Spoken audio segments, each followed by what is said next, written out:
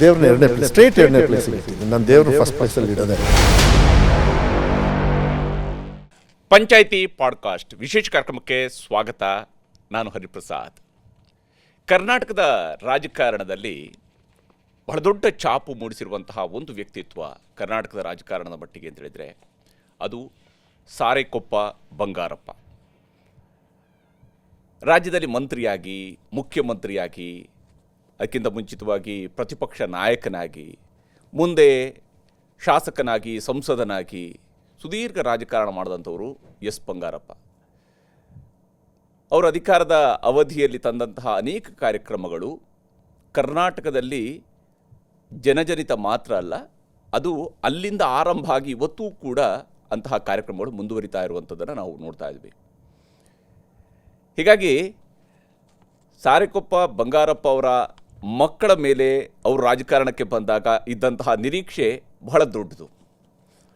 ಅದರಲ್ಲೂ ಸಿದ್ದರಾಮಯ್ಯನವರ ಸರ್ಕಾರದ ಎರಡನೇ ಅವಧಿಯಲ್ಲಿ ಶಿಕ್ಷಣ ಸಚಿವರಾಗಿ, ಪ್ರಾಥಮಿಕ ಮತ್ತು ಪ್ರೌಢ ಶಿಕ್ಷಣ ಸಚಿವರಾಗಿ ಮಧು ಬಂಗಾರಪ್ಪ ಅವರಿಗೆ ಜವಾಬ್ದಾರಿಯನ್ನು ಸಿದ್ದರಾಮಯ್ಯನವರು ನೀಡಿದಾಗ ಸಹಜವಾಗಿಯೇ ಮಧು ಬಂಗಾರಪ್ಪ ಅವರ ಕಾರ್ಯಶೈಲಿಯ ಬಗ್ಗೆ, ಅವರ ಕೆಲಸದ ಬಗ್ಗೆ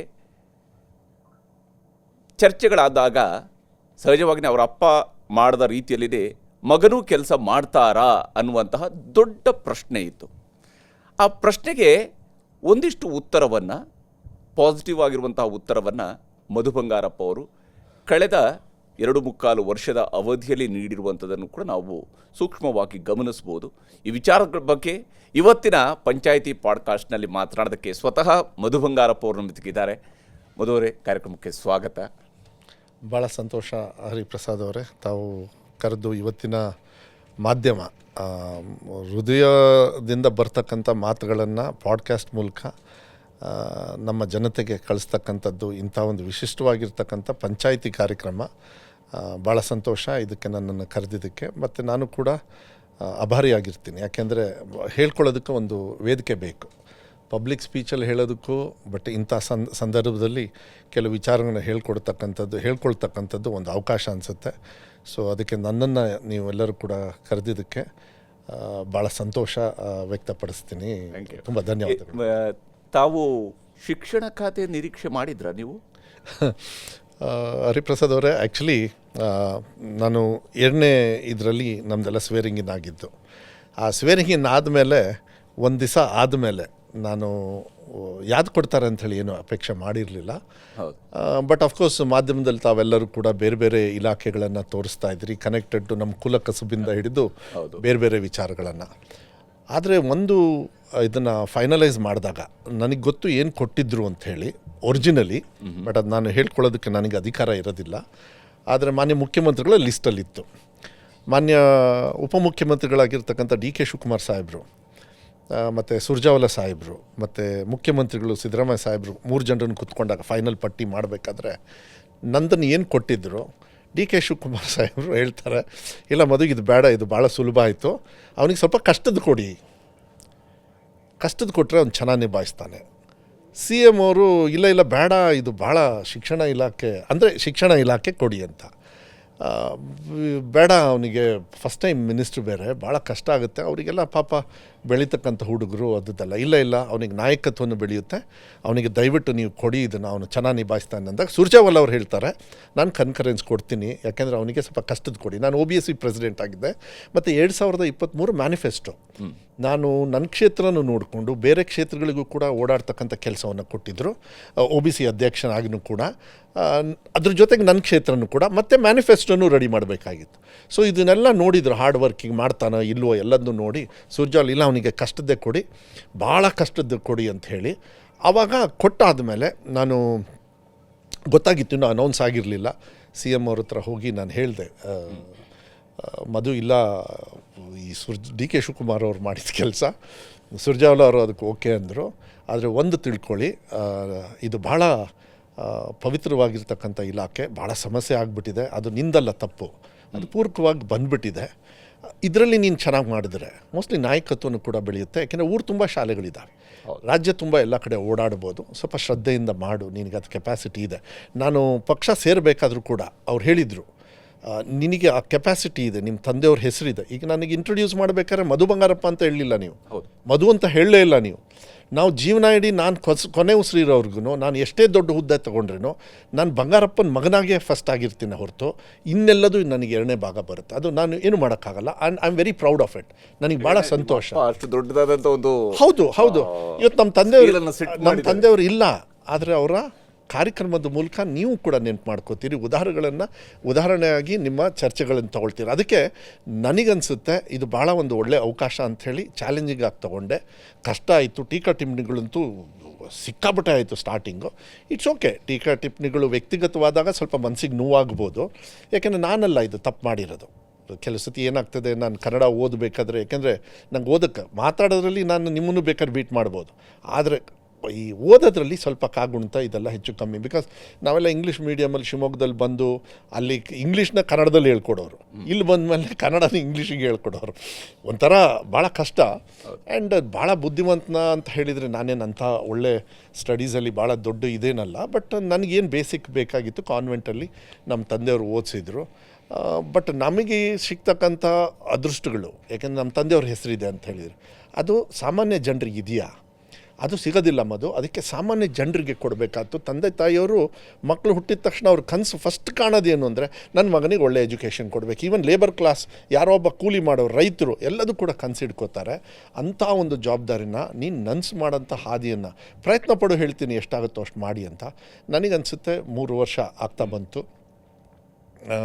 ಒಂದು ಹಂತಕ್ಕೆ ತೃಪ್ತಿ ಇದೆ, ಮೊದಲ ಸಾಧನೆ ಸಿಕ್ಕಿದೆ ಅಂತ ಇಲ್ಲ, ಹಂತವಾಗಿ ಸಿಕ್ಕಿದೆ, ಇಲ್ಲ ಅಂತ ಹೇಳಲ್ಲ. ಅದಕ್ಕೆ ಕಾರಣಕರ್ತರಾಗಿರ್ತಕ್ಕಂಥ ಮಾನ್ಯ ಮುಖ್ಯಮಂತ್ರಿಗಳಿಗೆ ಧನ್ಯವಾದಗಳು ಹೇಳಬೇಕು. ಅದೇ ರೀತಿ ಶಿಕ್ಷಣಕ್ಕೆ ಸ್ವಲ್ಪ ಒತ್ತನ್ನು ಮಾನ್ಯ ಡಿ ಕೆ ಶಿವಕುಮಾರ್ ಸಾಹೇಬರು ಕೊಡ್ತಾರೆ. ಬಟ್ CM ಸಾಹೇಬರು ನನಗೆ ಯಾವತ್ತೂ ಕೂಡ ಬಜೆಟಲ್ಲಾಗಲಿ ಏನರಲ್ಲಾಗಲಿ, ಆಮೇಲೆ ಒಂದು ಸತಿ ಕೊಟ್ಟ ಮೇಲೆ ನಾನು ಯಾವತ್ತೂ ಕೂಡ ಅವ್ರ ಹತ್ರ ಹೋಗಿ ನನಗೆ ಮತ್ತೆ ದುಡ್ಡು ಕೊಡಿ ಅಂತ ನಾನು ಕೇಳಲಿಲ್ಲ. ಯಾಕೆಂದರೆ ಸಫಿಷಿಯೆಂಟ್ ಕೊಟ್ಟು, ಬಟ್ ದುಡ್ಡನ್ನು ತಂದಿದ್ದೀನಿ. ಅಜೀಮ್ ಪ್ರೇಮ್ಜಿ ಫೌಂಡೇಶನ್ ಇರ್ಬೋದು, ಬೇರೆದೆಲ್ಲ ಅದನ್ನು ಮೋಸ್ಟ್ಲಿ ನಮ್ಮ ಚರ್ಚೆ ಮೂಲಕ ಮಾಡ್ಬೋದು. ಆದರೆ ಭಾಳ ತೃಪ್ತಿ ಇದೆ. ಮಾನ್ಯ ಮುಖ್ಯಮಂತ್ರಿಗಳು ಹೇಳಿದರು, ಇಲ್ಲ ಇದು ಭಾಳ ಕಷ್ಟದ ಕೆಲಸ, ಫಸ್ಟ್ ಟೈಮ್ ನೀನು ಮಿನಿಸ್ಟರ್ ಆಗ್ತಾ ಇರೋದು, ಸೊ ನೀನು ಹುಷಾರಾಗಿ ನೀವು ಮಾಡಿದರೆ ನಿನ್ನ ನಾಯಕತ್ವ ಬೆಳೆಯುತ್ತೆ ಅಂತ. So I am doing 2 things. 2 ಕೆಲಸ ನಡೀತಾ ಇತ್ತು. ಒಂದು, ಒಬ್ಬ ಶಿಕ್ಷಣ ಸಚಿವನಾಗಿ ಒಳ್ಳೆ ಕೆಲಸ ಮಾಡೋದು.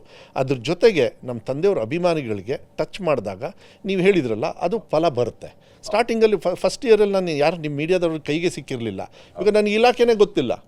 46,000 ಶಾಲೆ ಸಮಸ್ಯೆಗಳು, ಎಲ್ಲ ಶಾರ್ಟೇಜು, ಅದನ್ನೆಲ್ಲ ಮನವರಿಕೆಯನ್ನು ಮಾಡಿ ಮಾನ್ಯ ಮುಖ್ಯಮಂತ್ರಿಗಳು ಶಕ್ತಿ ಮೀರಿ ನಮಗೆ ಸಹಕಾರ ಮಾಡಿದ್ದಾರೆ.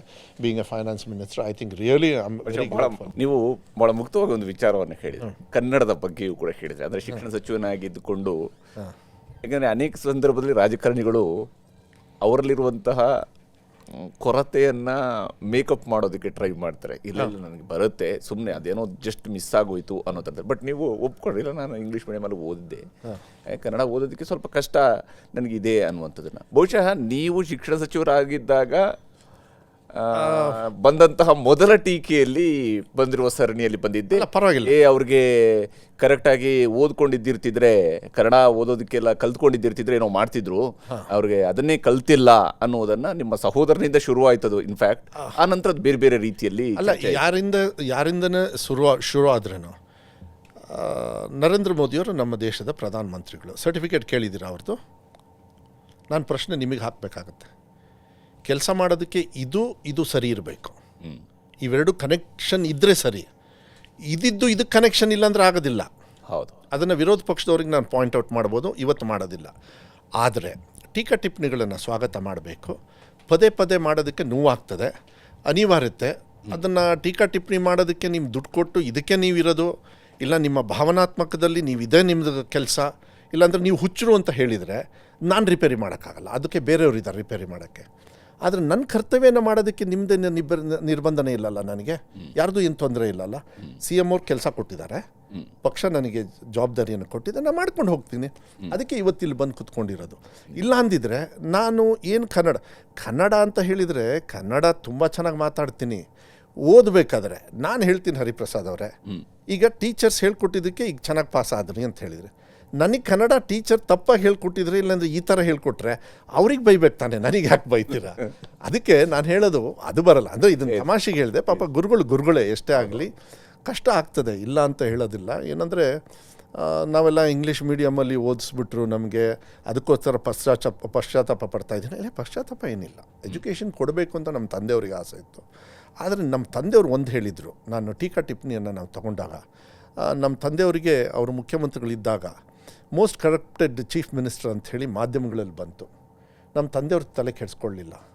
ಆದರೆ ಬೇಜಾರು ಏನಂತ ಹೇಳಿದರೆ, ನಮ್ಮ ತಂದೆಯವರು ನಮ್ಮನ್ನು ಸೇರಿ 18 ವರ್ಷ ತೊಗೊಂಡಿವಿ ಅದನ್ನು, ನಿರಪರಾಧಿ ಅಂತ ಹೇಳೋದಕ್ಕೆ. ಅದಿದೆಯಲ್ಲ, 18 ವರ್ಷ ಯಾರು ಕೊಡ್ತೀರಾ? ಅದಕ್ಕೆ ನಮ್ಮ ಸಿಸ್ಟಮಲ್ಲಿ ಲಾ ಬೇಕು, ಸ್ವಲ್ಪ ಫಾಸ್ಟಾಗಿ ಆದರೆ ಒಳ್ಳೆಯದು ಅಂಥೇಳಿ ನಾನು ಭಾವಿಸ್ತೀನಿ. ಯಾಕೆಂದರೆ ನಾವು ನ್ಯಾಯಾಲಯಕ್ಕೆ ಕ್ವೆಶ್ಚನ್ ಮಾಡೋ ಅಧಿಕಾರ ಇಲ್ಲ. ಸ್ಪೀಡಪ್ ಮಾಡಿದರೆ ಒಳ್ಳೆಯದು, ಆ ಥರ ಸಿಸ್ಟಮ್ ಕ್ರಿಯೇಟ್ ಮಾಡಿಕೊಂಡ್ರೆ ಒಳ್ಳೆಯದು. ಏಕೆಂದರೆ ಇವತ್ತು ಬಂಗಾರಪ್ಪಾಜಿಯವ್ರನ್ನೇ ಮೋಸ್ಟ್ ಕರಪ್ಟೆಡ್ ಅಂತ ಹಾಕಿರ್ತಕ್ಕಂಥ ಮಾಧ್ಯಮಗಳಿರ್ಬೋದು, ಯಾರೇ ಇರ್ಬೋದು, ವ್ಯಕ್ತಿಗಳು ಕರೆದಿರ್ಬೋದು. ಆದರೆ ಅವ್ರನ್ನ ಇವತ್ತು ಕೂಡ ಆಶ್ರಯ, ಆರಾಧನಾ, ಗ್ರಾಮೀಣ ಕೃಪಾಂಕ ಇದನ್ನೆಲ್ಲ ಯಾಕೆ ನೆನೆಸ್ಕೊಳ್ತಾರೆ? ಇವತ್ತು ರೈತರು ಏನಾರು ಉಸಿರಾಡ್ತಾ ಇದ್ದಾರೆ ಅಂತ ಹೇಳಿದರೆ, ಆರ್ಥಿಕವಾಗಿ ಸದೃಢರಾಗಿದ್ದಾರೆ ಅಂತ ಹೇಳಿದರೆ, 10 HP ಫ್ರೀ ಕರೆಂಟ್ ಹೌದು ಅಲ್ಲೋ? ಮೋಸ್ಟ್ಲಿ ನೀವು ಇಲ್ಲ ನಿಮ್ಮ ತಂದೆಯವರು ರೈತರ ಮಕ್ಕಳಾದರೆ ನೀವಿಲ್ಲಿ ಕುತ್ಕೊಂಡಿದ್ದೀರಾ ಅಂದರೆ ಸ್ವಲ್ಪ ಹಿಸ್ಟ್ರಿ ನೋಡ್ಕೊಳ್ಳಿ, ಎಲ್ಲಿಂದ ಬಂದ್ರಿ ಅಂಥೇಳಿ.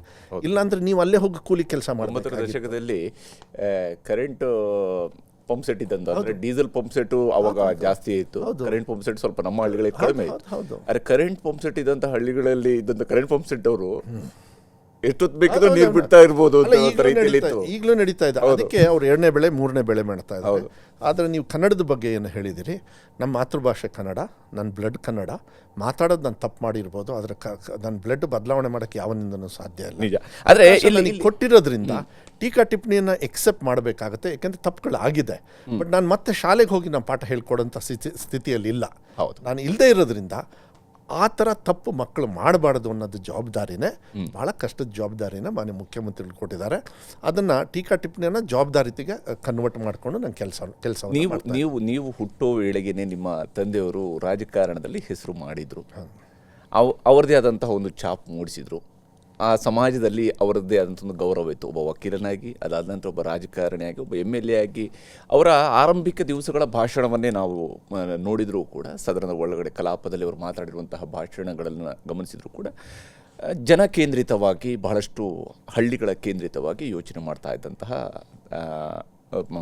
ಇದ್ದಂಥವರು ಸಾರೆಕೊಪ್ಪ ಬಂಗಾರಪ್ಪನವರು. ಆದರೆ ಮಗನಾಗಿ ತಾವು ಅಪ್ಪನನ್ನ ಆರಂಭದ ದಿವಸಗಳಲ್ಲಿ ನೋಡಿದಾಗ, ಆನಂತರ ದಿವಸಗಳು, ನೀವು ರಾಜಕಾರಣಕ್ಕೆ ಬಂದ ನಂತರದ್ದು ನಾನು ಕೇಳ್ತಾ ಇಲ್ಲ, ಮುಂಚೆ ನಿಮ್ಮ ಬಾಲ್ಯದಲ್ಲಿ ನಿಮ್ಮ ಅಪ್ಪ ಎಷ್ಟರ ಮಟ್ಟಿಗೆ ನಿಮಗೆ ಟೈಮ್ ಕೊಡ್ತಿದ್ರು ಮಕ್ಕಳ ಜೊತೆಗೆ, ಯಾವ ಥರದಲ್ಲಿ ನೋಡ್ತೀರಿ ನೀವು? ಯಾಕಂದರೆ ಅವ್ರ ಪರ್ಸನಾಲಿಟಿನೇ ನಮಗೆ ಹೊರಗಡೆ ನೋಡುವಂತಹ ಜನರಿಗೆ ಬಹಳ ಅದ್ಭುತವಾದ ಒಂದು ಪರ್ಸನಾಲಿಟಿ. ಐ ಥಿಂಕ್ ಈ ಥರ ನಾನು ಎಲ್ಲೂ ಜಾಸ್ತಿ ಹೇಳ್ಕೊಂಡಿರಲಿಲ್ಲ. ನೀವು ಕೇಳೋದು ಭಾಳ ಸಂತೋಷ ಈ ವೇದಿಕೆಯಲ್ಲಿ ಹೇಳ್ಕೊಳ್ಳೋದಕ್ಕೆ. ಈ ಸಂದರ್ಭದಲ್ಲಿ ನಾನು ಹುಟ್ಟಿದ ದಿವಸ ನಮ್ಮ ತಂದೆಯವರಿಗೆ ನೆಕ್ಸ್ಟ್ ಡೇ ಬೆಳಗ್ಗೆ ರಿಸಲ್ಟ್ ಬಂದಿದ್ದು. ನಾನು ಯಾವತ್ತು ಹುಟ್ಟಿದೆ ಅದರ ಮಾರನೇ ದಿವಸ ಫಸ್ಟ್ ಟೈಮ್ ಅವ್ರ ಜೀವನದಲ್ಲಿ ಒಬ್ಬರು MLA ಆಗ್ತಾರೆ. ಆವಾಗಲೇ 1967. ನನ್ನ ಈ ಪಾಸ್ಪೋರ್ಟಲ್ಲಿ ಅವಾಗೆಲ್ಲ ಮುಂಚೆ ಗೊತ್ತಾಗ್ತಾ ಇರಲಿಲ್ಲ, ಬೇಗ ಸರ್ಟಿಫಿಕೇಟ್ ಎಲ್ಲ ಕೊಡೋದು. ಸೊ ಒಂದು ಕಡೆಗಿದೆ. ಮಾರ್ಚ್ 2 ನಂದೇನು ಹುಟ್ಟಿದ ಹಬ್ಬ ಇದೆ, ಅವತ್ತು ಮಾರನೇ ದಿವಸ ತಂದೆಯವರು ರಿಸಲ್ಟ್ ಬರ್ತದೆ. ಅವಾಗೆಲ್ಲ 2-3 ದಿವಸ ಇದಾಗೋದು, ಏನು ವೋಟ್ ಕೌಂಟಿಂಗ್ ಎಲ್ಲ ನಡೆಯೋದು. ಸೊ ಅಲ್ಲಿಂದ ಸ್ಟಾರ್ಟ್ ಆಗ್ತದೆ. ನಮ್ಮ ತಂದೆಯವರು ಭಾಳ ಸ್ಟ್ರಿಕ್ಟು, ಓಕೆ, ಬಟ್ ಯಾವಾಗಲೂ ಅಲ್ಲ. ಸೊ ಒಂದು ಸತಿ ಕೊಟ್ಟಿರೋದು ವರ್ಷಾನುಗಟ್ಟಲೆ ನೆನಪಿದೆ. ಉದಾಹರಣೆ ಬೇಕಾದಷ್ಟು ಕೊಡ್ಬೋದು. ತುಂಬ ಪ್ರೀತಿ ಮಾಡೋರು. ಅಫ್ಕೋರ್ಸ್ ರಾಜ್ಯ ಸುತ್ತಬೇಕಾಗಿತ್ತು. ಮನೆಗೆ ಬಂದಾಗ 100% ನಮಗೆ ಕೊಡೋರು. ನಮ್ಮ ಅಕ್ಕ ಸುಜಾತಕ್ಕಂಗಂದ್ರೆ ಭಾಳ ಆಸೆ. ಸುಜಾತಕ್ಕ ನನ್ನ ಮೇಲೂ ಅದೇ ರೀತಿ ಆ ತಂದೆಯ ಪ್ರೀತಿ, ತಾಯಿಯವ್ರ ಪ್ರೀತಿ ಪ್ಲಸ್ ಕಂಟ್ರೋಲಿಂಗ್ ಇದೆಯಲ್ಲ, ತಂದೆಯವ್ರು ಇಲ್ಲದೇ ಇರೋ ಸಂದರ್ಭದಲ್ಲಿ ಅವಳು ಕೊಟ್ಟಿದ್ದಾಳೆ ಸರಿಗೆ ನಾವು ಓದೋ ಸಂದರ್ಭದಲ್ಲಿ. ಸೊ 2 ಉದಾಹರಣೆಯನ್ನು ನಾನು ಕೊಡಲಿಕ್ಕೆ ಇಷ್ಟಪಡ್ತೀನಿ. ಇದು ನನ್ನ ಜೀವನದಲ್ಲಿ ಒಂದು ಭಯಭಕ್ತಿ ಅಂಥೇಳಿ. 2 ಅಲ್ಲ 3 ಹೇಳ್ಬೋದು. ನಾನು 3 ಹೇಳ್ತೀನಿ. ನಾನು ಭದ್ರಾವತಿ ಹಾಸ್ಟೆಲಲ್ಲಿದ್ದೆ 1 ವರ್ಷ. ಯಾಕಂದ್ರೆ ತುಂಬ ತಲೆಹಲ್ಟೆ. 5ನೇ ಕ್ಲಾಸ್ವರೆಗೂ ಶಿವಮೊಗ್ಗದಲ್ಲಿ ಓದಿದ್ದು. 1 ವರ್ಷ ಇನ್ನು ಸ್ವಲ್ಪ ತಲೆಹಲ್ಟೆ ಜಾಸ್ತಿ ಆಯಿತು ಅಂಥೇಳಿ ಭದ್ರಾವತಿ ಸೆಂಟ್ ಚಾರ್ಲ್ಸ್ ಸ್ಕೂಲಲ್ಲಿ ಸೇರಿಸ್ತಾರೆ 6ನೇ ಕ್ಲಾಸ್. ರಜಕ್ಕೆ ಬಂದಿದ್ದೆ. ರಜಕ್ಕೆ ಬಂದಾಗ ನಮ್ಮ ತಂದೆಯವರು ಬೆಳಗ್ಗೆ ವ್ಯಾಯಾಮ ಮಾಡೋದು ಅವರಿಗೆ ಅಭ್ಯಾಸ, ಎಕ್ಸಸೈಸ್ ಮಾಡೋದು. ಬೆಳಗ್ಗೆ 5:30-6 ಗಂಟೆಗೆ ಎದ್ಬಿಟ್ಟು ಎಕ್ಸಸೈಸ್ ಮಾಡಿಕೊಂಡು ನೆಹರು ಗ್ರೌಂಡಲ್ಲೆಲ್ಲ ಓಡಾಡಿಕೊಂಡು ವಾಪಸ್ ಬರ್ತಾಯಿದ್ರು. ನಾನು ರಜಾ ಅಲ್ಲ, ಬೆಳಗ್ಗೆ ಗೋಲಿ ಆಡ್ತಾಯಿದ್ದೆ. ನಮ್ಮ ಮನೆ ಎದುರುಗಡೆ ಓಕೆ ಫ್ರೆಂಡ್ಸ್ ಜೊತೆಗೆ ಓಕೆ ನೋಡಿದರು. ನೋಡಿ ಫುಲ್ಲು ಖುಷಿಯಾಗಿ, ಓ ವೆರಿ ಗುಡ್, ಗೋಲಿ ಆಡ್ತಾ ಇದೆಯಾ, ವೆರಿ ಗುಡ್, ಇದೆಲ್ಲ ಇರಬೇಕು, ಹಾಂ ಓಕೆ ಆಯ್ತು, ಇಲ್ಲೆಲ್ಲ ಮುಗಿಸಿ ಬೇಗ ಮನೆಗೆ ಬಾ ಅಂದರು. ಸರಿ ಆಯಿತು ಅಂತ ನಾನೆಲ್ಲ ಆರಾಮಾಗಿ ಕಂಟಿನ್ಯೂ ಮಾಡಿದೆ, ಆಡಿದೆ. ಮನೆಗೆ ಹೋದ್ಮೇಲೆ ಕೊಟ್ಟರು ಸರಿಗೆ, ಚೆನ್ನಾಗಿ ಕೊಟ್ಟರು. ಇನ್ಫ್ಯಾಕ್ಟ್ ನಮ್ಮ ತಾಯಿ ಮಳಲ್ಗಾವ್ ಬಂದ್ಬಿಟ್ರು, ಹೇ ಅಪ್ಪಿನ ಹೊಡಿಬೇಡ್ರಿ ಹಂಗೆ ಅಂದ್ಬಿಟ್ಟು ಅಪ್ಕೊಂಡ್ರು. ಅಂದರೆ ಯಾಕಿದನ್ನು ಹೇಳು, ಬೆಳಗ್ಗೆ ಎದ್ದು ಎಕ್ಸಸೈಸು ಇಂಥದ್ದು ಮಾಡೋ ಬದಲು ಸಾಯಂಕಾಲದನ್ನ ಬೆಳಗ್ಗೆ ತಂದು ಇಟ್ಕೊಳ್ತೀರ, ನಿಮ್ಮ ಜೀವನದಲ್ಲಿ ನೀವೇನು ಉದ್ಧಾರ ಆಗ್ತೀರಾ ನೀವು? ಕರೆಕ್ಟ್ ಅವ್ರು ಹೇಳಿದ್ದು. ಬೆಳಗ್ಗೆನೇ ನಾನು ಆಟ ಮಾಡಿದೆ. See, if you are a cricketer practising, okay, ಗೋಲಿ ಇದೆಲ್ಲ ಬೆಳಗ್ಗೆ ಆಡೋದಲ್ಲ, ಅದೆಲ್ಲ ನಿಮ್ಮ ಕಲ್ಚರಲ್ಲಿ ಬರ್ತದೆ. ಚೆನ್ನಾಗಿ ಕೊಟ್ಟರು, ಲೈಫ್ ಲಾಂಗ್ ಇವತ್ತು ಕೂಡ ಊರಿಗೆ ನೆನಪಿದೆ. ಅವ್ರು ಇಲ್ಲದೇ ಇರೋ ಸಂದರ್ಭದಲ್ಲೂ ನೆನಪಿದೆ. ಅಂದರೆ ವಾಟ್ ಟು ಡೂ ವೆನ್, ಯಾವಾಗ. Pass fail it is okay. ಯಾವುದೋ ಒಂದು ಎಕ್ಸಾಮಲ್ಲಿ ಫೇಲ್ ಆದೆ, ಆ ಡೀಟೇಲ್ಸ್ ಕೇಳಕ್ಕೆ ಹೋಗ್ಬೇಡಿ. ಬಂದರು, ಭಯ ಅಂದರೆ ಭಯ. ಬಂದು ಒಳಗಡೆ ಬರ್ತಿದ್ದಂಗೆ ಫಸ್ಟು ಏನೋ ಫೇಲ್ ಆಗ್ಬಿಟ್ಟು ಅಂತಲೋ ಅಂದರು. ಅಷ್ಟೊತ್ತಿಗೆ ಅಪ್ಪಂಗೆ ಮಾಹಿತಿ ಹೋಯ್ತು, ಅಲ್ಲ ಹೇಳಕ್ಕೆ ಹೇಳ್ಬಿಟ್ಟಿದೆ ಮತ್ತೆ. ಓಕೆ ಸರಿ, ಮೋಸ್ಟ್ಲಿ ಅದಾದ್ಮೇಲೆ ಹೊಡೆದಿಲ್ಲ ನಮಗೆ. ಆ ಭಯ ಇದೆಯಲ್ಲ, ಇದು ಹೌದಾ, ಪರವಾಗಿಲ್ಲ ಬಿಡು, ಒಂದು ಪ್ಲ್ಯಾನ್ ಮಾಡು, ಮತ್ತೆ ಕಟ್ಕೊಂಡ್ಬಿಟ್ಟು ಪಾಸ್ ಆಗಿಬಿಡು, ತಲೆ ಕೆಡ್ಸ್ಕೊಳಕ್ಕೆ ಹೋಗ್ಬೇಡ, ಹೋಗು. ಇದರಲ್ಲಿ ಒಂದು ಮಾಹಿತಿ ಇತ್ತು. ಈಗ ನಾವು ಅದನ್ನು ನೋಡ್ತೀವಿ. ಅದಕ್ಕೆ ನಾನು ಸೆಕೆಂಡ್ ಆ್ಯಂಡ್ ಥರ್ಡ್ ಎಕ್ಸಾಮ್ ತಂದಿದ್ದು. ಯಾಕೆಂದರೆ ಹೆದರಬೇಡಿ, ಮಕ್ಕಳು ಸೈಕಾಲಜಿಕಲಿ ಎಫೆಕ್ಟ್ ಆಗುತ್ತೆ. ಹೌದು, ಮಕ್ಕಳು ಸೂಸೈಡ್ ಮಾಡ್ಕೊಂಡಿದ್ದಾರೆ. ಹೌದು, ಇದೆಲ್ಲದು ಬೇಡ ಅಂತ ಹೇಳಿ ಸೆಕೆಂಡ್ ಆ್ಯಂಡ್ ಥರ್ಡ್ ಎಕ್ಸಾಮ್. ಯಾಕೆಂದರೆ ಮಕ್ಕಳು ಏನಾದ್ರು ಫೇಲ್ ಆದರೆ ಒಂದು ತಿಳ್ಕೊಳ್ಳಿ, ಫಸ್ಟ್ ತಂದೆ ತಾಯಿಯವ್ರ ತಪ್ಪು, ಸೆಕೆಂಡ್ ಟೀಚರ್ಸು, ಥರ್ಡ್ ನಮ್ಮಂಥ ಮಿನಿಸ್ಟ್ರಿ ಇರ್ಬೋದು, ನಮ್ಮಂಥ ವ್ಯವಸ್ಥೆ. ಮಕ್ಕಳು ತಪ್ಪು ಮಾಡಲ್ಲ ಹರಿಪ್ರಸಾದ್ ಅವರೇ, ಮಕ್ಕಳು ಸರಿ ಇರ್ತಾರೆ. ನಾವು ವ್ಯವಸ್ಥೆಯಲ್ಲಿ ತಪ್ಪು ಮಾಡ್ಕೊಂಡ್ಬಿಟ್ಟಿದ್ದೀವಿ, ಅದು ಹೊರೆ ಆಗಿ ಬಂದುಬಿಟ್ಟಿದೆ ಅನಿವಾರ್ಯವಾಗಿ. ಅದಕ್ಕೆ ನಮ್ಮ CM ಅವರು ಇದು ಭಾಳ ಕಷ್ಟದ ಇಲಾಖೆ, ಮಕ್ಕಳ ಭವಿಷ್ಯ ಅಂತೇಳಿ ಹೇಳೋದು. ಅದಕ್ಕೆ ಆ ರೀತಿ ತೊಗೊಂಡಿರೋದ್ರಿಂದ ಅವತ್ತು ನಮ್ಮ ತಂದೆಯವರು ಏನಂದರು, ಇವತ್ತು ಕೂಡ ನನ್ನ ಜೀವನದಲ್ಲಿ ನಾನು ನೆನಪಿಟ್ಕೊಳ್ತೀನಿ. ಸೋಲ್ is not a defeat, it is the first step for your winning. ನಾನು ಎಲೆಕ್ಷನಲ್ಲಿ ಫಸ್ಟ್ ನಿಂತಿದ್ದೆ BJPಯಿಂದ 2004. ನಮ್ಮ ತಂದೆಯವರು BJPಗೆ ಹೋದಾಗ ನಾನು ಸೋತೆ. ಶಿವಮೊಗ್ಗದಲ್ಲಿ ಎಲ್ಲರೂ ಗೆದ್ದರು, ನಾನೊಬ್ಬನೇ ಸೋತಿದ್ದು. ಹೌದು, ನಮ್ಮ ತಂದೆಯವರು ಮುಖದಲ್ಲಿ ನನ್ನ ಸೋಲು ಅವ್ರಿಗೆ ತಗೊಳಕ್ಕಾಗಲಿಲ್ಲ. ಅವ್ರು ತೀರ್ಕೊಂಡ ಮೇಲೆ ನಾನು MLA ಆದೆ. ಹೌದು, ಅವರಿದ್ದಾಗ ಆಗೋಕ್ಕಾಗಲಿಲ್ಲ. ನಮ್ಮ ತಾಯಿಯವರು ಇದ್ದರು, ಅದನ್ನು ನೋಡಿದರು, ಅದು ಬೇರೆ ವಿಚಾರ. ಅದಾದಮೇಲೆ ಇನ್ನೂ ಒಂದೇ ಒಂದು ಹೇಳ್ತೀನಿ, ಅದು ಕನ್ನಡಕ್ಕೆ ಸಂಬಂಧ. ಬೆಳಗ್ಗೆ ಓದ್ತಾ ಇದ್ದೆ, ಇದರಲ್ಲಿ ಇದು ಸ್ಕೂಲಲ್ಲಿ ಇರಬೇಕಾದ್ರೆ ಓದ್ತಾ ಇದ್ದೆ, ಕನ್ನಡನೇ ಓದ್ತಾ ಇದ್ದೆ ಅವತ್ತು.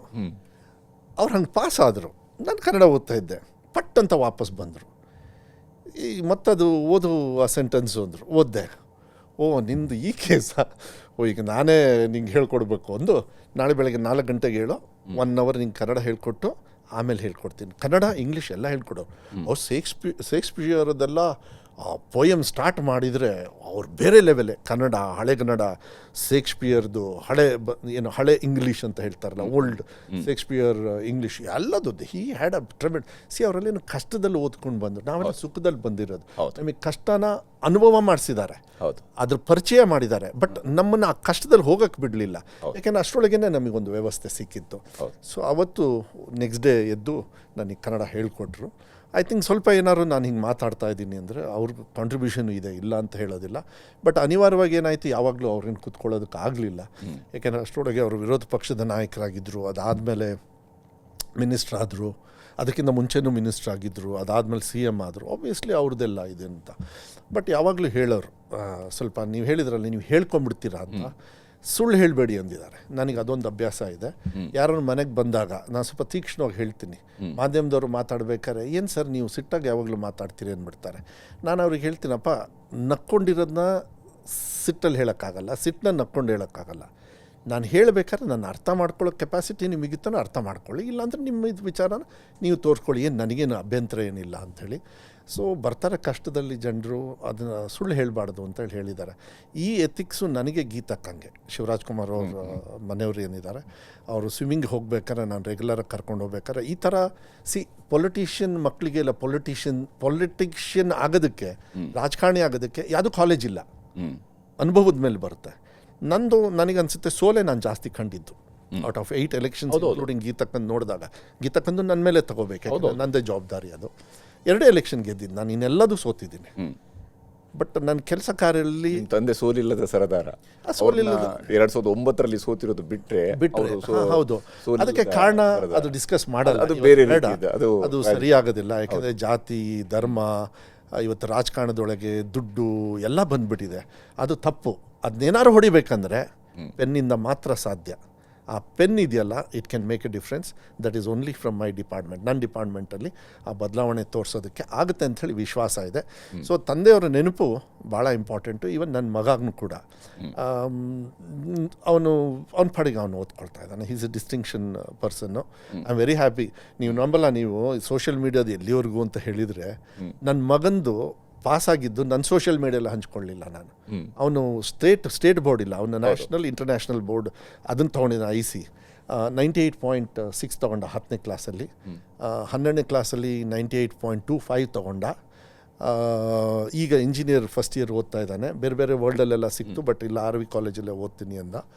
ಈಗ ಔಟ್ ಆಫ್ 10ಕ್ಕೆ 9.55. ನನ್ನ ಸೋಷಿಯಲ್ ಮೀಡಿಯಲ್ಲಿ ನಾನು ವಿಶ್ ಮಾಡಲಿಲ್ಲ. ಯಾಕೆ ಗೊತ್ತಾ ಹರಿಪ್ರಸಾದ್ ಅವರೇ? ಅದಕ್ಕೆ ನಾನು ಸೋಷಿಯಲ್ ಮೀಡಿಯಾನ ಬ್ಯಾನ್ ಮಾಡಬೇಕು ಅಂತೇಳಿ ಬಿಲ್ ತಂದೆ. ನಿಮಗೆ ಗೊತ್ತಲ್ಲ, ಮೊನ್ನೆ ಎಲ್ಲ ಡಿಸ್ಕಷನ್ ಎಲ್ಲ ಆಯಿತು. ಮುಂದಿನ ದಿನಗಳಲ್ಲಿ ಬಿಲ್ ತರ್ತೀನಿ. ಯಾಕೆ ಅಂದರೆ, ನಾನೇನಾದ್ರು ನನ್ನ ಮಗ ಹಿಂಗೆ ತೊಗೊಂಡ ಅಂಥೇಳಿ ವಿಶ್ ಮಾಡಿದರೆ, ಟೀಕಾ ಟಿಪ್ಪಣಿಗಳನ್ನು ನನ್ನ ಮಗ ನೋಡಿಬಿಟ್ರೆ ನಾನು ಎಕ್ಸೆಪ್ಟ್ ಮಾಡೋಕ್ಕಾಗಲ್ಲ. ಹೌದು, ಯಾಕೆಂದರೆ ನಾನೇನು ಕಾಂಟ್ರಿಬ್ಯೂಟ್ ಮಾಡಿಲ್ಲ ಅವನು ಓದೋದಕ್ಕೆ. ಸುಮ್ಮನೆ ಜನರಲಾಗಿ ಸಪೋರ್ಟ್ ಮಾಡಿದ್ದೀನಿ, ನನ್ನ ವೈಫ್ ಸಪೋರ್ಟ್ ಮಾಡಿರ್ತಾರೆ. ಬಟ್ ಓದೋ ಕೆಪಾಸಿಟಿ ಅವನಿಗಿತ್ತು, ಓದಿದ್ದಾನೆ. ಅದನ್ನು ಹೋಗ್ಬಿಟ್ಟು ಯಾರೋ ಟೀಕಾ ಟಿಪ್ಪಣಿ ಹಾಕಿದ್ರೆ ಅವ್ನು ಹೆಂಗೆ ತೊಗೋತಾನೆ ನನಗೆ ಗೊತ್ತಿಲ್ಲ. ಅದಕ್ಕೆ ಶಿಕ್ಷಣ ಸಚಿವನ ಮಗ ಸ್ಟೇಟಲ್ಲಿ ಹಿ ಕೇಮ್ ಸೆಕೆಂಡ್, ಬಿಷಪ್ ಕಾಟನ್ಸಲ್ಲಿ ಫಸ್ಟು, ಸ್ಟೇಟಲ್ಲಿ ಸೆಕೆಂಡ್ ಬಂದ. ನೋಡಿ, ನಾವೆಲ್ಲೂ ಯಾರೋ ಪೇಪರಲ್ಲಿ ಹಾಕಿದ್ರು, ಆದಷ್ಟು ನಾನು ದೂರ ಹಾಕಿದೆ. ನನ್ನ ಮಾಧ್ಯಮದಲ್ಲಿ ಎಲ್ಲೂ ಹಾಕಬೇಡಿ ಅಂದೆ. ಬಿಕಾಸ್ ಶ್ರಮ ಒಂದು, ಪನಿಷ್ಮೆಂಟ್ ನನ್ನಿಂದ ನಾನು ರೆಡಿ ಇಲ್ಲ. ತಪ್ಪು ಮಾಡಿದರೆ ನಾನು ನೋಡ್ಕೊಳ್ತೀನಿ. ಹೌದು, ಬಟ್ ಅವ್ನು ಒಳ್ಳೇದು ಮಾಡೋದು. ಇವತ್ತು ಸೋಷಿಯಲ್ ಮೀಡಿಯಾನ ಅದಕ್ಕೆ ನಾನು ವಿಲನ್ ಅಂತ ಕರೆಯೋದು. ಸೋಷಿಯಲ್ ಮೀಡಿಯಾನ ನೀವು ಪಾಡ್ಕಾಸ್ಟ್ ಮಾಡ್ತೀರ, ಯಾಕೆ? It's A legalised version of social media. It is legal, V welcome this. But ಯಾವುದೋ ಒಂದು ಕಂಟ್ರೋಲು, ಲಂಗು ಲಗಾಮ್ ಇಲ್ಲದೆ ಇರ್ತಕ್ಕಂಥದ್ದು, ತಿರ್ಚಿ ಮಾತಾಡೋದು, ಕೆಟ್ಟ ರೀತಿಯಲ್ಲಿ ನೋಡೋದು, ಮಕ್ಕಳು ಕಲಿಯೋದಕ್ಕೆ ಕೆಟ್ಟದ್ದು ಹೇಳ್ಕೊಟ್ರೂ ಕಲ್ತು ಬಿಡ್ತಾವೆ, ಒಳ್ಳೇದು ಹೇಳಿದ್ರೂ ಕಲ್ತು ಬಿಡ್ತಾವೆ. ಈಗ ನಾವು ತಂದೆ ತಾಯಿ ಸ್ಥಾನದಲ್ಲಿ ಇದ್ದುಬಿಟ್ಟು ನಾವು ಕೆಟ್ಟದ್ದು ಕೊಟ್ಟರೆ ಮಕ್ಕಳು ಏನು ಮಾಡ್ತಾವೆ? ಅದನ್ನ ಸ್ವಾಹ ಮಾಡೇ ಬಿಡ್ತಾರೆ. ಅಲ್ಲಿಗೇನಾಗುತ್ತೆ, ಮುಂದಿನ ದಿನದಲ್ಲಿ ಸಿಕ್ಕಾಕೋತಾರೆ. ಅದಕ್ಕೆ ನಾನು ಕಾಪಿ ಮಾಡೋದು ಕೂಡ ನಿಲ್ಲಿಸಿದ್ದು. ಅದು ಮುಂದೆ ಡಿಪಾರ್ಟ್ಮೆಂಟ್ ಇಲ್ಲಿ ಸೋಷಿಯಲ್ ಮೀಡಿಯಾ ಬ್ಯಾನ್ದು ನೀವು ಹೇಳಿದರೆ, ಎಸ್ಪೆಷಲಿ 16 ವರ್ಷದ ಒಳಗಿನ ಮಕ್ಕಳಿಗೆ ಸೋಷಿಯಲ್ ಮೀಡಿಯಾವನ್ನು ಬ್ಯಾನ್ ಮಾಡಿದ್ರು. ಈ ಬಾರಿಯ ಬಜೆಟಲ್ಲಿ ಮುಖ್ಯಮಂತ್ರಿ ಅವರು ಅನೌನ್ಸ್ ಮಾಡಿದರು. ಒಂದು ಲೆಕ್ಕದಲ್ಲಿ ಮನೆಗಳಲ್ಲಿ ಮಕ್ಕಳು ಜಾಸ್ತಿ ಮೊಬೈಲ್ ನೋಡೋದಕ್ಕೆ ಅವ್ರಿಗೆ ಹೆದರಿಸೋದಕ್ಕೂ ಕೂಡ ಇದೀಗ ಒಂದು ಅಸ್ತ್ರವಾಗಿ ಸಿಕ್ಕಿದೆ. ಇಲ್ಲಾಂದರೆ ಅಪ್ಪ ಅಮ್ಮನನ್ನು ಒಳಗಡೆ ಆಗ್ತಾರಂತೆ ನೋಡಿ ಸಿದ್ದರಾಮಯ್ಯನವರು ತಿಳ್ಕೊಂಡು ಹೇಳಿದಾಗ ಮಕ್ಕಳು ಕೂಡ ಮೊಬೈಲ್ ಜಾಸ್ತಿ ನೋಡಲ್ಲ. ತಂದೆ ತಾಯಿಯವರಿಗೆ ಬಂದಿದ್ದಾರೆ. ತಂದೆ ತಾಯಿಯವ್ರದ್ದೇ ಮಿಸ್ಟೇಕ್. ಉದ್ದೇಶ ಏನಿದು? ನಿಮ್ಮ ಉದ್ದೇಶ ಏನು? ಯಾವ ಕಾರಣಕ್ಕಾಗಿ social media social media is very important. ನನಗೆ ಕೇಳಿದರೆ it's a very informative in hand, but very well misused. ನಿಮಗೂ ಚೆನ್ನಾಗಿ ಗೊತ್ತಿದೆ ಈ ಸೋಷಿಯಲ್ ಮೀಡಿಯಾ ಕಂಟೆಂಟ್ ಯಾವ ರೀತಿ ಬರ್ತಾ ಇದೆ ಅಂಥೇಳಿ. Out of 100 most of is all rubbish. ಅದರಿಂದ ದೇಶ ಹಾಳಾಗುತ್ತೆ, ಮಕ್ಕಳ ಭವಿಷ್ಯ ಹಾಳಾಗುತ್ತೆ, ನಿಮ್ಮಲ್ಲಿ ಜಗಳ ತರುತ್ತೆ, ಧರ್ಮದಲ್ಲಿ ಜಗಳ ಬರುತ್ತೆ, ಜಾತಿಯಲ್ಲಿ ಜಗಳ ಬರುತ್ತೆ, ಹಣ ವ್ಯವಹಾರದಲ್ಲಿ ಜಗಳ ಬರುತ್ತೆ, ಒಬ್ಬರು ಮಾನ ಮರ್ಯಾದೆ ತೆಗೆಯುತ್ತೆ, ಎಲ್ಲದೂ ಆಗುತ್ತೆ. ಅಕೌಂಟಬಿಲಿಟಿ ತರಬೇಕಲ್ಲಿ, ಆವಾಗಲೇ ಅದು control. Is there a board? Is there an rules? Social media rules ಇದೆಯಾ ನಮ್ಮ ದೇಶದಲ್ಲಿ? ಎಲ್ಲಿದೆ? ಇಲ್ಲ. ಸೊ ಸೋಷಿಯಲ್ ಮೀಡಿಯಾನ ಫಸ್ಟ್ ಮಕ್ಕಳಲ್ಲಿ ಕಲಿತಕ್ಕಂಥದ್ದು ತಪ್ಪಾಗ್ತದೆ. ಮಕ್ಕಳಿಗೆ ಕೆಟ್ಟ ಬುದ್ಧಿ ಕಲಿಸ್ಕೊಟ್ರೆ ಅದನ್ನೂ ಕಲಿತಾವೆ, ಒಳ್ಳೆ ಬುದ್ಧಿ ಕಲಿಸ್ಕೊಟ್ರೆ ನೀವು ಚೂಸ್ ಮಾಡಿ ಯಾವುದು ಅಂತ. ಸೋಷಿಯಲ್ ಮೀಡಿಯಾನ ತಂದೆ ತಾಯಿಯವರೇ, ಇವತ್ತೇನಾಗಿದೆ, ತಂದೆ ತಾಯಿಯವರು ಏನು ಮಾಡ್ತಾರೆ, ನಿಮ್ಮನ್ನು ಕೊಟ್ಟು ಬಿಡ್ತಾರೆ. ತಂದೆ ತಾಯಿಯವರು ಮೊಬೈಲ್ ಕೊಟ್ಟು ಬಿಡ್ತಾರೆ, ತಂದೆ ತಾಯಿಯವರು TV ಸೀರಿಯಲ್ ನೋಡ್ತಾ ಇರ್ತಾರೆ. ಹೌದು, ಮಕ್ಕಳು ಏನು ಮಾಡ್ತಾರೆ, ಅವಕ್ಕೆ ಅರ್ಥ ಆಗಲ್ಲ. ಅದು ಅವ್ರಿಗೆ ಅರ್ಥ ಆಗೋದು ಈ ಸೋಷಿಯಲ್ ಮೀಡಿಯಾ. ಕೂತ ಅಂದ್ಬಿಡ್ತಾರೆ. ನಿಮಗೆ ಅಲ್ಲೇ ಸ್ಟಾರ್ಟ್ ಆಗೋದು ಫಸ್ಟು ವಿಲನ್ ತಂದೆ ತಾಯಿಯವರು. ಅದಕ್ಕೆ ಹೇಳಿದ್ದು ಜವಾಬ್ದಾರಿ ತಂದೆ ತಾಯಿಯವ್ರದ್ದು.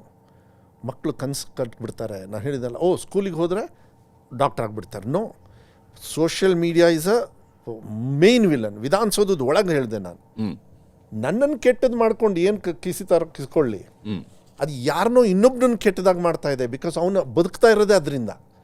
ಅವನಿಗೇನು ಫುಲ್ ನಂಬರ್ ಆಫ್ ಇದು ಬರಬೇಕು. ನೀವು ಒಳ್ಳೆಯದು ಎಷ್ಟು ಟಿಕ್ಸ್ ಬರುತ್ತೆ ನೋಡೋಣ, ನಂಬರ್ಸ್ ಹೇಳುತ್ತೆ. ಕೆಟ್ಟದ್ದು ನೀವು ತೊಗೊಳ್ಳಿ, ಅಂತ ಹೋಗ್ತಾ ಇರುತ್ತೆ. ನಿಲ್ಲಿಸ್ಬೇಕೋ ಬೇಡವೋ? ನಿಮ್ಮ ಜವಾಬ್ದಾರಿ ಹೌದೋ ಅಲ್ಲೋ, ನನ್ನ ಜವಾಬ್ದಾರಿ ಅಲ್ಲೋ, ನಂದು ನಾನು ಮಾಡ್ತಾಯಿದ್ದೀನಿ, ಮೀಡಿಯಾದವ್ರು ನಿಮ್ಮದು ನೀವು ಮಾಡಿ. ಸೊ ನನ್ನ ಸ್ಕೂಲಲ್ಲಿ ನಾನು ನಿಲ್ಲಿಸ್ತೀನಿ. ಅದನ್ನು ಹೆಂಗೆ ಮಾಡಬೇಕು ಅಂಥೇಳಿ ಇಡೀ ವರ್ಲ್ಡಲ್ಲಿ ಆಸ್ಟ್ರೇಲಿಯಾದಲ್ಲಿ ಮಾಡಿದ್ದಾರೆ, ಬೇರೆ ಬೇರೆ ಕಂಟ್ರೀಸಲ್ಲಿ ಮಾಡಿದ್ದಾರೆ. ಅದನ್ನೆಲ್ಲ ರಿಪೋರ್ಟ್ ತರಿಸಿದ್ದೀನಿ. ಈಗೆಲ್ಲ ಅನಲೈಸ್ ಮಾಡಿ ನನಗೆ ಪ್ರೆಸೆಂಟ್ ಮಾಡ್ತಾರೆ. ದೆನ್ ನಾವು ಮುಂದಿನ ದಿನಗಳಲ್ಲಿ ಸದಸ್ಯರ ಜೊತೆಗೆಲ್ಲ ಮಾತಾಡಿ ಮೆಂಬರ್ಸ್ ಜೊತೆಗೆ ಅವ್ರ ಕಾಂಟ್ರಿಬ್ಯೂಷನ್ನು ಕೂಡ ತಗೊಂಡು ಆಮೇಲೆ ಅದನ್ನು ಮಾಡ್ತೀವಿ. ಈಗ ಫಾರ್ ಎಕ್ಸಾಂಪಲ್ ನೀತಿ ವಿಜ್ಞಾನನೇ ಇಲ್ಲ, ತಂದೆ ತಾಯಿಗೆ ಗೌರವ ಕೊಡಲ್ಲ ಮಕ್ಕಳು. ಯಾಕೆ ತಂದೆ ನಾನು ನೀತಿ ವಿಜ್ಞಾನ? 15-20 ವರ್ಷದಿಂದ ಮಾರಲ್ ಸೈನ್ಸೇ ಬಿಟ್ಟುಬಿಟ್ಟಿದ್ದಾರೆ ಸ್ಕೂಲಲ್ಲಿ. ಈ ವರ್ಷದಿಂದ ಕಂಪಲ್ಸರಿ 1ನೇ ಕ್ಲಾಸಿಂದ 10ನೇ ಕ್ಲಾಸ್ವರೆಗೂ ಮಾರಲ್ ಸೈನ್ಸ್ ಬುಕ್ ನಾನೇ ಕೊಡ್ತಾ ಇದ್ದೀನಿ. ಸರ್ಕಾರಿ ಅನುದಾನಿತ ಶಾಲೆ, ಅನುದಾನಿತ ಅಲ್ಲ, ಸರ್ಕಾರಿ ಶಾಲೆ ನಾನೇ ಫ್ರೀಯಾಗಿ ಕೊಡ್ತಾ ಇದ್ದೀನಿ. ಪ್ರೈವೇಟ್ ಸ್ಕೂಲ್ಸ್ ಎಲ್ಲದೂ ಕೂಡ ಅವರು ಕೂಡ ಓದಬೇಕು. ನೀತಿ ವಿಜ್ಞಾನ ಇಲ್ಲ ಅಂದರೆ ನೀವು ತಂದೆ ತಾಯಿಗೆ ಗೌರವನೇ ಕೊಡಲ್ಲ ಅಂದರೆ ನೀವು ಎಂತಕ್ರಿ ಓದ್ತೀರಾ ನೀವು? ಹೌದಲ್ಲ ಹೇಳಿ ನೋಡೋಣ. ಹೌದು. ಸೊ ನಾವು ಮಾರಲ್ ಕೊಡಬೇಕಾಗತ್ತೆ. ತಂದೆ ತಾಯಿಯವರು ಅಂದರೆ ಭಯ ಭಕ್ತಿ ಇರಬೇಕು. ಇವಾಗ ತಂದೆ ತಾಯಿಯವ್ರಿಗೆ ಯಾರು ಭಯ ಭಕ್ತಿನೇ ಇಲ್ಲ. ಆ ಭಯ ಭಕ್ತಿ ಕೊಡಬೇಕಂತ ಈ ಥರ ಮಾಡಿದ್ದೀನಿ. ಚೆನ್ನಾಗಿ ಐ ಆಮ್ ವೆರಿ ಹ್ಯಾಪಿ. ಅದಕ್ಕೆ 23 ಜನರು ಮೇಲ್ಮನೆಯ ಸದಸ್ಯರು ಇವತ್ತು ಅದ್ರ ಬಗ್ಗೆ ಚರ್ಚೆ ಮಾಡಿದರು, ಐಡಿಯಾಸ್ ಕೊಟ್ಟರು. ಅದನ್ನೆಲ್ಲ ಸೇರಿಸಿ ಕ್ರೋಢೀಕರಿಸಿ ಒಂದು ಬುಕ್ ಮಾಡಿದೆ, ಅದೇ ಮಾರಲ್ ಸೈನ್ಸ್. ಅದರೊಳಗೆ ಎಲ್ಲ ಥರದ ವಿಚಾರಗಳು ಕೂಡ ಇರುತ್ತೆ. ಹೆಣ್ಮಕ್ಳ ರಕ್ಷಣೆ ಭಾಳ ಇಂಪಾರ್ಟೆಂಟು. ಹೌದು. ನಾಲೆಡ್ಜ್ ಇರಬೇಕು. ಸೊಸೈಟಿಯಲ್ಲಿ ಹೆಣ್ಣುಮಕ್ಕಳಿಗೆ ಯಾವ ರೀತಿ ನಾವು ರೆಸ್ಪೆಕ್ಟ್ ಕೊಡಬೇಕು, ತಂದೆ ತಾಯಿಯವ್ರಿಗೆ ಯಾವ ರೆಸ್ಪೆಕ್ಟ್ ಕೊಡಬೇಕು. ಈಗ ನೀವು ಗೌರವದಿಂದ ಕೇಳ್ತಾ ಇದ್ದೀರಾ, ನೀವು ಗೌರವ ತೊಗೋತಾ ಇದ್ದೀರಾ. ನಾನು ಗೌರವದಿಂದ ಉತ್ತರ ಕೊಡಲಿಲ್ಲ ಅಂದರೆ ನೀವು ಅದೇ ಥರ ನನ್ನ ಪ್ರಶ್ನೆ ಹಾಕ್ತೀರಾ. ನಾವು ಯಾವತ್ತೂ ಅಷ್ಟೇ ವಿ ಶುಡ್ ಪ್ರೀತಿ ಮಾಡಬೇಕು, ಆಮೇಲೆ ಜಗಳ ಮಾಡೋಣ. ಜಗಳನೂ ಇರಬೇಕು, ಇಲ್ಲ ಅಂತ ಹೇಳೋಣ. They should be reason for it. No, ಎಲ್ಲ ಮಕ್ಕಳನ್ನು ಕೂಡ ನೀವು ಇವತ್ತು ನೀವು ಇರಾನು ಇರಾಕು ನೀವೆಲ್ಲ ಎಲ್ಲೆಲ್ಲಿ ಜಸ್ಟ್ ಟು ಸಸ್ಟೈನ್ ದೇರ್ ಸಿಸ್ಟಮ್ನ ಮಾಡ್ತಾ ಇದ್ದಾರೆ ಅಂಥೇಳಿ ಸಾಮಾನ್ಯ ಜನರು ಅದ್ರ ಬಗ್ಗೆ ಚರ್ಚೆ ಮಾಡ್ತಾ ಇದ್ದಾರೆ. Anyway we don't want to go for that. But I am very happy. ನಮ್ಮ ತಂದೆಯವರ ನಮ್ಮ ಏನು ಹೇಳ್ಕೊಟ್ಟಿದ್ದಾರೆ ಅದು ನನ್ನ ಮಕ್ಕಳಿಗೆ ಹೋಗೋದು, ನಮ್ಮ ಡಿಪಾರ್ಟ್ಮೆಂಟಿಂದ ಎಲ್ಲ ಮಕ್ಕಳಿಗೂ ಮಾಹಿತಿ ಹೋಗ್ತಕ್ಕಂಥದ್ದು. ನಾನು ನನ್ನ ಮಗನಿಗೆ ನೋಡೋದು ಇಂಪಾರ್ಟೆಂಟ್ ಅಲ್ಲ, ಎಲ್ಲರೂ ಅವ್ರವ್ರ ಮಕ್ಕಳನ್ನ ನೋಡಬೇಕಾಗತ್ತೆ. ಅದು ತಂದೆ ತಾಯಿಯವ್ರ ನಾನೇನು ಕುತ್ಕೊಂಡು ಬೆಳಗ್ಗೆ ಅವನ ಜೊತೆಗೆ ಏನು ಓದಿಸಿಲ್ಲ, ನನ್ನ ಮನೆಯವ್ರು ಮಾಡಿದ್ದಾರೆ. ಬಟ್ ಆ ಜವಾಬ್ದಾರಿಯನ್ನು ತೊಗೊಂಡಿದ್ದಾರೆ. ನಾನು ಹೋಗಿ ಯಾವಾಗ ಒಂದು ಸತಿ ಏನು ಕೇಳಬೇಕು ತಂದೆ ಆಗಿ ಅದನ್ನು ನಾನು ಕೇಳ್ಕೊಂಡಿದ್ದೀನಿ. But he is out beaten. I am lucky ಅಂತ ಹೇಳ್ಬೋದು. ಎಲ್ಲ ಮಕ್ಕಳು ತಂದೆ ತಾಯಿಯವರು ಲಕ್ಕಿ ಇರಬೇಕು, ಮಕ್ಕಳನ್ನು ಕೂಡ ಲಕ್ಕಿ ಇರಬೇಕು. ಆ ಕಡೆಗೆ ನಾವು ಹೋಗಬೇಕಾಗತ್ತೆ. ಆಗಲ್ಲ ಅಂದರೆ ಬಿಡೋಕ್ಕಾಗಲ್ಲ. ಆ ಥರ ಹೋಗಬೇಕು ಅಂತ ಒಂದು ಇಲಾಖೆಯನ್ನು ಕೊಟ್ಟಿದ್ದಾರೆ. ಭವಿಷ್ಯ ನಾವು ರೂಪಿಸ್ತಕ್ಕಂಥ ಇಲಾಖೆ ಇದೆಯಲ್ಲ, ಅದು ಭಾಳ ಇದು. ನಾನು ದೇವ್ರನ್ನ 2ನೇ ಪ್ಲೇಸ್ ಇಟ್ಟುಬಿಟ್ಟಿದ್ದೀನಿ. ದೇವ್ರನ್ನ 2ನೇ ಪ್ಲೇಸ್, ಸ್ಟ್ರೇಟ್ 2ನೇ ಪ್ಲೇಸಿಗೆ ಇಟ್ಟಿದ್ದೀನಿ. ನಾನು ದೇವ್ರನ್ನ ಫಸ್ಟ್ ಪ್ಲೇಸಲ್ಲಿ ಇಡೋದೇ ಇಲ್ಲ. ಫಸ್ಟ್ ಪ್ಲೇಸಲ್ಲಿ ಇರೋದೇ ನಮ್ಮ ರಾಜ್ಯದ ಮಕ್ಕಳು, ನಮ್ಮ ದೇಶದ ಮಕ್ಕಳು. ಯಾಕೆಂದರೆ ಅವರೇ ಪ್ರಸಾದ ಕೊಡೋದು. ಯಾಕೆಂದರೆ ನಾನು ನೋಡ್ತಾ ಇದ್ದೀನಿ ಪ್ರಸಾದ 3 ವರ್ಷಕ್ಕೆ ಚೆನ್ನಾಗಿ ಸಿಕ್ಕಿದೆ ನನಗೆ. ಈಗ SSLC ರಿಸಲ್ಟ್ ಬರುತ್ತೆ, ಅಲ್ಲೂ ಸಿಗುತ್ತೆ ನನಗೆ ಗೊತ್ತು. ಕಷ್ಟಪಟ್ಟರೆ ಉದಾಹರಣೆ ಏನು ಅಂತ ಹೇಳಿದರೆ ಅದಕ್ಕೆ ನಾನು ಶಾಸಕರು, ವಿರೋಧ ಪಕ್ಷದವರು ಯಾರ್ಯಾರು ಕೆಲವು ಟೀಕಾ ಟಿಪ್ಪಣಿ ಮಾಡಿದ್ದಾರೆ, ಇಟ್ಸ್ ಓಕೆ. ರಿಸಲ್ಟ್ ವಿಚಾರದ ಬಗ್ಗೆ ನಿಮ್ಮ ಜೊತೆ ಪರ್ಟಿಕ್ಯುಲರ್ ಕೇಳುವಂಥದ್ದು ಇದೆ ಮಧುವರೆ, ಮತ್ತೆ ಕೇಳ್ತೀನಿ. ಅದಕ್ಕಿಂತ ಮುಂಚಿತವಾಗಿ ನಿಮ್ಮ ಮನೆಯವರ ಬಗ್ಗೆ, ನಿಮ್ಮ ಮದುವೆ ಸಂದರ್ಭದ ಬಗ್ಗೆ. ಅವರೆಲ್ಲ ಪಾಪ ಫ್ಯಾಮಿಲಿ ಅವರೆಲ್ಲ ತುಂಬ ಚೆನ್ನಾಗಿ ಸಪೋರ್ಟ್ ಮಾಡ್ತಾರೆ ನನಗೆ. ನನ್ನ ಸಿಸ್ಟರ್ಸ್ ಎಲ್ಲ ಹೆಂಗೆ ಅದೇ ರೀತಿ ನಮ್ಮ ವೈಫು ಕೂಡ. ಅವಳು ನನ್ನ ಬ್ರದರ್ನಿಲ್ಲ ಸುಜಾತಕ್ಕ ದೊಡ್ಡವ್ರು ಏನಿದ್ದಾರೆ ಅವ್ರ ಯಜಮಾನರು, ಅವರಿಬ್ಬರು ಕಸಿನ್ ಬ್ರದರ್ ಸಿಸ್ಟರು. ಅವ್ರ ತಾತ ಮತ್ತು ಇವ್ರ ತಾತ ಬ್ರದರ್ಸ್ ಅವರು. ಸುಜಾತಕ್ಕ ಇವರೆಲ್ಲ ನಮ್ಮ ತಂದೆ ತಾಯಿಯವರೆಲ್ಲ ಫೈನಲೈಸ್ ಮಾಡಿದರು. ಸೊ ಎಲ್ಲ ಆಯಿತು. ಸ್ವಲ್ಪ ನಾನು ಅಟ್ ದ ಏಜ್ ಆಫ್ 36 ನಾನು ಮದುವೆ ಆಗಿದ್ದು. ಬಿಕಾಸ್ ಕಾರಣಾಂತರದಿಂದ ನಾವು ನನ್ನ ತಂದೆಯವರು ಹಿಂದೆ ಹೋಗಬೇಕಾಯ್ತು, ಮನೆ ಬಿಟ್ವಿ. ಅದೆಲ್ಲ ರೀಸನ್ಸ್ ಗೊತ್ತಿದೆ, ನಾನು ಅದ್ರ ಬಗ್ಗೆ ಹೆಚ್ಚು ಚರ್ಚೆ ಮಾಡೋದಿಲ್ಲ. ಮಾಡಬೇಕಂದ್ರೆ ಭಾಳ ತೀಕ್ಷ್ಣವಾಗಿ ಉತ್ತರ ಸಿಗುತ್ತೆ ನಿಮಗೆ. ಅದನ್ನು ಕೆಲವು ಸತಿ ಕೆಲವರು ನನ್ನ ಮೇಲೆ ಇದು ಅಂದ್ಕೊಳ್ತಾರೆ. ಯಾಕೆಂದರೆ ಅವ್ರಿಗೆ ಗೊತ್ತಾಗಲ್ಲ ಒಳಗೆ ಏನು ನಡೆದಿದೆ. ನಾನು ಹೇಳ್ಕೊಂಡು ನಮ್ಮ ಕಷ್ಟನ ಹೇಳ್ಕೊಂಡು ನಾವು ಮುಂದೆ ಬರಬಾರ್ದು. ಅದು ಈ ಫ್ಯಾಮಿಲಿ ವಿಚಾರದಲ್ಲಿ. ಬಟ್ ನಾನೇನಾದ್ರು ರಾಜಕಾರಣಕ್ಕೆ ಬಂದಿದ್ದೀನಿ ಅಂದರೆ ನಿಮ್ಮ ಉತ್ತರ ಅದನ್ನು ಕೊಟ್ಟುಬಿಡ್ತೀನಿ ಅತ್ಲಾಗೆ. It's only because of my father. ನಮ್ಮ ಮನೆಯಿಂದ ಒಂದು ತಪ್ಪಾಗಿದೆ ಮಧು, ನನ್ನಿಂದನೂ ಅಂತ ಅಂದ್ಕೊಂಡ್ರು ಪರವಾಗಿಲ್ಲ. ಅದನ್ನು ಸರಿ ಮಾಡೋದಕ್ಕೆ ಇನ್ಯಾರಿಂದನೂ ಸಾಧ್ಯ ಇಲ್ಲ, ಅನಿವಾರ್ಯವಾಗಿ ನೀನೇ ನಿಂತ್ಕೋಬೇಕು, ಯಾರ ವಿರುದ್ಧ ಅಂತಲೂ ಗೊತ್ತು ಅಂತೇಳಿ ಹೇಳಿದರು. ಯೋಚನೆ ಮಾಡಿ ಅಂದೆ. ಅವರು ಮರ್ಯಾದೆಯಿಂದ ಹೇಳಿದಷ್ಟು ಕೇಳು ಅಂದರು. ನಾನು ಹೋಗ್ಬಿಟ್ಟು ಧುಮುಕ್ದೆ, ಸೋತೆ. ಇಟ್ಸ್ ಓಕೆ, ಮತ್ತೆ ಎದ್ದು ಬಂದಿದ್ದೀನಿ. ಏನು ಬರ್ತದೆ ಮುಳುಗೋದು ಇದೆಲ್ಲ ಇದ್ದೇ ಇರುತ್ತೆ. ಬಟ್ ಈಜದ್ದು ನಂಗೆ ಗೊತ್ತಿದೆ, ಏನು ತೊಂದರೆ ಏನಿಲ್ಲ. ಆದ್ರೆ ಮನೆಯಲ್ಲಿ ಮನೆಯವರು ಕೂಡ ಸೊರಬ ಅಂತೇಳಿ ಹೆಸರು. ಹೌದು, ಇದು ಬಂಗಾರಪ್ಪನವರ ಐಡಿಯಾ ಇರುತ್ತೆ. ಬಟ್ ಯಾವ ಕಾರಣಕ್ಕಾಗಿ ಅದು ನಾವೇನು ಈಗಿರೋ ಮನೆ ಏನಿದೆ, ಹೌದು, ನಂದು ಮದುವೆ ಹೆಂಗೆ ಅಂತ ಹೇಳಿದರೆ, ನಾವು ನಮ್ಮ ಬ್ರದರ್ ಮನೆ ಬಿಟ್ಬಿಟ್ವಿ, ನಮ್ಮ ತಂದೆಯವ್ರು ಬಿಟ್ಟರು. ನೀನು ಬೇಕಾದ್ರೆ ಇರಪ್ಪ ಅಂದರು. ಅವಾಗ ಅವ್ನು ಮಿನಿಸ್ಟ್ರ್ ಆಗಿದ್ದ. ನಾನು ಆಯ್ತು ನಡೀರಿ ಅಂದ್ಬಿಟ್ಟು ಅವ್ರ ಜೊತೆಗೆ ಹೋದೆ. ಡಾಲರ್ಸ್ ಕಾಲೋನಿಯಲ್ಲಿದ್ವಿ. ನನ್ನ ಮದುವೆ ಫಿಕ್ಸ್ ಆಯಿತು. ಮದುವೆ ಫಿಕ್ಸ್ ಆದ ತಕ್ಷಣ ನಾನು ನನ್ನ ತಂದೆಯವ್ರಿಗೆ ಹೇಳಿದೆ, ಇಲ್ಲ ನಾನು ಈ ರೆಂಟೆಡ್ ಮನೇಲಿ ಮದುವೆ ಆಗಲ್ಲ, ನೀವು ಈ ರಾಜ್ಯವನ್ನು ಆಳಿರೋರು, ಒಳ್ಳೆ ಮನೇಲೇ ಮದುವೆ ಆಗಬೇಕು ನಾನು ಅದು ಕಂಡೀಷನ್ ಹಾಕ್ಬಿಟ್ಟೆ. ಸೊ ಲಾಸ್ಟ್ ಮುಹೂರ್ತ ನೋಡಿದ್ವಿ. ಅಷ್ಟರೊಳಗೇನೂ ಒಂದು ಮನೆ ತೊಗೊಂಡಿದ್ದೆ. ಬಟ್ 1.5 ವರ್ಷ ರಿನೋವೇಷನಿಗೆ ಅಂತ ಇಟ್ಕೊಂಡಿರೋ ದುಡ್ಡನ್ನ ನಮ್ಮ ತಂದೆಯವ್ರಿಗೆ ಬಹುಪಾಲು ನಾನು ಕೊಟ್ಟೆ, ಅವ್ರ ಸ್ನೇಹಿತರೆಲ್ಲ ಕೊಟ್ಟರು. ಯಾವುದು ಅಂದರೆ ನಿಮಗೆಲ್ಲ ನೆನಪಿದೆ, ಬಂಗಾರಪ್ಪ ಅವ್ರನ್ನ ನೀವು ನೆನೆಸ್ಕೊಳ್ಳೋದು, ಮನೆಗೂ ಕೂಡ ಅಕ್ಕಿ ಭತ್ತ ಎಲ್ಲ ಕೊಟ್ಟರು. ಅದರೊಳಗೆ ನನ್ನ ಪಾಲು ಇದೆ, ನಾನು ಪುಣ್ಯ ಮಾಡಿದ್ದೀನಿ. ಅದಕ್ಕೆ ಅನಿಸುತ್ತೆ ಇವತ್ತು ನನ್ನ ಲಕ್ಕಲ್ಲಿ ಇದ್ದೀನಿ, ನನ್ನ ಆಶೀರ್ವಾದ ಇದೆ ಅಂತ ಹೇಳಿದರೆ ಆ ಋಣ ನನ್ನ ಮೇಲೂ ಅದಿದೆ, ಅದು ಸಹಕಾರ ಇದೆ.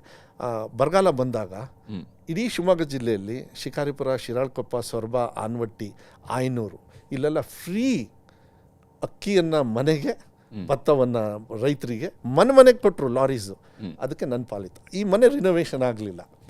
ಕೊನೆಗೆ ದುಡ್ಡು ಶಾರ್ಟೇಜ್ ಆಯಿತು. ಕೊನೆಗೆ ಹೇಳಿದೆ, ಇಲ್ಲ ಮದುವೆ ಆಗಬೇಕಂದ್ರೆ ಲಾಸ್ಟ್ ಮುಹೂರ್ತ ನೋಡಿ ಅಂತ. ಡಿಸೆಂಬರ್ 11 ನಂದು ಮದುವೆ ಆಗಿದೆ, 2003.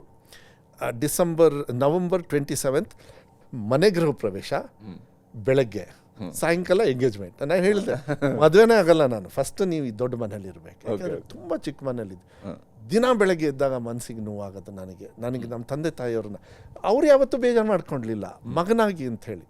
ಬಟ್ ನಾನು ಏನು ಮಾಡಿದೆ, ಹುಟ್ಟಿರೋ ಬಟ್ಟೆಯಲ್ಲಿ ನಾವು ಮನೆ ಬಿಟ್ಟು ಅವರು ನಮ್ಮ ತಂದೆ ತಾಯಿಯವ್ರ ಜೊತೆಗೆ ನಾವು ಹುಟ್ಟಿರೋ ಬಟ್ಟೆಯಲ್ಲಿ, ಅದು ಇಟ್ಸ್ ಎ ಡಿಫ್ರೆಂಟ್. ಮಗನಾಗಿ ಅವ್ರು ಇಷ್ಟೊಂದು ಒಳ್ಳೆ ಹೆಸರು ಕೊಟ್ಟಿದ್ದಾರೆ ಅಂಥೇಳಿ. ನಂದು ಆಕಾಶ ಆಡಿಯೋ ಎಲ್ಲ ತುಂಬ ಚೆನ್ನಾಗಿ ಬಿಸ್ನೆಸ್ ಎಲ್ಲ ಮಾಡ್ತಾಯಿದ್ವಿ. ಅದರಿಂದ 2 ವರ್ಷ ಅಲ್ಲಿದ್ದೆ. ಆಮೇಲೆ ಈ ಮನೆಗೆ ಬಂದಾಗ ಬೆಳಗ್ಗೆ ಮನೆ ಗೃಹ ಪ್ರವೇಶ, ಅದೇ ಮನೇಲಿ ಸಾಯಂಕಾಲ ಸೊರಬ ಹಾಲ್ ಇದೆಯಲ್ಲ, ಅಲ್ಲೇ ನನ್ನ ಎಂಗೇಜ್ಮೆಂಟ್. 11th ಡಿಸೆಂಬರ್ 2003 ನನ್ನ ಮದುವೆ ಪ್ಯಾಲೇಸಲ್ಲಿ. ಸೊರಬ ಹಾಲ್ ಯಾಕೆ ಅಂತ. ಸೊ 2003ವರೆಗೂ ಮದುವೆ ಆಯ್ತಾ ನಂದು. 2004ಗೆ ವಿತಿನ್ 2 months ನೀನು ಚುನಾವಣೆಗೆ ನಿಲ್ಲಬೇಕು ಅಂದರು. BJPಗೆ ಹೋದೆ. ಹೊಸ ಮನೆ, ಹೊಸ ಸಿಸ್ಟಮು, ಪೊಲಿಟಿಕ್ಸ್ ಹಳೇದೆ, ಅನುಭವ ಇಲ್ಲ. ಹೌದು, ಸರಿ ಸ್ಟಾರ್ಟ್ ಮಾಡಿದೆ. ನನ್ನ ಭಾಷಣ ಎಷ್ಟೊತ್ತು ಗೊತ್ತಾ? 1.5 ನಿಮಿಷ. 1.5 ನಿಮಿಷ ಪಟ್ಟಿಯಲ್ಲಿ ಬರೀ ಇವ್ರ ಹೆಸರು, ಅವ್ರ ಹೆಸರು ಹೇಳಿ, ನಿಮ್ಮೆಲ್ಲರ ಸಹಕಾರ, ಎಲೆ ಮರ ಕಾಯ ಕೆಲಸ ಮಾಡಿದ್ದೀನಿ, ನಿಮ್ಮ ಮತ ಇರಲಿ ಅಂಥೇಳಿ, ಧನ್ಯವಾದಗಳು, ಥ್ಯಾಂಕ್ಸು ಎಲ್ಲ ಹೇಳ್ಬಿಡ್ತೀನಿ. ಇಂಗ್ಲೀಷಲ್ಲೆಲ್ಲ ಹೇಳ್ಬಿಡ್ತೀನಿ. ಈಗ ಹೊಡೆದ್ರೆ ಹೊಡಿತೀನಿ, 2 ಗಂಟೆ 3 ತಾಸು ಹೊಡಿತೀನಿ ಬೇಕಾದ್ರೆ, ಅನುಭವದ ಮೇಲೆ. ಸೊ ಎಲ್ಲ ಆಯಿತು. ಸೋತಾದ್ಮೇಲೆ ನಮ್ಮ ತಂದೆಯವ್ರಿಗೆ ಭಾಳ ನೋವು. ಅವ್ರ ಚೇಂಬರ್ ಪಕ್ಕ, ಸೊ ನನಗೆ ಚೇಂಬರ್ ಇಲ್ಲ, ಮನೇಲಿ ಇದ್ದಿದ್ದು ಒಂದೇ ಚೇಂಬರ್. ಈಗ ಸೊರಬದವ್ರು ಬಂದರೆ ಮಧು ಇದ್ದಾನೆ ನೋಡ್ರಿ ಅಲ್ಲಿ ಅಂತ. ಸೊ ನಾವೆಲ್ಲಿ ಕೂತ್ಕೋಬೇಕು? ಈ ಹಾಲಲ್ಲಿ. ಸೊರಬದವ್ರನ್ನಲ್ಲಿ ಕೂರಿಸಿ ಆ ಹಾಲಲ್ಲಿ ಆಯಿತು. ಅದಕ್ಕೇನು ಹೆಸರಿರಲಿಲ್ಲ. ಸೊರಬದಲ್ಲಿ ಕೂರಿಸಿ ಅಂದ, ಸೊರಬ ಹಾಲಲ್ಲಿ ಕೂರಿಸಿ. ಅದು ನಾಮಕರಣ ನಮ್ಮ ತಂದೆಯವರಿದ್ದಾಗಲೂ ಸೊರಬ ಹಾಲು. ನಾನು ಸೊರಬ ಹಾಲಿಗೆ ಬರ್ತೀನಿ. ಸೊರಬದವ್ರು ಬಂದರೆ ಸೊರಬ ಹಾಲು. ಈಗಲೂ ಕೂಡ ನಮ್ಮ ಮನೆಯಲ್ಲಿ ಬೆಳಗ್ಗೆ ಸೊರಬದವ್ರು ಬಂದರೆ ನಾನು ಜನರನ್ನು ಭೇಟಿ ಮಾಡಲ್ಲ. ಅವ್ರನ್ನ ಬಂದ ತಕ್ಷಣ ಹಿಂಗೆ ಮುಖ ನೋಡಿದ ಒಳಗೆ ನಡೀರಿ, ಇಲ್ಲಿ ಹಾಕಿದಿರಿ ಅಂತೀನಿ. ಒಳಗೆ ಅಂದರೆ ಸೊರಬ ಹಾಲು, ಡೈನಿಂಗ್ ಹಾಲು. ಅವರಿಗೆ ರೂಲ್ಸ್ ಇಲ್ಲ, ಅವ್ರು ಎಲ್ಲಿ ಬೇಕಾದ್ರೆ ಓಡಾಡ್ಬೋದು ಮನೆಯಲ್ಲಿ. ಇಲ್ಲೂ ಅಷ್ಟೇ, ಊರಲ್ಲೂ ಅಷ್ಟೇ, ಎಲ್ಲ ಕಡೆನೂ ಅಷ್ಟೇ. ಸೊ ಅವ್ರು ಹೋಗ್ತಾರೆ. ನಾನು ಬಂದೆ ಅಂದರೆ ತಳಗಡೆ ಇಳಿದ ತಕ್ಷಣ ಅವರೇ ಕಾಣಿಸ್ತಾರೆ. ಅವ್ರು ಮಾತಾಡ್ಸೋದಿಲ್ಲ, ತಿಂಡಿ ತಿಂದ್ರ ಅಂತ. ಅಂದರೆ ಭಾಳ ಫ್ರೆಂಡ್ಲಿ ನಾನು. ತಿಂಡಿ ತಿಂದ್ರೆ ಆಯಿತು, ಇನ್ನು ಉಳ್ಕಿವ್ರು ಇಲ್ಲ, ಈಗ ತಿಂಡಿ ತಿಂತೀವಿ ಇಡ್ತಾ ಇದ್ದಾರೆ, ಆಯಿತು ನಿಮ್ಮನ್ನೆಲ್ಲ ಲಾಸ್ಟ್ ಮಾತಾಡ್ಸೋದು ನಡೀರಿ ಅಂದ್ಬಿಟ್ಟು ಜನರನ್ನೆಲ್ಲ ಮಾತಾಡಿಸಿ ಎಲ್ಲರನ್ನೂ ಕಳಿಸಿ ನಮ್ಮ PA ಆಫೀಸರ್ಸ್ ಎಲ್ಲ ಕರ್ಕೊಂಡು ಒಬ್ಬೊಬ್ರದ್ದು ಏನು ಅಂತ. ಸೊ ದೇ ಆಲ್ ಸಿಟ್ ಇನ್ ಸೊರಬ ಹಾಲ್. ಅದೊಂಥರ ನಮ್ಮ ಲಿವಿಂಗ್ ರೂಮ್. ಅದು ನಾವು ನಮ್ಮ ಸಿಸ್ಟರ್ಸ್ ಬಂದರೆ, ನಮ್ಮ ಬ್ರದರ್ ಇನ್ ಲಾ ಬಂದರೆ, ನಮ್ಮ ಫ್ಯಾಮಿಲಿ. ಸೊ ನಮ್ಮ ಫ್ಯಾಮಿಲಿ ಅದು ಸೊರಬ ನಮ್ಮ ಫ್ಯಾಮಿಲಿ ಆದಮೇಲೆ ನಾನು ಹೊರಗಡೆ ಹೆಂಗೆ ಮೀಟ್ ಮಾಡಲಿ ಅವ್ರನ್ನ. So I think it is value ಜೀವನದಲ್ಲಿ. ಇದು ಬಹಳ ಮುಖ್ಯವಾಗಿರುತ್ತೆ. ನಾನು ಬೇರೆ ಯಾರ ಮನೆಯಲ್ಲೂ ಕೂಡ ಈ ರೀತಿಯ ಅನೇಕ ರಾಜಕಾರಣಿಗಳ ಮನೆಗೆ ಹೋದಾಗ ಯಾರ ಮನೆಯಲ್ಲೂ ಕೂಡ ಈ ರೀತಿಯ ಒಂದು ಹಾಲ್ ಹೆಸರು ಕೇಳಿಲ್ಲ. ಫಸ್ಟ್ ಕೇಳಿದ್ದೆ ಬಂಗಾರಪ್ಪನವ್ರು ಇದ್ದಾಗಲೇ ಕೇಳಿದ್ರು. ಇಲ್ಲ, ನನಗೆ ಚೇಂಬರೇ ಇರಲಿಲ್ಲ. ಅದಕ್ಕೆ ಅದು ಸೊರಬ ಹಾಲ್ ಅಂತ ಹೇಳಿ ಬಂತು. ಆಮೇಲೆ ಇವಾಗಲೂ ಕೂಡ ಅವರೇ ಜನರು ಬಂದು ನಾವು ಸೊರಬ ಹಾಲಿಗೆ ಹೋಗ್ತೀವಿ ಅಂದ್ಬಿಡ್ತಾರೆ. ಅದು ಆಟೋಮೆಟಿಕ್ ಆಗಿ ಆಗೋಗ್ಬಿಟ್ಟಿದೆ. But I think such a powerful name Soraba. Shivamogga, Soraba, Shivamogga ಇವೆಲ್ಲ ಎಷ್ಟು ಪವರ್ಫುಲ್ ಹೆಸರು ಅಂದರೆ ಐ ಥಿಂಕ್ ಅದು ನಮ್ಮ ತಂದೆಯವರಿಂದ ರೆಕಗ್ನೈಸ್ ಆಗಿದೆ ಅಂತ ಹೇಳ್ತೀವಿ. ಬಹುಶಃ ರಾಜಕಾರಣದಲ್ಲಿ ನೀವು ಹೇಳಿದ ರೀತಿಯಲ್ಲಿ ನೀವು ಮೊದಲ 2 ಎಲೆಕ್ಷನನ್ನು ಸೋಲ್ತೀರಿ. ನೀವು 4ರಲ್ಲಿ 8ರಲ್ಲಿ 2 ಎಲೆಕ್ಷನ್ ಸೋಲ್ತೀರಿ. ತಂದೆಯವರು ತೀರ್ಕೊಂಡ ನಂತರ ನೀವು ಫಸ್ಟ್ MLA ಕೂಡ ಆಗಿರುವಂಥದ್ದು. ಅದಕ್ಕೆ ಅಲ್ಲೊಂದು ಪಾದಯಾತ್ರೆನ ಮಾಡ್ತೀರಿ. ಬಹುಶಃ ನೀವು ಉಳಿದೆಲ್ಲ ರಾಜಕಾರಣವನ್ನು ತಂದೆಯಿಂದ ಮಗ ಬಂದು ರಾಜಕಾರಣ ಮಾಡುವಂಥದ್ದು ಸುಲಭ ಅಂತೇಳಿ ನಾವು ಅಂದ್ಕೊಳ್ತೀವಿ. ಅದು ಅಷ್ಟು ದೊಡ್ಡ ಲೀಡ್ರ್ ಮಗನಿಗೆ ಇನ್ನೂ ಸುಲಭ ಅಂತೇಳಿ ನಾವು ಅಂದ್ಕೊಳ್ತೀವಿ. ಆದರೆ ನೀವು ಅನಿವಾರ್ಯವಾಗಿ ನಿಮಗೆ ರಾಜಕಾರಣವನ್ನು ಆ ಜನರ ಜೊತೆಗೆ ಕಟ್ಕೊಳ್ಬೇಕಂತ ಸ್ಥಿತಿ ಬಂದಾಗ ನೀವು ಪಾದಯಾತ್ರೆ ಕೂಡ ನಾನು ಒಂದು ಅಲ್ಲಿ ತಿಳ್ಕೊಂಡೆ, ಯಾರು ಬಂಗಾರಪ್ಪಾಜಿಯವರು, ಕಾಗೋಡು ತಿಮ್ಮಪ್ಪ ಅವರು ಅಂತ ಹೋರಾಟಗಾರ ಅವರು. ಹೌದು, ದೇ ಹ್ಯಾಡ್ ಎ ಪರ್ಪಸ್. ಅವ್ರ ರೀಸನಿಗೆ ರಾಜಕಾರಣಕ್ಕೆ ಬಂದವರು, ಈ ಹೆಸರು ಮಾಡೋಕ್ಕೂ ಬಂದವರಲ್ಲ, ಇಲ್ಲ ಕೊಳ್ಳೆ ಹೊಡೆಯೋದಕ್ಕೆ ಅಂಥೇಳಿ ಏನೇನು ಹೇಳ್ತಾರೆ ಜನರು ಇವತ್ತು. ರಾಜಕಾರಣಿಗಳು ನಮಗೆಲ್ಲ ಯಾರು ಕರಪ್ಟು ಎಲ್ಲ ಬಂದ್ಬಿಡ್ತಾರೆ ಮೈ ಮೇಲೆ. ನಾವು ಬೇಡ ಅಂದ್ರೂ ನಾವು ಇಲ್ಲ ಅಂದ್ರೂ ಬಂದ್ಬಿಡುತ್ತೆ. ಹಾಗಾದ್ರೆ ಯಾರು ಇವರು ಅಂತ ನಾನು ಅಲ್ಲೇ ಅಲ್ಲ, ನಾನು ಹೋರಾಟಗಾರನೂ ಅಲ್ಲ. ಸಮಸ್ಯೆಗಳನ್ನು ತಗೊಂಡು ಹೋರಾಟಕ್ಕೆ ಹೆಜ್ಜೆ ಇಟ್ಟೆ. ಅದು ಫಸ್ಟ್ ಇಟ್ಟಿದ್ದು ನಾನು ಲ್ಯಾಂಡ್ ಇದು. So JDS ಅಲ್ಲಿದ್ದೆ. ಯಾವಾಗ ಅಂತ ಹೇಳಿದರೆ ಕೆರಳ್ಳಿ ಅಂತ ಒಂದು ಊರಲ್ಲಿ, ಅಲ್ಲಿ ರಾತ್ರಿ BJP ಸರ್ಕಾರ ಆಯಿತು. ಯಡಿಯೂರಪ್ಪ ಅವರು ಮುಖ್ಯಮಂತ್ರಿಗಳಾಗಿದ್ದರು. ಸೊ ಆ ಸಂದರ್ಭದಲ್ಲಿ 4 ಗಂಟೆಗೆ ಬೆಳಗ್ಗೆ 4 ಗಂಟೆಗೆ ಪೊಲೀಸ್ ಫೋರ್ಸ್ ತೊಗೊಂಡು ಹೋಗಿ ಬೆಳೆದಿರ್ತಕ್ಕಂಥ ಅಡಿಕೆ ಮರನ ಕಟಾವು ಮಾಡಿಬಿಡ್ತಾರೆ. ಅದರೊಳಗೆ ಈಗ ನನಗೆ ಗನ್ಮ್ಯಾನ್ ಇದ್ದಾನೆ, ಅವ್ನು ನಮ್ಮ ತಂದೆ ಗನ್ಮ್ಯಾನು. ಅವನಿಗೂ 4 ಗಂಟೆಗೆ ಎಲ್ಲಿ ಹೋಗ್ತೀರಿ ಅಂತ ಗೊತ್ತಿಲ್ಲ, ನಮ್ಮ ತಂದೆಯವ್ರು ತೀರ್ಕೊಂಡು ಹೋಗಿರೋ ಟೈಮು. ಹೌದೌದು. ಸೊ ಅಲ್ಲಿ ಅವನು ಇದ್ದಾನೆ, ಕಣ್ಣಲ್ಲಿ ನೀರು ಹಾಕ್ಕೊಂಡು ಸೆಕ್ಯೂರಿಟಿ ಕೊಟ್ಟವ್ರು ಅವರು. ಬಂಗಾರಪ್ಪಾಜಿಯವರಿಗೆ ಶೂಸಲ್ಲಿ ಹಾಕ್ದವ್ರು ಅವರು ಹುಷಾರಿಲ್ದಾಗ. ದೋ is a police officer, open ಆಗಿ ಹೇಳ್ತೀನಿ. ಯಾಕೆಂದರೆ ಮಕ್ಳ ಥರ ನಮ್ಮ ತಂದೆಯವ್ರು ನೋಡ್ಬಿಟ್ರು. ಅವನ್ನ ಈಗಲೂ ಕೂಡ ನಾನು ಇಟ್ಕೊಂಡಿದ್ದೀನಿ, ಅವ್ನು ನನ್ನ ಗನ್ಮ್ಯಾನು ಕೂಡ. ಯಾಕೆಂದರೆ ಆ ಥರ ಫ್ಯಾಮಿಲಿ ಮೆಂಬರ್ ಆಗಿಬಿಟ್ಟಿದ್ದಾನೆ. ಬಟ್ ಅವರು ಡ್ಯೂಟಿ ಮಾಡ್ತಾರೆ, ಅವರು ಅಂಗರಕ್ಷಕರು, ನನಗೆ ಅಂಗರಕ್ಷಕ ಕೆಲ. ಸೊ ಅವರೆಲ್ಲ ಹೇಳಿ ಅದೆಲ್ಲ ಆಗಿ ನೀವು ಕೂಡ ನಮಗೆ ಅವಾಗೆಲ್ಲ ಪ್ರಶ್ನೆ ಮಾಡಿದ್ರಿ, ಇಲ್ಲ ಇದು ಚರ್ಚೆ ಮಾಡಿದ್ರಿ. ವಿಧಾನಸೌಧದಲ್ಲಿ ಫೋಟೋ ತರ್ತೀನಿ ನಾನು ಅದನ್ನು, ಆಮೇಲೆ ಒಂದು ದಿವಸ ಗಲಾಟೆ ಮಾಡ್ತೀನಿ ಆಮೇಲೆ ಅದು. ಸೊ ಅದರೊಳಗೆ ನೀವೆಲ್ಲ ಇಂಟ್ರ್ಯೂ ಮಾಡಬೇಕಾದ್ರೆ ಒಬ್ಬ ಯಜಮಾನ ಹೇಳ್ತಾನೆ, ಕೊಟ್ರೇಶಪ್ಪ ಅಂತ ಕೆರಳ್ಳಿ ತಾಳಗೊಪ್ಪ ಆ ಹಳ್ಳಿಯವರು. ಬಂಗಾರಪ್ಪ ಅವ್ರು ಇದ್ದಿದ್ರೆ ಈ ಥರ ಆಗ್ತಿರ್ಲಿಲ್ಲ ಅಂತ. ನಾವು ಹಂಗಾರೆ ಮಗನಾಗಿ ಏನು ಮಾಡ್ತಾಯಿದ್ದೀನಿ ನಾನು? ಚುನಾವಣೆ ಬರೀ ಸೋಲಕ್ಕೆ ಗೆಲ್ಲೋದಕ್ಕೆ ಸ್ಟ್ರೈಟ್ ಹೋದೆ, ನಮ್ಮ ತಾಯಿಯವ್ರ ಹತ್ರ ಮಾತಾಡಿದೆ, ನಾನು ಪಾದಯಾತ್ರೆ ಮಾಡ್ತಾಯಿದ್ದೀನಿ, ಹಿಂಗೆ ಆಗಬೇಕು, ನನಗೆ ನೀವು ಬರಬೇಕು ಅಂತ. ನಾನೇನು ಮಾಡಬೇಕು ಅಂತ. ಅವರಿಗೆ 1 ವರ್ಷಕ್ಕೆ ಭತ್ತ ನಮ್ಮ ತಂದೆಯವರು ಶಿವಮೊಗ್ಗ ಡಿಸ್ಟ್ರಿಕ್ಟಿಗೆ ಕೊಟ್ಟಿದ್ದರು. ಅದರ ಮಗನಾಗಿ ನಮ್ಮ ತಂದೆಯವ್ರನ್ನ ಈ ರಾಜ್ಯದ ಮುಖ್ಯಮಂತ್ರಿ ಮಾಡಿರ್ತಕ್ಕಂಥ ಸೊರಬದವರು ಕಷ್ಟದಲ್ಲಿರಬೇಕಾದ್ರೆ ನಮ್ಮ ತಾಯಿಯವರು ಈಗಲೂ ಕೂಡ ಬೇಕಾದ್ರೆ ಆಮೇಲೆ ಫೋಟೋ ನಿಮಗೆ ಹಂಚ್ಕೊಳ್ತೀನಿ, 1 ವರ್ಷಕ್ಕಾಗಷ್ಟು ಭತ್ತವನ್ನು ಅವ್ರಿಗೆ ಕೊಟ್ಟು ಅಲ್ಲಿಂದನೇ ಪಾದಯಾತ್ರೆ ಸ್ಟಾರ್ಟ್ ಮಾಡ್ತೀನಿ. ಹೊರಟ್ಟಿಯವರು ಅವಾಗ ನಮ್ಮ ಪಕ್ಷದೊಳಗೆ, ಯತ್ನಾಳ್ ಅವರು ಇದ್ದಾರೆ ಆ ಫಂಕ್ಷನಲ್ಲಿ, ಅವರು ಕೂಡ ನಮ್ಮ ಪಕ್ಷದಲ್ಲಿದ್ದರು. ಕುಮಾರಸ್ವಾಮಿಯವರು ಎಂಡಿಂಗ್ ಬರ್ತಾರೆ. ಕೆರಳ್ಳಿ ಅಂತ ಎಲ್ಲಿ ಗಲಾಟೆ ಆಗಿತ್ತು ಅಲ್ಲಿಂದನೇ ಪಾದಯಾತ್ರೆ ಸ್ಟಾರ್ಟ್ ಮಾಡ್ತೀನಿ. ಪಾದಯಾತ್ರೆ ಮಾಡಿ ದಿನ 10,000 ಜನರು, ಬೆಳಗ್ಗೆ ತಿಂಡಿ, ಮಧ್ಯಾಹ್ನ ಊಟ ಎಲ್ಲ. ಅದಕ್ಕೆ ದುಡ್ಡು ಎಲ್ಲಿಂದ? ನಾನು ಪವರಲ್ಲಿಲ್ಲ, ಸೊ ನಾನೇನು ಲಂಚ ತೊಗೊಳೋದು ಇಲ್ಲ, ದುಡ್ಡು ಮಾಡೋ ಪ್ರಶ್ನೆನೇ ಇಲ್ಲ. ಆದರೆ ಅಡಿಕೆ ತೋಟ ಇದೆ, ಅಡಿಕೆ ತೋಟನ ಗುತ್ತಿಗೆ ಕೊಟ್ಟುಬಿಟ್ಟು ಆ ದುಡ್ಡಲ್ಲಿ ನಮ್ಮ ತಂದೆಯವ್ರ ಸಹಕಾರನೇ 4 ದಿವಸ ಪಾದಯಾತ್ರೆ ಮಾಡಿ ಶಿರಾಳಕೊಪ್ಪ, ಶಿಕಾರಿಪುರ ಪರ್ಪಸ್ ಆಗಿ, ಯಾಕಂದರೆ ಹೋರಾಟಗಾರರು ಇದ್ರು ಅಂಥೇಳಿ ಇರುತ್ತಾ ಅವ್ರಿಗೂ ನೆನ್ಪು ಮಾಡೋದಕ್ಕೆ. ಅಲ್ಲೂ ಸ್ವಲ್ಪ ವಿರುದ್ಧ ಗಲಾಟೆ ಆಯಿತು, ಜನರಲ್ ಗಲಾಟೆ, ಏನು ಭಾಳ ಏನಿಲ್ಲ. ಅಲ್ಲಿಂದ ಬಂದು ಕುಮ್ಸಿಗೆ ಬಂದು ಎಲ್ಲ ನೈಟು ಒಂದು ಚಾಪೆ, 2 ದಿಂಬು, 2 ಬೆಡ್ಶೀಟು ಅಷ್ಟೇ. ಎಲ್ಲ ಜನರ ಜೊತೆಗೆ ನೆಲ ಮೇಲೆ ಕೂತ್ಕೊಂಡು ಜನರಿಗೆ ಗೊತ್ತಾಗಬೇಕು, ನಾನು ನಿಮ್ಮವನು, ನನಗೆ ಆಸೆ ಇದೆ, ನನ್ನನ್ನು ಬಂಗಾರಪ್ಪ ಅವ್ರ ಮಗನಾಗೇ ನೋಡಬೇಕು ನೀವು, ಅದೇನು ಬದಲಾವಣೆ ಮಾಡೋಕ್ಕಾಗಲ್ಲ. ಬಟ್ ಆ ಹೋರಾಟ ಅವತ್ತು ಅನಿವಾರ್ಯವಾಗಿ ಅವ್ರಿಗೆ ಸಿಕ್ತು. ನನಗೆ ಯಾರಿಗೆ ಹೋರಾಟ ಮಾಡಲಿ ನಾನು? ಈಗ ಅಧಿಕಾರ ಕೊಟ್ಟಿದ್ದೀರ, ನಾನು ಹೋರಾಟ ಮಾಡಲ್ಲ, ಕರ್ತವ್ಯ ಮಾಡ್ತಾಯಿದ್ದೀನಿ, ಮಕ್ಕಳಿಗೆ ಎಜುಕೇಷನ್ ಕೊಡ್ತಾಯಿದ್ದೀನಿ, ಅಷ್ಟೇ ನಾನು ಮಾಡ್ತಾ ಇರೋದು. ಪರವಾಗಿಲ್ಲ, ಚುನಾವಣೆಯಲ್ಲಿ ಸೋಲೋದು ಗೆಲ್ಲೋದು ಹಂಬಲ ಇತ್ತು, ಆಸೆ ಇತ್ತು, ನನಗೂ ಕೊಡ್ರೆ ನನಗೂ ಬೇಕು ಅಂತ.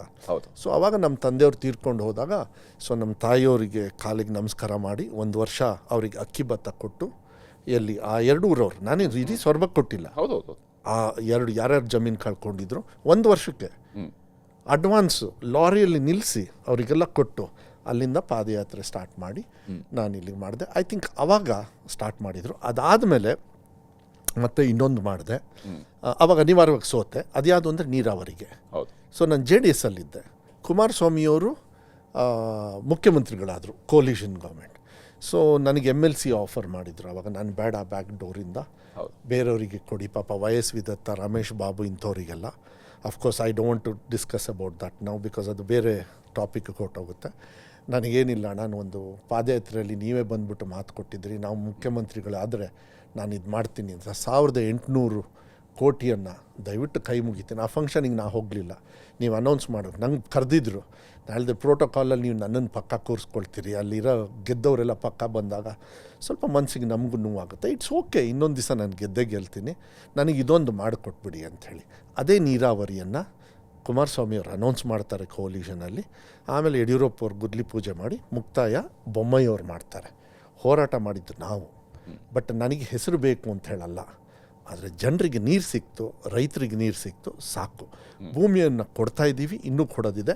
ಶರಾವತಿ ಒಂದು ಬ್ಯಾಲೆನ್ಸ್ ಇದೆ, ಅದನ್ನು ಕೂಡ ಈಗ ಕೇಂದ್ರ ಸರ್ಕಾರ ಮತ್ತು ಸುಪ್ರೀಂ ಕೋರ್ಟಲ್ಲಿ ಕೇಸ್ ಇದೆ, ಅದಕ್ಕೂ ಒಳ್ಳೆ ಲಾಯರ್ಸ್ ನಿಟ್ಟು. ಯಾಕೆಂದರೆ ಡಿಸ್ಟ್ರಿಕ್ಟ್ ಮಿನಿಸ್ಟರ್ ನಾನಿರೋದು.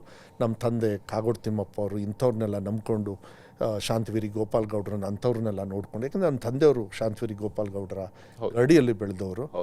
ನನಗೆ ಯಾವುದೂ ಗರಡಿ ಇಲ್ಲ, ನಮ್ಮ ತಂದೆಯವ್ರ ಹೆಸರೇ ಗರಡಿ. ನಿಮ್ಮ ಟೀಕಾ ಟಿಪ್ಪಣಿಗಳೇ ನನ್ನನ್ನು ರೆಡಿ ಮಾಡುತ್ತೆ, ಕೆತ್ತನೆ ಮಾಡುತ್ತೆ. DK ಶಿವಕುಮಾರ್ ಅವ್ರು ಹೇಳ್ತಾರೆ, ಕಲ್ಲನ್ನ ಒಡೆದನ್ನೇ ಅದು ಶಿಲ್ಪ, ಅಲ್ಲಿವರೆಗೂ ಕೃತಿ ಆಗಬೇಕು ಅಂದರೆ ಅದೊಂದು ಒಳ್ಳೆ ಆಕೃತಿ ಆಗಬೇಕು ಅಂತ. ಸೊ ಅದು mostly I think it is okay, you have to take it like this. 45,000 ಲೀಡಲ್ಲಿ ಗೆಲ್ಲಿಸಿದ್ರು ಈ ಸತಿ, ಹೈಯೆಸ್ಟು. ಭಾಳ ಇತಿಹಾಸ ಸೃಷ್ಟಿ ಮಾಡಿದರು. ಉಳಿಸ್ಕೊಂಡು ಹೋಗಿ ಆಸೆ ನನಗಂತೂ ಇದೆ, ನಾನು ಯಾವತ್ತೂ ಕೂಡ ಆ ಥರ ಮಾಡ್ಕೊಂಡು ಹೋಗಲ್ಲ. ಆಮೇಲೆ ನನಗೆ ಗೊತ್ತು, ಹೆಚ್ಚು ಪಾಲು ನಮ್ಮ ತಂದೆಯವರ ಆಶೀರ್ವಾದ ಜಾಸ್ತಿ ಇದೆ.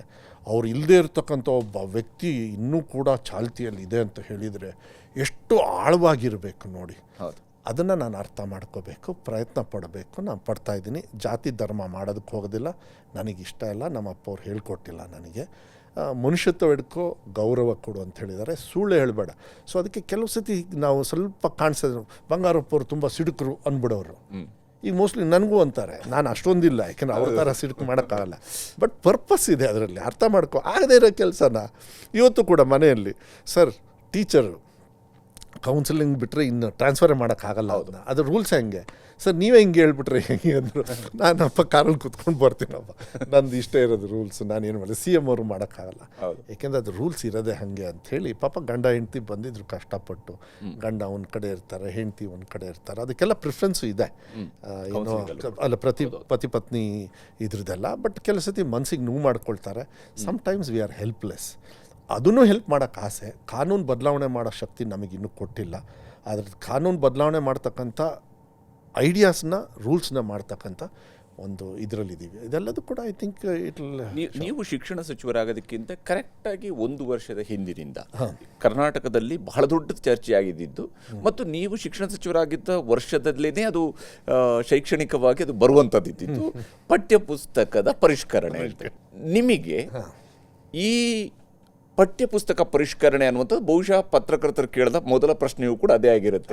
ಏನು ಪಠ್ಯಪುಸ್ತಕ ಪರಿಷ್ಕರಣೆ ಏನು ಮಾಡ್ತೀವಿ ಸರ್ ಅಂತ ಕೇಳಿರ್ತಾರೆ ಅವರು. ಅವತ್ತು ನೀವು ಅದನ್ನು ಹೇಗೆ ಫೇಸ್ ಮಾಡೋಕ್ಕೆ? ನಿಮಗೆ very simple. Congress party is N pro people ideological based party. BJP also says pro people, but pro certain ಧರ್ಮ, ಜಾತಿ ಎಲ್ಲ ಬರ್ತದೆ ಅವರಿಗೆ. ಅವರ ಐಡಿಯಾಲಜಿ ಮೇಲೆ ಹೋಗ್ತಾರೆ. ನಾನು ಅದಕ್ಕೆ ಅವರು ಉತ್ತರ ಕೊಡಬೇಕು ಅಂತ ನಾನು ಹೇಳಲ್ಲ. ಕಾಂಗ್ರೆಸ್ ಯಾವತ್ತೂ ಕೂಡ, ನೀವು ಇಂದಿರಾ ಗಾಂಧಿ 20 ಪಾಯಿಂಟ್ ಪ್ರೋಗ್ರಾಮ್ ಮಾಡಿದಾಗ ತಗೊಳ್ಳಿ, ರಾಜೀವ್ ಗಾಂಧಿಯವರು ಬಂದಾಗ, ಯಾರೇ ಒಬ್ಬರು ಬಂದಾಗ, ಆ ಟೈಮಲ್ಲಿ ಅವ್ರವ್ರ ಕೆಲಸವನ್ನು ಜನರ ಒಂದು ಹಿತದೃಷ್ಟಿಯಿಂದ ಮಾಡ್ತಾರೆ ಅಂತೇಳಿ ಯಾವತ್ತೂ ಕೂಡ ನಂಬ್ಕೊಂಡು ಬಂದಿರೋದು. ನಾನು ಮುಂಚೆನೇ ಹೇಳಿದೆ, 2023 ಪ್ರಣಾಳಿಕೆಯ ಉಪಾಧ್ಯಕ್ಷ ನಾನು. ಅಧ್ಯಕ್ಷರು ಪರಮೇಶ್ವರ್ ಅವರು. ಪರಮೇಶ್ವರ್ ರಾಜ್ಯವನ್ನು ಸುತ್ತಬೇಕಾಗಿತ್ತು. ಸ್ವಲ್ಪ ನೀನು ಓಡಾಡಪ್ಪ ಇದಕ್ಕೆ ಅಂಥೇಳಿ ನಾನೇ ಅವ್ರ ಆಫೀಸ್ನೇ ನಮಗೆ ಕೊಟ್ಟಿದ್ದರು. ನನ್ನ ಈಗಿರೋ ಮನೆ ಡೌನಲ್ಲೇ, ರೋಡ್ ಒಂದು ಕ್ರಾಸ್ ಆದರೆ ಅಲ್ಲೇ ಬೆಳಗ್ಗೆಯಿಂದ. ನಾನು ರಾಧಾಕೃಷ್ಣ ಅವರು ಕೂಡ ವೈಸ್ ಚೇರ್ಮನ್ ಆಗಿದ್ದರು. ಬರೆಯೋದ್ರಲ್ಲಿ ಅವ್ರು ಚೆನ್ನಾಗಿದ್ರು, ನಾನು ಬರೆಯೋದೆಲ್ಲ ಅಷ್ಟೊಂದಿರಲಿಲ್ಲ. ಸೊ ಅವರೆಲ್ಲ ಬರೆಯೋರು ಐಡಿಯಾಸ್ ಎಲ್ಲ. ಸೊ 2023ರಲ್ಲಿ ಪಠ್ಯಪುಸ್ತಕ ಪರಿಷ್ಕರಣೆ ನೋಡಿ, ನನಗನ್ಸುತ್ತೆ ಅದಾಗಲೇಬೇಕು ಅಂದಿದ್ದೆ. ಯಾಕಂದ್ರೆ ಫಸ್ಟ್ ಪಠ್ಯ ಪುಸ್ತಕದಲ್ಲಿ ಏನೇನೋ ಹಾಕಿ ಇವ್ರು ಹಾಕ್ಬಿಡ್ತಾರೆ, ಬೆಂಕಿ ಇಟ್ಬಿಡ್ತಾರೆ, ಹಿಂಗೆ ಮಾತಾಡೋದು ನಾವು.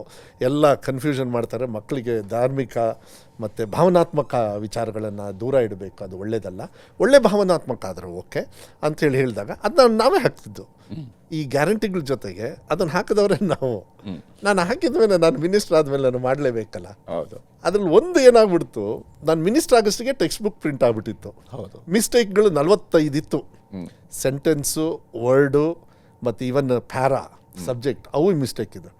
ಬಟ್ ಆಲ್ರೆಡಿ ಬುಕ್ ಮಕ್ಕಳಿಗೆ ತಲುಪಿದೆ, ಅದನ್ನ ವಿಡ್ರಾ ಮಾಡೋಕ್ಕಾಗಲಿಲ್ಲ. ಸೊ ಸಪ್ಲಿಮೆಂಟ್ರಿ ಒಂದು ಬುಕ್ ಮಾಡಿ ಆ ಬುಕ್ನ ನಾನು ಯಾರಿಗೆ ಕೊಟ್ಟೆ, ಟೀಚರ್ಸಿಗೆ ಕೊಟ್ವಿ, ಈ ಪಾಠಗಳನ್ನು ಹೇಳ್ಕೊಡೋಂಗಿಲ್ಲ ಅಂತ. ಆವಾಗ ಏನಾಯಿತು, ಒಂದು ಚರ್ಚೆ ಆಯಿತು. ಅದು ಚರ್ಚೆ ಆದಾಗ ಮಾಧ್ಯಮದಲ್ಲಿ ನೀವು ಒಂದು ಸತಿ ಕೇಳ್ತೀವಿ, ನಾವು ಹೋದಲ್ಲೆಲ್ಲ ಕೇಳೋರು 10, 11, 12ನೇ ಸತಿ ಕೇಳಿರಿ, 13ನೇ ಸತಿ ಏನು ಸರಿ ಎಷ್ಟು ಸತಿ ಅಪ್ಪ ಹೇಳಬೇಕು, ಅದು ಬರೀ ತೆಗಿಲಿಲ್ಲ, ಕಿತ್ತು ಬಿಸಾಕಿದೆ ಅಂದ್ಬಿಟ್ಟೆ ಸ್ವಾಭಾವಿಕವಾಗಿ. ಅದನ್ನು ಮೇಯ್ನಾಗಿ ತೊಗೊಂಡ್ರು ವಿರೋಧ ಪಕ್ಷದವರು. ಅದ್ರ ಮೇಲ್ಗಡೆ ಭಾಳ ಟೀಕಾ ಟಿಪ್ಪಣಿ ಆಯಿತು. ಆದರೆ ಕಾಂಗ್ರೆಸ್ ಪಕ್ಷ ಏನೇ ಮಾತು ಕೊಟ್ರೂ ಕೂಡ ಅದ್ರ ಮೇಲೆ ವಿಶ್ವಾಸದಿಂದ ನಾವು ಮತ ತೊಗೊಂಡಿದ್ದೀವಿ. ಅದರಿಂದ ನಾವು ಅಧಿಕಾರ ಮಾಡ್ತಾಯಿದ್ದೀವಿ.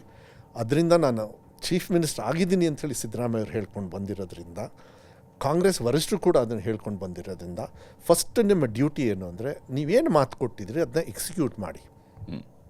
ಅದನ್ನು ಗ್ಯಾರಂಟಿಗಳಿರ್ಬೋದು ಎಲ್ಲದನ್ನೂ ಮಾಡಿರೋದ್ರಿಂದ ನನ್ನ ಪಠ್ಯಪುಸ್ತಕ ಪರಿಷ್ಕರಣೆ ಆಗಲಿ ಇವೆಲ್ಲವೂ ಕೂಡ ಆಗ್ತಾ ಇದ್ದಿದ್ದು ಅದೇ ನಿಟ್ಟಿನ ಮೇಲೆ. And being N education minister ನಾನು ಮಾಡಲೇಬೇಕಾಯಿತು. ಅದಾದಮೇಲೆ ಎಲ್ಲದನ್ನೂ ಮಾಡಿ, ಚೆನ್ನಾಗೂ ಮಾಡಿ, ಗಾಂಧಿ ಭಾರತ ಸಂದರ್ಭದಲ್ಲಿ ಎಲ್ಲ ಟೆಕ್ಸ್ಟ್ ಬುಕ್ಕಲ್ಲೂ ಕೂಡ ಎಲ್ಲರ ಮನೆಯಲ್ಲೂ ಮಹಾತ್ಮ ಗಾಂಧಿ ಇರಬೇಕು ಅಂಥೇಳಿ, ಎಲ್ಲರ ಮನೆಯಲ್ಲೂ ಮಹಾತ್ಮ ಗಾಂಧಿ ಇರಬೇಕು ಅಂತಲೇ ಎಲ್ಲ ಪಠ್ಯ ಪುಸ್ತಕದಲ್ಲೂ ಕೂಡ ಹಿಂದೆ ಮಹಾತ್ಮ ಗಾಂಧಿಯವರ 7 ಪಾತಕಗಳು ಅಂಥೇಳಿ, ಏನು ಸಿನ್ಸ್ ಅಂತ ಹೇಳ್ತೀವಿ, ಅದಿದೆ. ನೀವು ನೋಡಿ, ಈ ವರ್ಷನೂ ಕೂಡ ಕಂಟಿನ್ಯೂ ಮಾಡಿದ್ದೀವಿ. ಯಾಕೆಂದರೆ ಮಹಾತ್ಮ ಗಾಂಧಿಯವ್ರನ್ನ ಬಾಯಲ್ಲಿ ಹೇಳೋದಲ್ಲ, ಹೌದು, ಅದನ್ನ ಮನೆಯಲ್ಲೂ ಕೂಡ ಹೇಳಬೇಕು. ಅದು ಅದ್ರ ಜೊತೆಗೆ ಸಂವಿಧಾನದ ಪೀಠಿಕೆಯನ್ನು ಕೂಡ, ಸಂವಿಧಾನ ಪೀಠಿಕೆ ಅದು ನನಗೆ ಮಾದೇವಪ್ಪ ಅವರು ಇದು ಇಂಟರ್ನ್ಯಾಷನಲ್ ಡೆಮೋಕ್ರಸಿದೇನೋ ಏನೋ ಇದೆ ಸಂವಿಧಾನ ದಿನಾಚರಣೆ, ಅವತ್ತು ಮಾಡಬೇಕಂತ. ನಾನಿಲ್ಲ ಟೀಚರ್ಸ್ ಡೇ ದಿವಸ, September 14th 15th, September 5th teachers day, ಅವರು 15th ಇಂಟರ್ನ್ಯಾಷನಲ್ ಕಾನ್ಸ್ಟಿಟ್ಯೂಷನ್ ಡೇ. ನಾನು ಇದೊಂದು ಆಯಿತು, ನೀವು ಬೇಕಾದ್ರೆ ಫಂಕ್ಷನ್ ಮಾಡ್ಕೊಳ್ಳಿ, ನಾನು ಫಂಕ್ಷನ್ ಮಾಡಲ್ಲ ಅಂದ್ಬಿಟ್ಟು ನಾನೇನು ಮಾಡಿದೆ, 2023 ಸೆಪ್ಟೆಂಬರ್ 5ನೇ ತಾರೀಕೆ ಮಾನ್ಯ ಮುಖ್ಯಮಂತ್ರಿಗಳ ಜೊತೆಗೆ ಎಲ್ಲ ಶಾಲೆಯಲ್ಲೂ ಕೂಡ ಬೆಳಗ್ಗೆ ಸಂವಿಧಾನ ಪೀಠಿಕೆ ಅಂಥೇಳಿ. ಬಿಕಾಸ್ ಒಂದು ನಮಗೆ ನಾವು ತಾಯಿ ಸಮಾನಕ್ಕೆ ನಮ್ಮ ದೇಶನ ಹೋಲಿಸ್ತೀವಿ. ಸೊ ಅಷ್ಟೇ ಗೌರವ ಕೊಡಬೇಕು.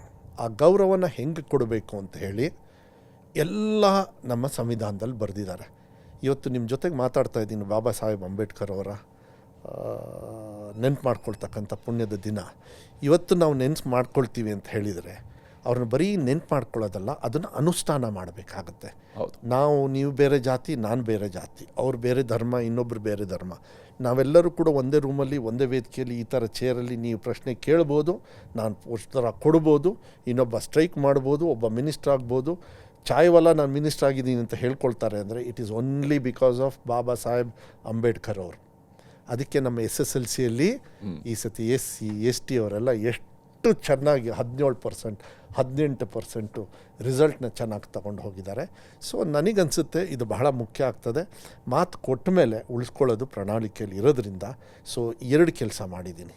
ಒಂದು ಪ್ರಣಾಳಿಕೆಯಲ್ಲಿ ಹೇಳಿರೋದನ್ನು ಮಾಡಿದ್ದೀನಿ, ಸಂವಿಧಾನ ಪೀಠಿಕೆ. ನಮ್ಮ ದೇಶದ ಪ್ರೇಮ, ಇದನ್ನ ಹೇಳಿದಲ್ಲ, ತಂದೆ ತಾಯಿಯವ್ರಿಗೇ ನಾವು ಪ್ರೀತಿ ಮಾಡಲ್ಲ, ಗೌರವ ಕೊಡಲ್ಲ, ದೇಶಕ್ಕೆ ಎಲ್ಲಿ ಕೊಡ್ತೀರಾ?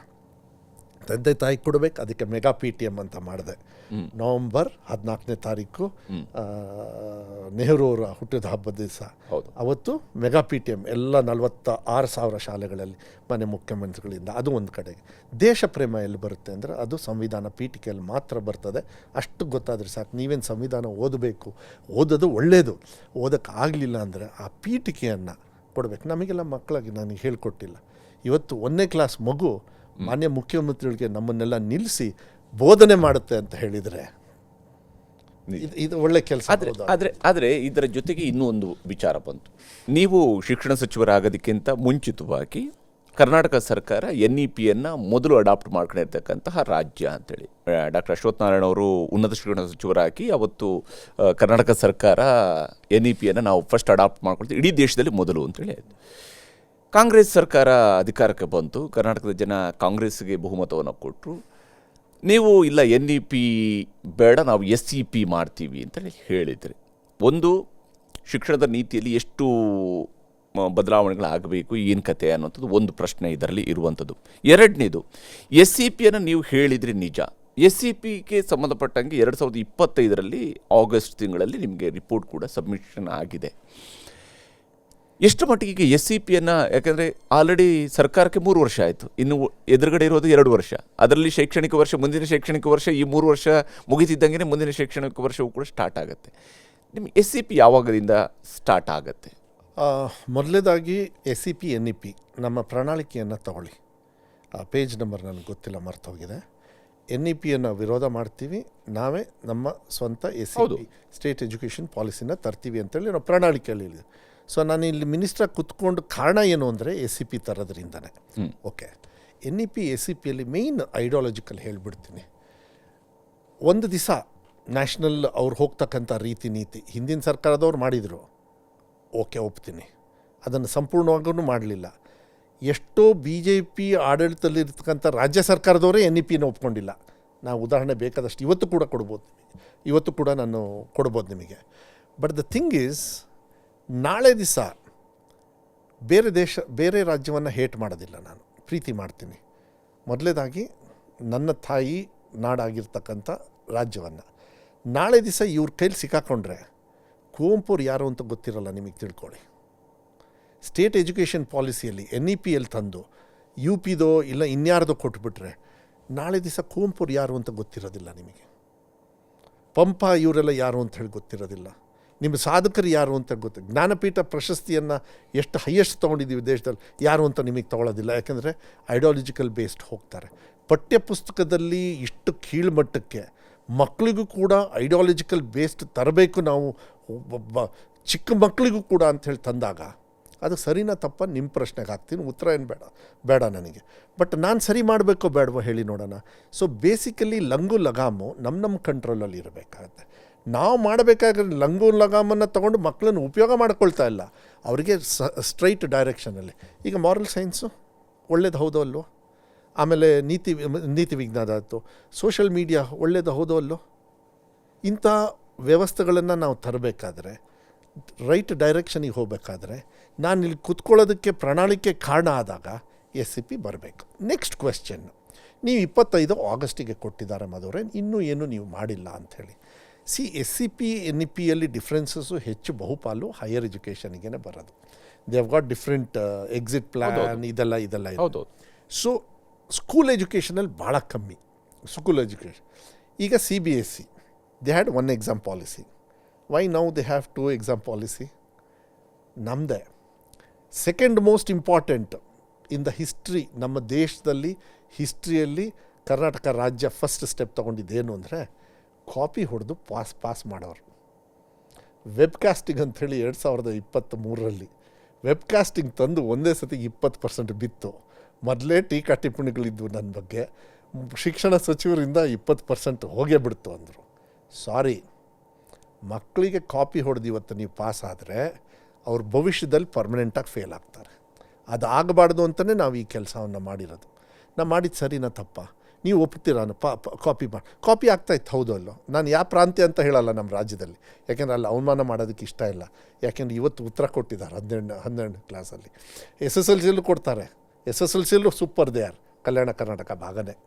ಅವರೆಲ್ಲ ಏನೋ ಮನಸ್ಸಲ್ಲಿ ಅವರಿಗೊಂದು ಬೇಜಾರು.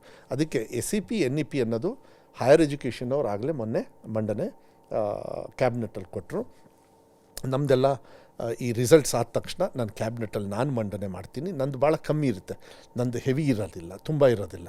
ಅದಾದಮೇಲೆ ತೀರ್ಮಾನ ಕ್ಯಾಬಿನೆಟ್ಟಿಗೆ ಆದಮೇಲೆ ಮತ್ತು ಐ ಥಿಂಕ್ ವಿಧಾನಸಭೆಯಲ್ಲೂ ಕೂಡ ಇದು ದೊಡ್ಡ ಮಟ್ಟದಲ್ಲಿ ಚರ್ಚೆ ಆಗ್ತದೆ. ಆಮೇಲೆ ಒಂದು ನೀತಿಯನ್ನು ತರ್ತಕ್ಕಂಥ ವ್ಯವಸ್ಥೆನ ಆಗಬೇಕು.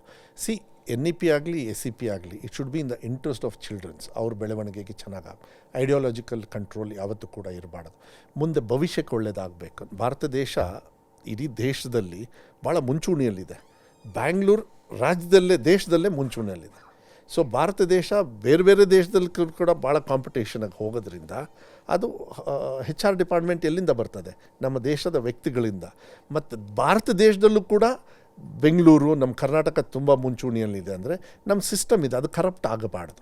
ಆ ಕರಪ್ಟ್ ಆಗಬಾರ್ದು ಅಂತ ನಿಟ್ಟಿನ ಮೇಲೆ ನಾವು ಸುರ್ಜೇವಾಲಾ ಅವರು ನನ್ನನ್ನು ಉಪಾಧ್ಯಕ್ಷ ಮಾಡಿದಾಗ CM ಅವ್ರ ಜೊತೆಗೆ DCM ಅವ್ರ ಜೊತೆಗೆ ಯಾವ್ಯಾವಾಗ ನಮಗೆ ಮೀಟಿಂಗ್ ಇತ್ತು, ಇಂಥ ವಿಚಾರಗಳನ್ನು ಯಾರಿಗೆ ಮಕ್ಕಳಿಗಾಗಲಿ ಸೊಸೈಟಿಯಲ್ಲಾಗಲಿ ಪ್ರೀತಿ ವಿಶ್ವಾಸದಿಂದ ಇರಬೇಕಾಗ್ತದೆ. ನಮ್ಮ ಕಾನ್ಸ್ಟಿಟ್ಯೂಷನ್ ಅಂಬೇಡ್ಕರ್ ಅವ್ರು ಏನು ಕೊಟ್ಟಿದ್ದಾರೆ ಅದನ್ನು ಮನಸ್ಸಲ್ಲಿ ಇಟ್ಕೊಂಡು ನಾವು ಮುಂದೆ ಹೋಗಬೇಕು. ಅದು ತದ್ದು ವಿರುದ್ಧವಾಗಿ ಹೋಗಬಾರ್ದು. ತದ್ದು ವಿರುದ್ಧವಾಗಿ ಹೋಗ್ತಕ್ಕಂಥ ಚಾಳಿ ಬೇರೆಯವ್ರಿಗಿದೆ, ಅದ್ರ ಬಗ್ಗೆ ನಾನು ಚರ್ಚೆ ಮಾಡೋದಕ್ಕೆ ಹೋಗೋದಿಲ್ಲ. ಆದರೆ ನಮಗೆ ಆ ಚಾಳಿ ಇಲ್ಲ, ಅದ್ರ ಪರವಾಗಿರಬೇಕು ಅಂಥೇಳಿ ನೋಡಿ. ಅಂಬೇಡ್ಕರ್ ಅವರು ಇಷ್ಟು ದೊಡ್ಡ ಮಟ್ಟಕ್ಕೆ ಒಂದು ಸಂವಿಧಾನವನ್ನು ಅವ್ರ ಟೀಮು, ಅವರೊಬ್ಬರೇ ಅಲ್ಲ, ಅವರೇ ಹೇಳ್ತಾರೆ, ತುಂಬ ಜನರು ಕೂತ್ಕೊಂಡು ಕೆಲಸ ಮಾಡಿದ್ದಾರೆ. ಸ್ವಲ್ಪ ಕೆಲಸನ ಹರಿಪ್ರಸಾದ್ ಅವರೇ, ನಮ್ಮ ದೇಶದ ಪ್ರಜಾಪ್ರಭುತ್ವದಲ್ಲಿ ಸಂವಿಧಾನ ಬರೆಯೋದಿದೆಯಲ್ಲ, ಅದು ನಿಜವಾಗ್ಲೂ ನಮ್ಮಂಥ ಜೀನಿಯಸ್ ಯಾರೂ ಇಲ್ಲ ತಗೊಳ್ಳಿ ವರ್ಲ್ಡಲ್ಲೇ. ನಮ್ಮ ಸಂವಿಧಾನ ಬೇರೆಯವ್ರಿಗೆ ಉದಾಹರಣೆ ಅದು. ಸೊ ಅದನ್ನು ನಾವು ತೊಗೊಂಡು ಹೋಗಿರೋದ್ರಿಂದ SCP ಐ ಥಿಂಕ್ ನಾವು ಕೂಡ ಈ SSLCದು ರಿಸಲ್ಟ್ ಆದಮೇಲೆ 30ನೇ ತಾರೀಕಿಗೆ ಸೆಕೆಂಡ್ ಇಯರ್ PUCದು ಮುಗಿದೋಗುತ್ತೆ. ಯಾಕೆಂದರೆ ಅವರೆಲ್ಲ ಇದಕ್ಕೆ ಹೋಗಬೇಕು, ಏನು CET ಇದಕ್ಕೆಲ್ಲ ಹೋಗಬೇಕು. ಸೊ ಅದನ್ನೆಲ್ಲ ಮುಗಿಸಿದ ತಕ್ಷಣ ಈಗ ನೆಕ್ಸ್ಟ್ SCPಗೆ ತೊಗೊಂಡು ಆದಷ್ಟು ಬೇಗ ಅದನ್ನು ವಿಧಾನಸಭೆಯಲ್ಲೂ ಕೂಡ ಮಂಡನೆ ಮಾಡ್ತಕ್ಕಂಥ ಕೆಲಸವನ್ನು ನಾವು ಆ್ಯಕ್ಚುಲಿ ಈ ಸತಿ ತರಬೇಕಂತ ಇದ್ವಿ. ಬಟ್ ಈ ಸತಿ ಏನಾಯಿತು, ಸ್ಕೂಲ್ ಪ್ರಾಪರ್ಟಿನ ಸೇಫ್ ಗಾರ್ಡ್ ಮಾಡೋದು, ಟ್ರಾನ್ಸ್ಫರ್ಸ್ ಸಿಸ್ಟಮ್ನ ಚೇಂಜ್, ಆ ವಿಚಾರಕ್ಕೆ ಬರ್ತೀನಿ ನಾನು. ಅದಕ್ಕಿಂತ ಮುಂಚಿತವಾಗಿ ಒಂದು ಇದಕ್ಕೆ SCPಯನ್ನು ಆದಷ್ಟು ಬೇಗ ಮಂಡನೆ ಮಾಡ್ತಕ್ಕಂಥ ಕೆಲಸವನ್ನು ನಾವು ಮಾಡ್ತೀವಿ. But will be in the interest of childrens. ಲಗಾಮ್ ಯಾವಾಗಲೂ ಕೂಡ ರಾಜ್ಯ ಸರ್ಕಾರದ ಕಂಟ್ರೋಲಲ್ಲಿ, ಕೇಂದ್ರ ಸರ್ಕಾರ ಇನ್ಫ್ಯೂಸ್ ಮಾಡಿಬಿಟ್ರೆ ನಾವು ಒಪ್ಪೋದಿಲ್ಲ ಅದನ್ನು. ಇದರ ನಡುವೆ ನಿಮಗೆ ಒಂದು ಕಂಗ್ರ್ಯಾಚುಲೇಟ್ ಮಾಡಬೇಕು. ಯಾವ ಕಾರಣಕ್ಕಾಗಿ ಅಂತ ಹೇಳಿದರೆ, ಕರ್ನಾಟಕದ PU ರಿಸಲ್ಟ್ನಲ್ಲಿ ಮೊದಲ ಬಾರಿಗೆ 86%ನಷ್ಟು, ಸಾಮಾನ್ಯವಾಗಿ 60-65% ಅಲ್ಲಿ ನಮ್ಮ ರಿಸಲ್ಟ್ ಬರ್ತಾ ಇದ್ದಿತ್ತು. 86% ರಿಸಲ್ಟ್ ಈ ಬಾರಿ ನಿಮ್ಮ ಇಲಾಖೆಯ ಮೂಲಕವಾಗಿ ಕರ್ನಾಟಕದ ವಿದ್ಯಾರ್ಥಿಗಳು ಪಾಸ್ ಆಗಿರುವಂಥದ್ದು. ಅದಕ್ಕೆ ಶಿಕ್ಷಣ ಸಚಿವರಾಗಿ ತಮಗೆ ಅಭಿನಂದನೆ. ಆದರೆ ಈ ಅಭಿನಂದನೆ ಸಲ್ಲಿಸುವ ಸಂದರ್ಭದಲ್ಲಿ ಇನ್ನೊಂದು ಟೀಕೆಯೂ ಬರ್ತಾ ಇದೆ. ಅದೇನು ಅಂತ ಹೇಳಿದರೆ, 33% ಮಾಡಿದ್ರು ಪಾಸಿಂಗ್ ಪರ್ಸೆಂಟೇಜನ್ನು ಮಧು ಬಂಗಾರಪ್ಪ ಅವರು ಮಿನಿಸ್ಟರ್ ಆದ ಮೇಲೆ, ಹೀಗಾಗಿ 86% ಬಂದಿದೆ ಅನ್ನುವ ಟೀಕೆಯೂ ಕೂಡ ಇದರ ಸುತ್ತಲೂ ಬಂದಿದೆ. ಇವೆರಡನ್ನು ನೀವು ಹಿಂಗೆ ಸ್ವೀಕರಿಸ್ತೀರಿ? ಅದು ನಿಮ್ಗೆ ಬಿಟ್ಟಿರೋದು, ನೀವು ಹಿಂಗೆ ಹೇಳ್ತೀರಿ? ಭಾಳ ಸಿಂಪಲ್. ನಾನು ಆವಾಗಲೇ ನಿಮಗೆ ಹೇಳಿದೆ, ಮಕ್ಕಳಿಗೆ ಕಾಪಿ ಹೊಡೆದು ಪಾಸ್ ಮಾಡೋರು PUCಯಲ್ಲೂ ಕೂಡ ನಡೀತಾ ಇತ್ತು. 2023ರಲ್ಲಿ ವೆಬ್ಕಾಸ್ಟಿಂಗ್ ಹಾಕಲಿಲ್ಲ, ಯಾಕೆಂದರೆ ಎಕ್ಸಾಮ್ ಅಷ್ಟರೊಳಗೇ ಎಂಟ್ರಿ ಆಗೋಗ್ಬಿಟ್ಟಿತ್ತು. SSLCಗೆ ಮಾತ್ರ ಮಾಡಿದ್ವಿ. 2024ರಲ್ಲಿ SSLCಗೆ ಮಾಡಿದ್ವಿ, ಇದು PUCಗೆ ಮಾಡಿದ್ವಿ. ಪಟ್ ಅಂತ ಬಿತ್ತು 73. ಫಸ್ಟ್ ಎಕ್ಸಾಮಲ್ಲಿ ಆಗಿದ್ದು ಲಾಸ್ಟ್ ಟೈಮು 72, 68, 73 ಏನೋ ಗೊತ್ತಿಲ್ಲ ನನಗೆ. ಅದಾದಮೇಲೆ ಫಸ್ಟು ನಾನು ಹೇಳ್ತೀನಿ, ಯಾವುದೇ ದೇವಸ್ಥಾನಕ್ಕೆ ಹೋಗಿ ನೀವು ಪೂಜಾರಿ ಇಲ್ಲದೇ ಇರೋ ದೇವಸ್ಥಾನಕ್ಕೆ ಹೋಗ್ತೀರಾ? ಹೋಗಿದ್ದೀರಾ ನೀವು ಯಾವಾಗ? ಇಲ್ಲ ಅಂದ್ರೆ ಆ ದೇವಸ್ಥಾನ ಪಾಪ್ಯುಲರ್ ಆಗುತ್ತಾ? ಆಗೋದಿಲ್ಲ. ದೇವ್ರೇನಾರು ನಿಮಗೆ ಪ್ರಸಾದ ಕೊಟ್ಟಿದೆಯಾ? ಇಲ್ಲ. ಯಾರು ಪ್ರಸಾದ ಕೊಡೋದು? ಪೂಜಾರಿ ಬೇಕೇ ಬೇಕು. ಶಾಲೆಯಲ್ಲಿ ಯಾರು ಬೇಕು? ಶಿಕ್ಷಕರು. ಕಟ್ಟಡ ಇಲ್ಲ ಅಂದ್ರೂ ಪರವಾಗಿಲ್ಲ, ಸೋರ್ತಾ ಇರ್ಬೋದು, ಕಾರಣ ಬೇಕಾದಷ್ಟು. ಹಿಂದಿನ ಸರ್ಕಾರದವರು ನನ್ನ ತಪ್ಪು, ಅದು ಆಮೇಲೆ ಮಾತಾಡೋಣ. ಶೌಚಾಲಯ ತಪ್ಪು ಮಾತಾಡೋಣ. ಟೀಚರೇ ಇಲ್ಲ ಅಂದರೆ ಅದು ಶಾಲೆ ಅಂತ ಇಲ್ಲ ಕಾಲೇಜ್ ಅಂತ ಹೆಂಗೆ ಹೇಳ್ತೀರಾ? ಸೊ ನಮಗೆ ಟೀಚರ್ಸ್ ಪರ್ಮನೆಂಟಾಗಿ ತೊಗೊಳಕ್ಕೆ ಈಗ ಇಮಿಡಿಯೇಟಾಗಿ ಆಗಲಿಲ್ಲ ಅಂದ್ರೂ ಗೆಸ್ಟ್ ಟೀಚರ್ಸ್ನ ತೊಗೊಂಡ್ವಿ. ಗೆಸ್ಟ್ ಟೀಚರ್ಸ್ನ ಮುಂಚೆ ಹೆಂಗೆ ಕೊಡೋರು ಅಂದರೆ, ನಾನು ಮುಂಚೆ JDS MLA ಇದ್ದಾಗ ಫಸ್ಟ್ 10,000 ತೊಗೊಳ್ಳೋರು, ಎಲ್ಲ ಇಡೀ ರಾಜ್ಯಕ್ಕೆ ಹಂಚೋದು. 2 ತಿಂಗಳಾದಮೇಲೆ ಮತ್ತೆ 15,000 ತೊಗೊಳ್ಳೋದು, ಹಂಚೋದು. ಯಾಕೆ ಇದು ಮಾಡೋರು ಅಂದರೆ, ಫೈನಾನ್ಸ್ ಡಿಪಾರ್ಟ್ಮೆಂಟಲ್ಲಿ ದುಡ್ಡು ಉಳಿತಾಯ ಮಾಡ್ತಾರೆ. 2 ತಿಂಗಳದ್ದು ಇನ್ನು 10,000 ಜನರನ್ನ ಆಮೇಲೆ ತೊಗೊಂಡ್ರೆ ಅಷ್ಟು ದುಡ್ಡು ಉಳಿತಲ್ಲ. ಕೋಟ್ಯಾಂತರ ರೂಪಾಯಿ, ಅದು ಕೋಟ್ಯಾಂತರ ರೂಪಾಯಿ ದುಡ್ಡು. ಅದಕ್ಕೆ ನಾನೇನು ಮಾಡಿದೆ, ಮಾನ್ಯ ಮುಖ್ಯಮಂತ್ರಿಗಳು, ಸರ್ ಕೈ ಮುಗಿತೀನಿ ಸರ್, ಪರ್ಮನೆಂಟ್ ಟೀಚರ್ಸ್ ತೊಗೊಳ್ಳೋದಕ್ಕೆ ರೆಸ್ಟ್ರಿಕ್ಷನ್ಸ್ ಇರುತ್ತೆ. ಯಾಕೆ ನಿಮ್ಮದೇನಲ್ಲ ಅದು ತಪ್ಪು, ನಮ್ಮದು ಅಲ್ಲ ತಪ್ಪು. ಹಿಂದಿಂದನೂ ರಿಕ್ರೂಟ್ಮೆಂಟ್ ಮಾಡದೇ ಇರೋದು. ಈಗ ಅಫ್ಕೋರ್ಸ್ ರಿಸರ್ವೇಷನ್ ಇದೆ, ಅದು ಸಾರ್ಟ್ ಔಟ್ ಆಗುತ್ತೆ. ಬಟ್ ಅಟ್ಲೀಸ್ಟ್ ನನಗೆ ಗೆಸ್ಟ್ ಟೀಚರ್ಸ್ ಕೊಡಿ ಅಂತ. ಆಯಿತು, ಬಜೆಟೆಲ್ಲ ಅನೌನ್ಸ್ ಮಾಡ್ತೀನಿ ಎಂದು ಹೋದ ವರ್ಷ ಬಜೆಟ್ ತೊಗೊಳ್ಳಿ, guest teacher from the day first school start ಆಗೋಷ್ಟಿಗೆ. ಈ ವರ್ಷವೂ ಅಷ್ಟೇ ಗೆಸ್ಟ್ ಟೀಚರ್ಸ್ ಅಂತ. ಸೊ ನಿಮಗೆ ಟೀಚರ್ ಸಿಕ್ಕರು, ಮಕ್ಕಳಿಗೆ ಪಾಠ ಹೇಳ್ಕೊಡೋಕ್ಕೆ ಯಾರೋ ಒಬ್ಬ ವ್ಯಕ್ತಿ ಇದ್ದಾನೆ. ಅದಕ್ಕೆ ನಾನು ಹೇಳಿದ್ನಲ್ಲ, ಯಾವ ದೇವರಿಗೆ ಪೂಜಾರಿ ಇರಲ್ಲ, ಆ ದೇವ್ರಿಗೆ ಡಿಮಾಂಡೇ ಇರಲ್ಲ. ಯಾರು ಟೀಚರ್ ಇರ್ತಾರೆ ಆ ಶಾಲೆಗೆ ಯಾವಾಗಲೂ ಕೂಡ ಅಲ್ಲಿ ಒಂದು ಕಾನ್ಫಿಡೆನ್ಸ್ ಬಿಲ್ಡಪ್ ಮಾಡಿದ್ವಿ. ಅದಾದಮೇಲೆ ನಾನೊಂದು ಆರ್ಟಿಕಲ್ ಕೊಡ್ತೀನಿ ನಿಮಗೆ, ಅದರೊಳಗೆ ಯಾವ ರೀತಿ ಮಕ್ಕಳಿಂದ ಅಂತ. 2023 ನವಂಬರ್ 1ನೇ ತಾರೀಕು ನನ್ನ ಕನ್ನಡದ ಬಗ್ಗೆ ಟೀಕೆ ಮಾಡಿದರೆ ಹೊರತು ಅವತ್ತೊಂದು ದೊಡ್ಡ ಘೋಷಣೆ ಮಾಡಿದ್ವಿ ನಾವು, ಅದ್ರ ಬಗ್ಗೆ ಮಾತಾಡಲಿಲ್ಲ, ಜನರು ಮಾತಾಡಲಿಲ್ಲ. ಅದೇ ನನಗೆ ಬೇಜಾರು. ಕೆಲಸದ ಮಾಧ್ಯಮದವರು ತಪ್ಪಾಗ್ತದೆ, ನಾನು ಇಲ್ಲ ಅಂತ ಹೇಳಲ್ಲ, ಯಾರನ್ನೇ ಅಂತ ಟೀಕಾ ಟಿಪ್ಪಣಿ ಮಾಡಿ, ಬಟ್ ಒಳ್ಳೇದು ಮಾಡಿದಾಗ ಯಾಕೆ ಮಾಡಿದ್ದಾರೆ ಅಂತೇಳಿ ಹೇಳಿ. 2023 ನವಂಬರ್ 1ನೇ ತಾರೀಕು ಮಾನ್ಯ ಮುಖ್ಯಮಂತ್ರಿಗಳಿಗೊಂದು ಘೋಷಣೆ ಮಾಡ್ತಾರೆ, ಎಲ್ಲ ಸರ್ಕಾರಿ ಶಾಲೆಯಲ್ಲಿ ವಿದ್ಯುತ್ ಶಕ್ತಿ ಮತ್ತು ನೀರು ಉಚಿತ. ಏನು ಶೋಕಿಗ ಮಾಡಿದೆ ನಾನು? ನೋ, ಟೀಚರ್ಸಿಗೆ ಹೇಳಿದೆ ಮಕ್ಕಳು ಫೇಲ್ ಆಗ್ತಾರೆ ನಿಮ್ಮಿಂದ. 6ನೇ ಗ್ಯಾರಂಟಿ ಅಂತ ಕರೆದ್ವಿ ನಾವು ಅದನ್ನು. ನೀವು ಸರ್ಕಾರದ 6ನೇ guarantee. Okay, very good, I am very happy ನೀವು ಕರೆದಿದ್ದೀರಾ. ಅದರಿಂದ ಏನು ಉಪಯೋಗ ಆಯಿತು ಅಂತ ಹೇಳ್ತೀನಿ. ಮಕ್ಕಳು ಫೇಲ್ ಆದ್ರಲ್ಲ, ಯಾರಿಗೆ ಬ್ಲೇಮ್ ಮಾಡಬೇಕು? ಫಸ್ಟ್ ತಂದೆ ತಾಯಿಯವ್ರಿಗೆ ನಾ ಹೇಳಿದೆ, ಅದ್ರದ್ದು ಆಮೇಲೆ ಬಂದೆ ಮೆಗಾ PTM ಮಾಡಿ. ಫಸ್ಟ್ ಟೀಚರ್ಸಿಗೆ ಹೇಳಿದೆ, ಮಕ್ಕಳು ಬರ್ತಾರೆ ನಂಬಿಕೆ ಇಟ್ಕೊಂಡು, ನೀವು ಫೇಲ್ ಆಗ್ತಾ ಇದ್ದಾರೆ ಕಾರಣ ನೀವು ಆಗ್ತೀರಾ, ಸ್ಪೆಷಲ್ ಕ್ಲಾಸ್ ತೊಗೊಂಡು ಮಾಡಿ ಅಂತ. ಇಡೀ ರಾಜ್ಯದಲ್ಲಿ ಅದೇ ಟೀಚರ್. ನಮ್ಮ ಬೆಂಗಳೂರಲ್ಲಾದರೆ ನಾವು ಫೇಲ್ ಆದ್ವಿ ಅಂದರೆ ನಮ್ಮ ತಂದೆ ತಾಯಿರೋ ಟ್ಯೂಷನ್ ಕಳಿಸೋರು, ದುಡ್ಡು ಕೊಟ್ಟು ಟ್ಯೂಷನ್ನು. ಆದರೆ ಇಲ್ಲಿ ದುಡ್ಡು ಕೊಡೋದಕ್ಕೆ, ಅಲ್ಲಿ ಸ್ಕೂಲಿಗೆ ಹೋಗೋದಕ್ಕೆ ಕಷ್ಟ. ಸೊ ಅದಕ್ಕೆ ಏನು ಮಾಡಿದ್ವಿ, ಆ ಟೀಚರ್ಸಿಗೆ ಸಾಯಂಕಾಲ ಯಾರು ವೀಕ್ ಇರ್ತಾನೆ ಅವನನ್ನು ಸೆಲೆಕ್ಟ್ ಮಾಡಿ ನೀವು ಮುಂದೆ ತೊಗೊಳ್ಳಿ ಅಂತ. ಎಷ್ಟು ಚೆನ್ನಾಗಿ ಕಷ್ಟಪಟ್ಟು ಹೇಳ್ಕೊಟ್ರು. ಯಾಕೆಂದರೆ ಬೆಸ್ಟ್ ಟೀಚರ್ಸ್ ಇರೋದು ಸರ್ಕಾರಿ ಶಾಲೆಯಲ್ಲೇ. ಬೆಸ್ಟ್ ಟೀಚರ್ಸ್ನ ಇಟ್ಕೊಂಡು ಲೀಸ್ಟ್ ಯೂಸ್ಡ್, ವರ್ಸ್ಟ್ ಯೂಸ್ಡ್ ಅನ್ನಲ್ಲ, ದೇ ಆರ್ ಬ್ಯಾಡ್ ಅಂತ ಹೇಳಲ್ಲ. ನಮ್ಮ ಸಿಸ್ಟಮಲ್ಲಿ ಚೆನ್ನಾಗಿ ಯೂಸ್ ಮಾಡಲ್ಲ. ಕೆಲಸಕ್ಕೆ ಏನಾಗ್ತದೆ, ನಮ್ಮಂಥವ್ರ ಜೊತೆನೂ ಓಡಾಡ್ಬಿಡ್ತಾರೆ, ನಾವು ಬ್ಲೇಮ್ ಮಾಡಬಾರ್ದು. ಬಟ್ ಒಳ್ಳೆ ಸಂಪ್ರದಾಯ ಅಲ್ಲ, ಮಕ್ಕಳಿಗೆ ಪಾಠ ಹೇಳ್ಕೊಡೋದು ಭಾಳ ಆದ್ಯತೆ. ಈ ವಿಚಾರ ತಗೊಂಡ್ವಿ. ಮತ್ತು ಮಾಡೆಲ್ ಕ್ವೆಶ್ಚನ್ ಪೇಪರ್ ಫಸ್ಟಿಂದನೇ ಸ್ಟಾರ್ಟ್ ಮಾಡಿದ್ವಿ ನಾವು. ಮಾಡೆಲ್ ಕ್ವೆಶ್ಚನ್ ಪೇಪರ್ ಪ್ರಿಪ್ರೇಟರಿ 1, 2, 3 ಅದನ್ನು ಒಳ್ಳೆ ರೀತಿಯಲ್ಲಿ ತೊಗೊಂಡ್ವಿ. ಆಮೇಲೆ ಮಾಡೆಲ್ ಕ್ವೆಶ್ಚನ್ ಪೇಪರ್ ಇದೇ ವ್ಯಾಪ್ತಿಯಲ್ಲಿ ಬರುತ್ತೆ, 70-80% ಇಷ್ಟರಲ್ಲೇ ಬರುತ್ತೆ, ಇನ್ನು ಉಳ್ಕಿದ್ದು ನೀವು ಓದ್ಕೊಳ್ಳಿ. ಅದನ್ನು ಹೇಳಲಿಲ್ಲ ನಾವು. ಕ್ವೆಶ್ಚನ್ ಬ್ಯಾಂಕೇ ರೆಡಿ ಇತ್ತು. ಅವ್ರು ಏನಿಲ್ಲ, ಆ ಎಲ್ಲ ಓದೋದು, ಆ ಕ್ವೆಶ್ಚನ್ ಬ್ಯಾಂಕ್ ರೆಡಿ ಮಾಡ್ಕೊಂಡ್ಬಿಟ್ರೆ ರೆಡಿ ಇತ್ತು. ಅದನ್ನು ಯಾವಾಗ ಯುದ್ಧಕಾಲ ಶಸ್ತ್ರಾಭ್ಯಾಸ ಮಾಡಲಿಲ್ಲ ನಾನು. ಫಸ್ಟ್ ಡೇಯಿಂದ ಸ್ಟಾರ್ಟ್ ಮಾಡಿದೆ. ಫಸ್ಟ್ ಡೇ ಟೀಚರ್ ಇದ್ದರು, ಫಸ್ಟ್ ಡೇ ಇದು ಮೆಗಾ PTM ಮಾಡಿದ್ವಿ. ಪೇರೆಂಟ್ಸಿಗೆ ಹೇಳಿದ್ವಿ, ನೋಡಿ ನಿಮ್ಮ ಮಕ್ಕಳನ್ನ ಶಾಲೆಗೆ ಸೇರಿಸಿದ ತಕ್ಷಣ ನಿಮ್ಮ ಮಕ್ಕಳು IAS ಆಫೀಸರು, ಡಾಕ್ಟರ್ ಆಗಲ್ಲ. ನೀವು ಕೇಳಬೇಕು, ನಮ್ಮ ಮಗ ಹೆಂಗೆ ಓದ್ತಾ ಇದ್ದಾನೆ, ಹೆಂಗೆ ನಡೀತಾ ಇದೆ. ಈಗ ನಾನು ಫಸ್ಟ್ ಕ್ವೆಶ್ಚನ್ ಕೇಳಿದ್ರಿ, ನಿಮ್ಮ ತಂದೆಯವರು ಹೆಂಗೆ ನಿಮ್ಮ ಕಾಂಟ್ರಿಬ್ಯೂಷನ್? ಭಯ. ಅವ್ರೇನು ನಮ್ಮ ಟೀಚರ್ ಹತ್ರ ಕೇಳಲಿಲ್ಲ, ನನ್ನ ಹಣೆ ಬರ ನಾನು ಓದೋದು ನೋಡೇ ಕಂಡುಹಿಡಿದು ಬಿಟ್ರು. ನಾನು ಸಿಕ್ಕಾಕೊಂಡ್ಬಿಟ್ಟೆ, ನನ್ನನ್ನು ಕೂತ್ಕೊಂಡು ರಿಪೇರಿ ಮಾಡಿದರು.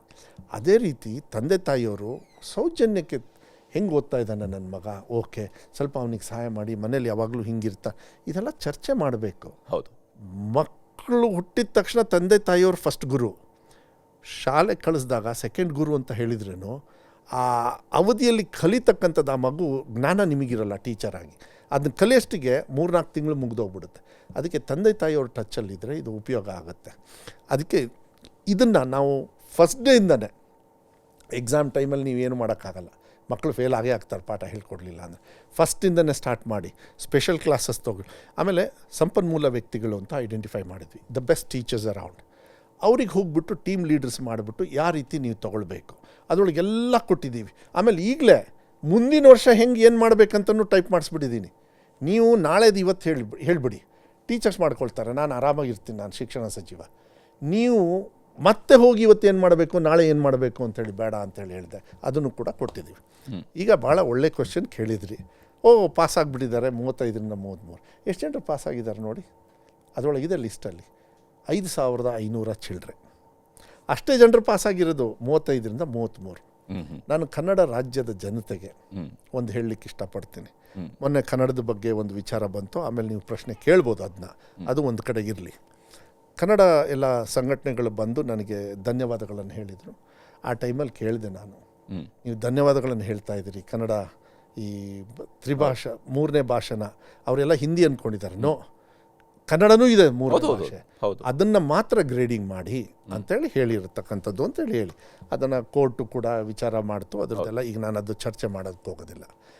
35ರಿಂದ 33 ಮಾಡಿದ ರೀಸನ್ ಏನು ಅಂದರೆ, ಹರಿಪ್ರಸಾದ್ ಅವರು ತಮಗೂ ಗೊತ್ತು, ಯಾವುದೇ ಹಾಸ್ಪಿಟಲ್ ಕರ್ನಾಟಕ ರಾಜ್ಯದಲ್ಲಿ ಹೋಗಿ ನಾನು ಯಾಕೆ ತಂದೆ ಅಂತ ಹೇಳ್ತೀನಿ. ಈ ಪ್ರಶ್ನೆನ ನಾನು ಕನ್ನಡ ಪರ ಹೋರಾಟಗಾರರಿಗೆ ಹೇಳಿದೆ. ಆಮೇಲೆ ಅರ್ಥ ಆಯಿತು, ಇಲ್ಲ ಸರ್ ನಾವು ಇನ್ಮೇಲೆ ಪ್ರಚಾರ ಮಾಡ್ತೀವಿ ಅಂತ. ನಾನು ನಿಮಗೆ ಪ್ರಶ್ನೆ ಕೇಳ್ತೀನಿ. 35ರಿಂದ 33ಕ್ಕೆ ಮಾಡಿದೆ ನಾನು. ನೀವೆಲ್ಲ ಹಾಸ್ಪಿಟಲ್ಸಿಗೆ ಹೋಗ್ತೀರಾ, ಸಾಫ್ಟ್ವೇರ್ ಕಂಪ್ನಿಗೆ ಹೋಗ್ತೀರಾ, ಸೆಕ್ಯೂರಿಟಿ ಅವರು ಯಾರು? ಈಗ ಹಾಸ್ಪಿಟಲಲ್ಲಿ ಯಾರು? ಹಾಸ್ಪಿಟಲಲ್ಲಿ ಈ ನರ್ಸು ಬ್ರದರ್ಸ್ ಅಂತಾರೆ, ಬೇಕು ಅವ್ರು ಸರ್ವಿಸ್ ಬೇಕು. ಹೌದೌದು. ಯಾರು ಅವರು? ಕೇರಳದಿಂದ ಬರ್ತಾರೆ ಅಥವಾ ನಾರ್ತ್ ಈಸ್ಟಿಂದ ಬರ್ತಾರೆ. ಯಾಕೆ ಬರ್ತಾರೆ? ಬಿಕಾಸ್ ದೇ ಪಾಸ್ ಎಟ್ 30. 30ಕ್ಕೆ ಪಾಸಾಗಿ 10ನೇ ಕ್ಲಾಸ್ನ diploma in nursing R BSc in nursing ಅವ್ರು ಏನೋ ಮಾಡಿಕೊಂಡು ಬೇಗ ಬಂದು ಎಲ್ಲಿ ಕೆಲಸ ಸಿಗುತ್ತೆ ತೊಗೊಂಡ್ಬಿಡ್ತಾರೆ. ನಮ್ಮ ಕನ್ನಡಿಗರು 35ಕ್ಕೆ ಪಾಸಾಗಿ ಆಮೇಲೆ ಇದಕ್ಕೆ ಬರೋಷ್ಟಿಗೆ ಅವ್ರು ಬಂದು ಸೇರ್ಕೊಂಡಿರ್ತಾರೆ. ಬರಬೇಡಿ ಅಂತ ಹೇಳಲ್ಲ, ಯಾಕೆಂದರೆ ನಮಗೆ ಬೇಕು. ಯಾಕೆ ನಮ್ಮವ್ರಿಗೆ ಕೊಡಬೇಡಿ ಅಂತನಾ? ಯಾರೋ ಟೀಕಾ ಟಿಪ್ಪಣಿ ಮಾಡಿದರು. ಸಾಫ್ಟ್ವೇರ್ ಕಂಪ್ನಿ ಇದೆ ವೈಟ್ ಫೀಲ್ಡು, ನೀವು ಆ ಕಡೆಗೆಲ್ಲ ಹೋಗಿ ಕೋರಮಂಗ್ಲ ಎಲ್ಲ. ಯಾರು ಕನ್ನಡಿಗರು ಸೆಕ್ಯೂರಿಟಿ ಅವ್ರು ಇದ್ದಾರೆ ಹೇಳಿ ನೋಡೋಣ? ಇರ್ಬೋದು, ಒಂದು 5%, 10%. ಎಲ್ಲ ನಾರ್ತ್ ಇಂಡಿಯನ್ 33, 30ಗೆಲ್ಲ ಪಾಸಾಗಿ ಬಂದುಬಿಟ್ಟು ನೀನು ನೋಡಿ ಆವಾಗ ಟೀಕಾ ಟಿಪ್ಪಣಿ ಮಾಡಿದ್ರು. ಏನಂತ ಟೀಕಾ? ಈ ಶಿಕ್ಷಣ ಸಚಿವ ಆದರೆ ಎಲ್ಲರನ್ನೂ ಡ್ರೈವರ್ ಮಾಡ್ತಾರೆ, ಎಲ್ಲರನ್ನೂ ಸೆಕ್ಯೂರಿಟಿ ಮಾಡ್ತಾನೆ ಅಂತ. ಏನು ತಲೆಗೆಲೆ ಸರಿ ಇದೆಯಾ ಇವರಿಗೆ? ಮಾನ ಮರ್ಯಾದೆ ಇದೆಯಾ? ಇದರಂಥ ಒಳ್ಳೆ ಡಿಸಿಷನ್ ಇನ್ಯಾವುದೂ ಇಲ್ಲ. ಯಾಕೆ ಅಂತ ಹೇಳ್ತೀನಿ. ಒಬ್ಬ ವ್ಯಕ್ತಿಗೆ ಯಾಕೆ ರೈತರ ಮಕ್ಕಳು ಬಂದು ಸೆಕ್ಯೂರಿಟಿ ಸಿಕ್ಕರೆ PF ಸಿಗುತ್ತೆ, ಮೆಡಿಕಲ್ ಸರ್ವಿಸಸ್ ಸಿಗುತ್ತೆ, ಗಂಡ ಹೆಂಡತಿ ಮಕ್ಕಳು ಶಾಲೆ, ಯಾಕೆ ಆಗಬಾರ್ದಾ? ಆಯಿತು, ಈ ಸತಿ ಡಿಸ್ಟಿಂಕ್ಷನಲ್ಲೇ ಜಾಸ್ತಿ 85% ಪಾಸ್ ಆದವ್ರು ಡಿಸ್ಟಿಂಕ್ಷನ್ನೇ. ಹೌದು, ನೋಡಿ ಬೇಕಾದ್ರೆ ಲಿಸ್ಟಲ್ಲಿ. ಹೋದ ಸತಿ ಸೆಕೆಂಡ್ ಇಯರ್ PUCಯಲ್ಲಿ ಎಲ್ಲ ಸಬ್ಜೆಕ್ಟಲ್ಲೂ ಫೇಲ್ ಆದವರು 30,000 ಜನರು, ಎಲ್ಲ ಸಬ್ಜೆಕ್ಟಲ್ಲೂ. ಈ ಸತಿ ಎಲ್ಲ ಸಬ್ಜೆಕ್ಟಲ್ಲೂ ಫೇಲ್ ಆದವರು ಬರೀ 1,700. ಅವರನ್ನು ಪಾಸ್ ಮಾಡಬೇಕು ಅಂಥೇಳಿ ಈಗ 2ನೇ ಎಕ್ಸಾಮ್ ಕೊಟ್ಟಿದ್ದೀನಿ. 3ನೇ ಎಕ್ಸಾಮ್ ನಿಲ್ಲಿಸಿದೆ, ಯಾಕೆಂದರೆ 86% is more than enough. So 3ನೇ ಎಕ್ಸಾಮ್ ಕ್ಯಾನ್ಸಲ್ ಮಾಡಿ 2ನೇ ಎಕ್ಸಾಮಿಗೆ ಇನ್ನೂ 5 ದಿವಸ ಎಕ್ಸ್ಟ್ರಾ ಕೊಟ್ಟೆ. 5 ದಿವಸ ಹೋಗಿ ಚೆನ್ನಾಗಿ ಓದ್ಕೊಳ್ಳಿ ಅಂತ. 1-2 ಸಬ್ಜೆಕ್ಟಲ್ಲಿ ಫೇಲ್ ಆದವರು ಬರೀ 60,000 ಜನರಿದ್ದಾರೆ. ಅವರೆಲ್ಲರೂ ಕೂಡ ಈಗ ಪಾಸ್ ಆಗ್ತಾರೆ. ಮತ್ತೆ ಗುಡ್ ನ್ಯೂಸ್ ಬಂದೇ ಬರುತ್ತೆ. ಮಕ್ಕಳೇ, ನಾನೆಲ್ಲ ಕಷ್ಟಪಟ್ಟಿದ್ದು, ನಾನು ವ್ಯವಸ್ಥೆಯನ್ನು ಸರಿಯಾಗಿಟ್ಟೆ, ಮಕ್ಕಳು ಅದನ್ನು ಕಲಿತು ಪಾಸಾಗಿದ್ದಾರೆ. ನಾನು ತಂದೆ ತಾಯಿಯವರಿಗೆ ಧನ್ಯವಾದಗಳು ಹೇಳ್ತೀನಿ, ಟೀಚರ್ಸಿಗೆ ಧನ್ಯವಾದಗಳು ಹೇಳ್ತೀನಿ. ರಾಜ್ಯದ ಮಕ್ಕಳಿಗೆ ವಿಶೇಷವಾಗಿ ನನ್ನ ವೈಯಕ್ತಿಕವಾಗಿ ಮಾನ್ಯ ಮುಖ್ಯಮಂತ್ರಿಗಳ ಪರವಾಗಿ ಈ ವ್ಯವಸ್ಥೆಯಿಂದ ನಿಜವಾಗ್ಲೂ ನಾವು ಭಾಳ ಚಿರುಣಿಯಾಗಿದ್ದೀವಿ. Because end of the day they are the people. ಅವರೇ ಕಷ್ಟಪಟ್ಟು ಓದಿ ಇಲ್ಲಿವರೆಗೂ ತಂದಿರೋದು. ಸೊ 35ರಿಂದ 33 ಮಾಡಿದ್ದ ರೀಸನ್ನು ಬರೀ 5,000 ಚಿಲ್ಡ್ರೆ ಮೈನಸ್ ಮಾಡಿ ಎಷ್ಟು ಅಂತ ಹೇಳಿಬಿಡಿ ನೀವೇ ಬೇಕಾರೆ. ಎಷ್ಟು ಜನರು ಅಂತ? ಹೋದ ಸತಿ 1,65,000 ಮಕ್ಕಳು ಫೇಲ್ ಆದರು. ಈ ಸತಿ 84,000 ಮಕ್ಕಳು ಫೇಲ್ ಆದರು. ಕಾಪಿ ಹೊಡೆಯೋಕ್ಕೆಲ್ಲೂ ಬಿಟ್ಟಿಲ್ಲ. ಗ್ರಾಮೀಣ ಭಾಗದ SC ST OBC ಮತ್ತು ಮೈನಾರಿಟಿ ಅವರು 15% ರೈಸ್ ಆದರು. ಬಿಕಾಸ್ ದೇ ವೇರ್ ಬ್ಯಾಡಲ್ಲಿದ್ದರು. SC ST ಅವರು ಬ್ಯಾಡಲ್ಲಿದ್ದರು, 17% ಜಾಸ್ತಿ ಆದರು. ಪಾಪ ಗಂಡು ಮಕ್ಕಳು, ನಮ್ಮ ಬಾಯ್ಸು, ಥ್ಯಾಂಕ್ಸ್ ಹೇಳ್ಬೇಕು ಅವರಿಗೆ. ದೋ ಗರ್ಲ್ಸ್ ಆರ್ ಬೆಟರ್ 18%. ಬಟ್ ಗಂಡು ಮಕ್ಕಳದು ವ್ಯತ್ಯಾಸ ಭಾಳ ಇತ್ತು, 48ಕ್ಕಿತ್ತು. ಅವ್ರು 26ಕ್ಕೆ ಜಂಪ್ ಆದರು. ಏಕೆಂದರೆ ಟೀಚರ್ಸು ಜವಾಬ್ದಾರಿಯನ್ನು ತಗೊಂಡ್ರು. ಎಲ್ಲರೂ ಅವ್ರವ್ರ ಜವಾಬ್ದಾರಿ ತಗೊಂಡ್ರು. ಈಗ ನಾನು ಒಳ್ಳೆ ಮಾತು ಹೇಳಿದ್ದೀನಿ, ನೀವು ಒಳ್ಳೆ ಪ್ರಶ್ನೆ ಕೇಳಿದ್ರಿ. ಈ ಮಾಹಿತಿ ಜನರಿಗೆ ಹೋಗಬೇಕು. ಅದರಿಂದ ಒಂದು 4 ಜನರಿಗೆ ಒಳ್ಳೆ ಬುದ್ಧಿ ಬಂದರೆ 4% ಜಾಸ್ತಿ ಆಗುತ್ತೆ, ಸಾಕು. 100ರಲ್ಲಿ 4% ನಿಮ್ಮ ಕಾಂಟ್ರಿಬ್ಯೂಷನ್, ನನ್ನ ಕಾಂಟ್ರಿಬ್ಯೂಷನ್ನು, CM ಅವ್ರ ಕಾಂಟ್ರಿಬ್ಯೂಷನ್, DCM ಅವ್ರ ಕಾಂಟ್ರಿಬ್ಯೂಷನ್, ವಿರೋಧ ಪಕ್ಷದವ್ರ ಕಾಂಟ್ರಿಬ್ಯೂಷನ್.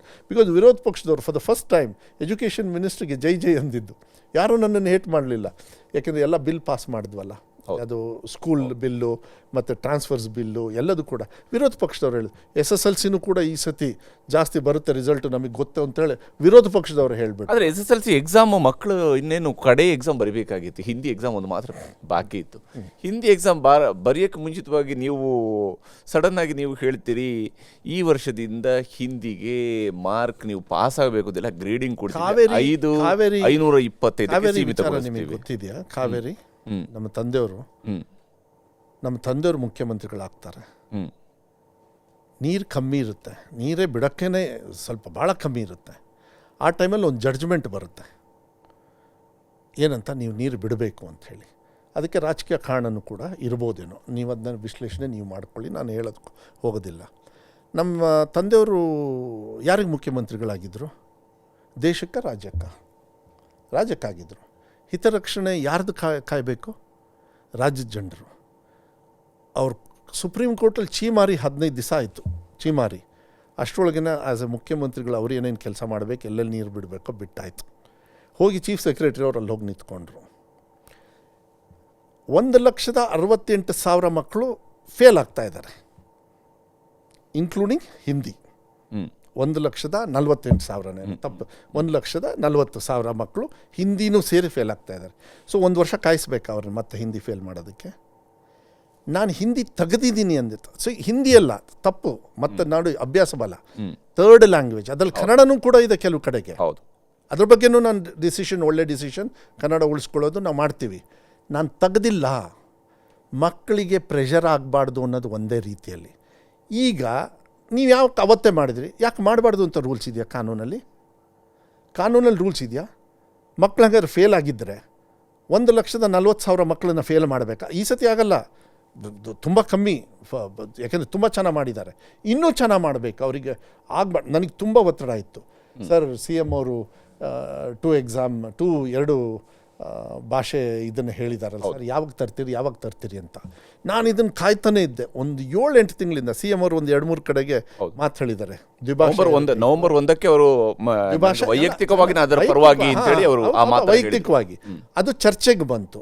ಮಾಧ್ಯಮದವರು ನೀವು ಪ್ರಶ್ನೆ ಕೇಳಿದ್ರಿ. ಮಾಧ್ಯಮದವ್ರು ಪ್ರಶ್ನೆ ಕೇಳೋದಿರಲಿ, ಸಾರ್ವಜನಿಕರು, ರೈತರು, ಸರ್ ನಮ್ಮ ಮಕ್ಕಳೆಲ್ಲ ಕಳ್ತಾರೆ ಸರ್, ನಮಗೆ ಏನು ಸರ್ ಚಿಕ್ಕ ಪುಟ್ಟ ಕೆಲಸ, ಯಾಕೆ ಸರ್ ಇದನ್ನು ಭಾಷೆನ ಮರಾಠಿ ಅಂಥೇಳಿ ನಾವು ಒಂದು ಕಡೆಗೆ ವಿರೋಧ ಮಾಡ್ತೀವಿ. ಬೇರೆ ವಿಚಾರದಲ್ಲಿ ಮರಾಠಿ ಹೇಳ್ಕೊಡ್ತಾ ಇದ್ದೀವಿ, ತಮಿಳ್ ಹೇಳ್ಕೊಡ್ತಾ ಇದ್ದೀವಿ, ತೆಲುಗು ಹೇಳ್ಕೊಡ್ತಾ ಇದ್ದೀವಿ, ಉರ್ದು ಹೇಳ್ಕೊಡ್ತಾ ಇದ್ದೀವಿ, ಹಿಂದಿ ಹೇಳ್ಕೊಡ್ತಾ ಇದ್ದೀವಿ. ಈಗ ಬೇರೆ ಭಾಷೆನ ಯಾರು ಕೂಡ ತುಳು ಮತ್ತು ಬ್ಯಾರೀಸು, ಕೊಂಕಣಿ ಮತ್ತು ನಮ್ಮ ಕೊಡಗು ಭಾಷೆ, ಇದನ್ನೆಲ್ಲ ಅದು ಭಾಷೆ ಅಟ್ಲೀಸ್ಟ್ ಇಂಪಾರ್ಟೆನ್ಸ್ ಕೊಟ್ಟವಲ್ಲ ನಾವು. ಅದು ಆಗಬಾರ್ದು ಅಂಥೇಳಿ 26ಕ್ಕೆ ಅಸೆಂಬ್ಲಿ ಮುಗೀತು. 27ಕ್ಕೆ ಮಾನ್ಯ ಮುಖ್ಯಮಂತ್ರಿ ಅವರು ನನ್ನ ಗುರುಗಳು, ನನ್ನ ಹಿರಿಯರು, ಮಾನ್ಯ ಮುಖ್ಯಮಂತ್ರಿಗಳ ಹತ್ರ ಹೋಗಿ ಪರ್ಸ್ನಲ್ ಆಗಿ, ಸರ್ ಹಿಂಗಿದೆ, ಇಷ್ಟು ಮಕ್ಕಳು ಫೇಲ್ ಆಗ್ತಾರೆ, ನಾನು ಇದನ್ನು ಏನಾರು ಆಮೇಲೆ ಮಾಡಿದರೆ ಹಿಂಗಾಗುತ್ತೆ ಸರ್, ಏನು ಮಾಡಬೇಕು ಅಂತ. ನಿನಗೆ ಕಾನ್ಫಿಡೆನ್ಸ್ ಇದ್ದರೆ ನೀವು ಮಾಡು. ಅಲ್ಲ ಸರ್, ನೀವು ಕೂಡ ಹೇಳಿದಿರಿ, ಬಟ್ ನಾನು ದ್ವಿಭಾಷಾ ನೀತಿಗೆ ನಮ್ಮ ಬರಲ್ಲ. ಅದು ಯಾಕೆಂದರೆ ದೊಡ್ಡ ಚರ್ಚೆ ಆಗಬೇಕು, ನಿಮ್ಮಡದಲ್ಲಿ ಆಗಬೇಕು. ತ್ರಿಭಾಷಾ ಇರ್ತದೆ, ಬಟ್ ಗ್ರೇಡಿಂಗ್ ಇದನ್ನು ಯಾಕೆ ಮಾಡ್ತೀವಿ ಅಂದರೆ ಫ್ಯೂಚರಿಗೆ ಎಫೆಕ್ಟ್ ಆಗಬಾರ್ದು ಅಂಥೇಳಿ. ಆಮೇಲೆ ಕಲಿಕೆಯಲ್ಲಿ ಕಂಪ್ಯಾರಿಸನ್ ನೋಡಿದಾಗ ಕನ್ನಡ ಭಾಳ ಹೈ ಲೆವೆಲಿದೆ, ನೀವು ಕಾಂಟ್ ಇವನ್ ಕಂಪೇರು. ಆಮೇಲೆ ನಾನು ಇದು ಹಿಂದಿ ಅದು ಇದು ಅಂತ ಹೇಳೋಕ್ಕಾಗಲ್ಲ. ಯಾಕೆ ಹಾಗಾದರೆ ನಾನು ಅವತ್ತು ಒಂದು ಹೇಳಿದೆ, ಹಂಗಾರೆ ಹಿಂದಿನ ನ್ಯಾಷನಲ್ ಲ್ಯಾಂಗ್ವೇಜ್ ಅಂತ ಮಾಡಿ ಧೈರ್ಯ ಇದೆಯಾ ಅವರಿಗೆ? ಈ ದೇಶ ಸ್ಟೇಟ್ ವೈಸ್ ಡಿವಿಷನ್ ಆಗಿದ್ದು ಬಾಬಾ ಸಾಹೇಬ್ ಅಂಬೇಡ್ಕರ್ ಅವರು ಕಾನ್ಸ್ಟಿಟ್ಯೂಷನ್ ಕೊಡಬೇಕಾದ್ರೆ ಭಾಷೆ ಮೇಲೆ, ಜಾತಿ ಮೇಲೆ, ಭಾಷೆ ಮೇಲೆ ತಾನೇ. ಭಾಷೆ ಮೇಲೆ ಆದರೆ ನೀವು ಫೆಡ್ರಲ್ ಸಿಸ್ಟಮ್ನ ಏನು ಮಾಡ್ತಾ ಇದ್ದೀರಾ ನೀವು? ಕೆನರಾ ಬ್ಯಾಂಕಲ್ಲಿ ಕನ್ನಡ ಪರ ಸಂಘಟನೆಗಳು ಹೋಗಿ ಹೊಡಿತಾರೆ ಮನುಷ್ಯತ್ವವನ್ನು. ಏನು ಮಾಡ್ತೀರಾ ಅಲ್ಲಿ? ಅವರು ಮನುಷ್ಯತ್ವವನ್ನು ಕರ್ನಾಟಕ ರಾಜ್ಯದಲ್ಲಿ ಇಟ್ಕೊಂಡಿಲ್ಲ ಅಂದರೆ ಏನು ಮಾಡಬೇಕು? ಕೆನರಾ ಬ್ಯಾಂಕ್ ಅಲ್ಲ, ಬ್ಯಾಂಕ್ ಅಂತೀನಿ, ಬಿಕಾಸ್ ನಾನು ಯಾವುದೂ ಬ್ಯಾಂಕದು ಹೆಸರು ಹೇಳೋದಕ್ಕೆ ಹೋಗೋದಿಲ್ಲ. ರೈಲ್ವೆ ಮಿನಿಸ್ಟ್ರಿ ಇದಾರಲ್ಲ, ಯಾಕೆ ಇವ್ರು ತಂದಿದ್ದಾರೆ? ಸಾರಿ, ನಾನು ಏನು ಮಾಡೋಕ್ಕಾಗಲ್ಲ. ಇದೇ ಉತ್ತರ ರೀ. ಗಂಡಸಾದವ್ರು ಮಾಡಬೇಕ್ರಿ. ನಾನು ಕೆಲಸ ಮಾಡಿದ್ದೀನಿ. ಕಾವೇರಿಗೆ ಬಂಗಾರಪ್ಪಾಜಿಯವರು ನ್ಯಾಯಾಲಯ ಅಂಥೇಳಿ ತೋರಿಸ್ಬಿಟ್ಟಿದ್ದಿದ್ರೆ ಎಷ್ಟೋ ಜನರು ತೋರಿಸಿದ್ದಾರೆ. ಬಂಗಾರಪ್ಪಾಜಿಯವ್ರು ಮಾಡಿದ್ರು ಆ ಕೆಲಸನ. ಎಷ್ಟೋ ಜನರು ಕಾಮೆಂಟ್ ಮಾಡಿದರು, ಮಾಧ್ಯಮದಲ್ಲಿ ನೀವೆಲ್ಲ ಬರೆದ್ರಿ, ಕಾವೇರಿ ವಿಚಾರದಲ್ಲಿ ಬಂಗಾರಪ್ಪಾಜಿಯವರು ಅಧಿಕಾರ ಕಳ್ಕೊಂಡ್ರು ಅಂತ. ಆದರೆ ಬಂಗಾರಪ್ಪಾಜಿಯವ್ರನ್ನ ಕಾವೇರಿ ವಿಚಾರದಲ್ಲಿ ಇವತ್ತು ಕೂಡ ನೆನೆಸ್ಕೊಳ್ತಿದ್ರು ಇಲ್ಲೋ ನೀವು? ಒಳ್ಳೆ ಕೆಲಸನ ತಪ್ಪು ಕೆಲಸನ ಇದು? ಯಾರೋ ಕೆಲವ್ರು ಇದ್ದಾರೆ ಪ್ರೈವೇಟ್ ಅಸೋಸಿಯೇಷನ್ ಅವರು, ನಾನು ಜಾಸ್ತಿ ಹೇಳೋದಕ್ಕೆ ಹೋಗೋದಿಲ್ಲ, ಭಾಳ ತೀಕ್ಷ್ಣವಾಗಿ ನನ್ನ ಬಗ್ಗೆ ಹಗುರವಾಗಿ ಮಾತಾಡಿದ್ದಾರೆ. ಉತ್ತರ ಎಲ್ಲಿ ಕೊಡಬೇಕೋ ಕೊಡ್ತೀನಿ. ಮಕ್ಕಳಾಗಲೇ ಕೊಡ್ತಾರೆ, ಇನ್ನೂ ಬೇಗ ಕೊಡ್ತಾರೆ, SSLCನೂ ಕೊಡ್ತಾರೆ. ಮಕ್ಕಳಿಗೆ ಒಳ್ಳೆ ಎಜುಕೇಷನ್ ಕೊಡಬೇಕೆ ಹೊರತು, ಆಯ್ತು ಹಂಗಾರೆ ಬರೋ ದೇಶದಲ್ಲಿ ಇರೋದು, ವರ್ಲ್ಡಲ್ಲಿ ಇರೋದು ಎಲ್ಲದೂ ಕೊಟ್ಬಿಡ್ತೀರಾ ನೀವು? ಸಬ್ಜೆಕ್ಟ್ ಎಲ್ಲ ಭಾಷೆನೂ ಕಲಿಸ್ತೀರಾ? ಇಡೀ ಭಾರತ ದೇಶದಲ್ಲಿ highest number of third language is in our state. ನೆನ್ಪಿಟ್ಕೊಳ್ಳಿ ನೀವು. ತೆಗಿಬೇಕು ಅಂತ ನಾನು ಹೇಳ್ತಾ ಇಲ್ಲ.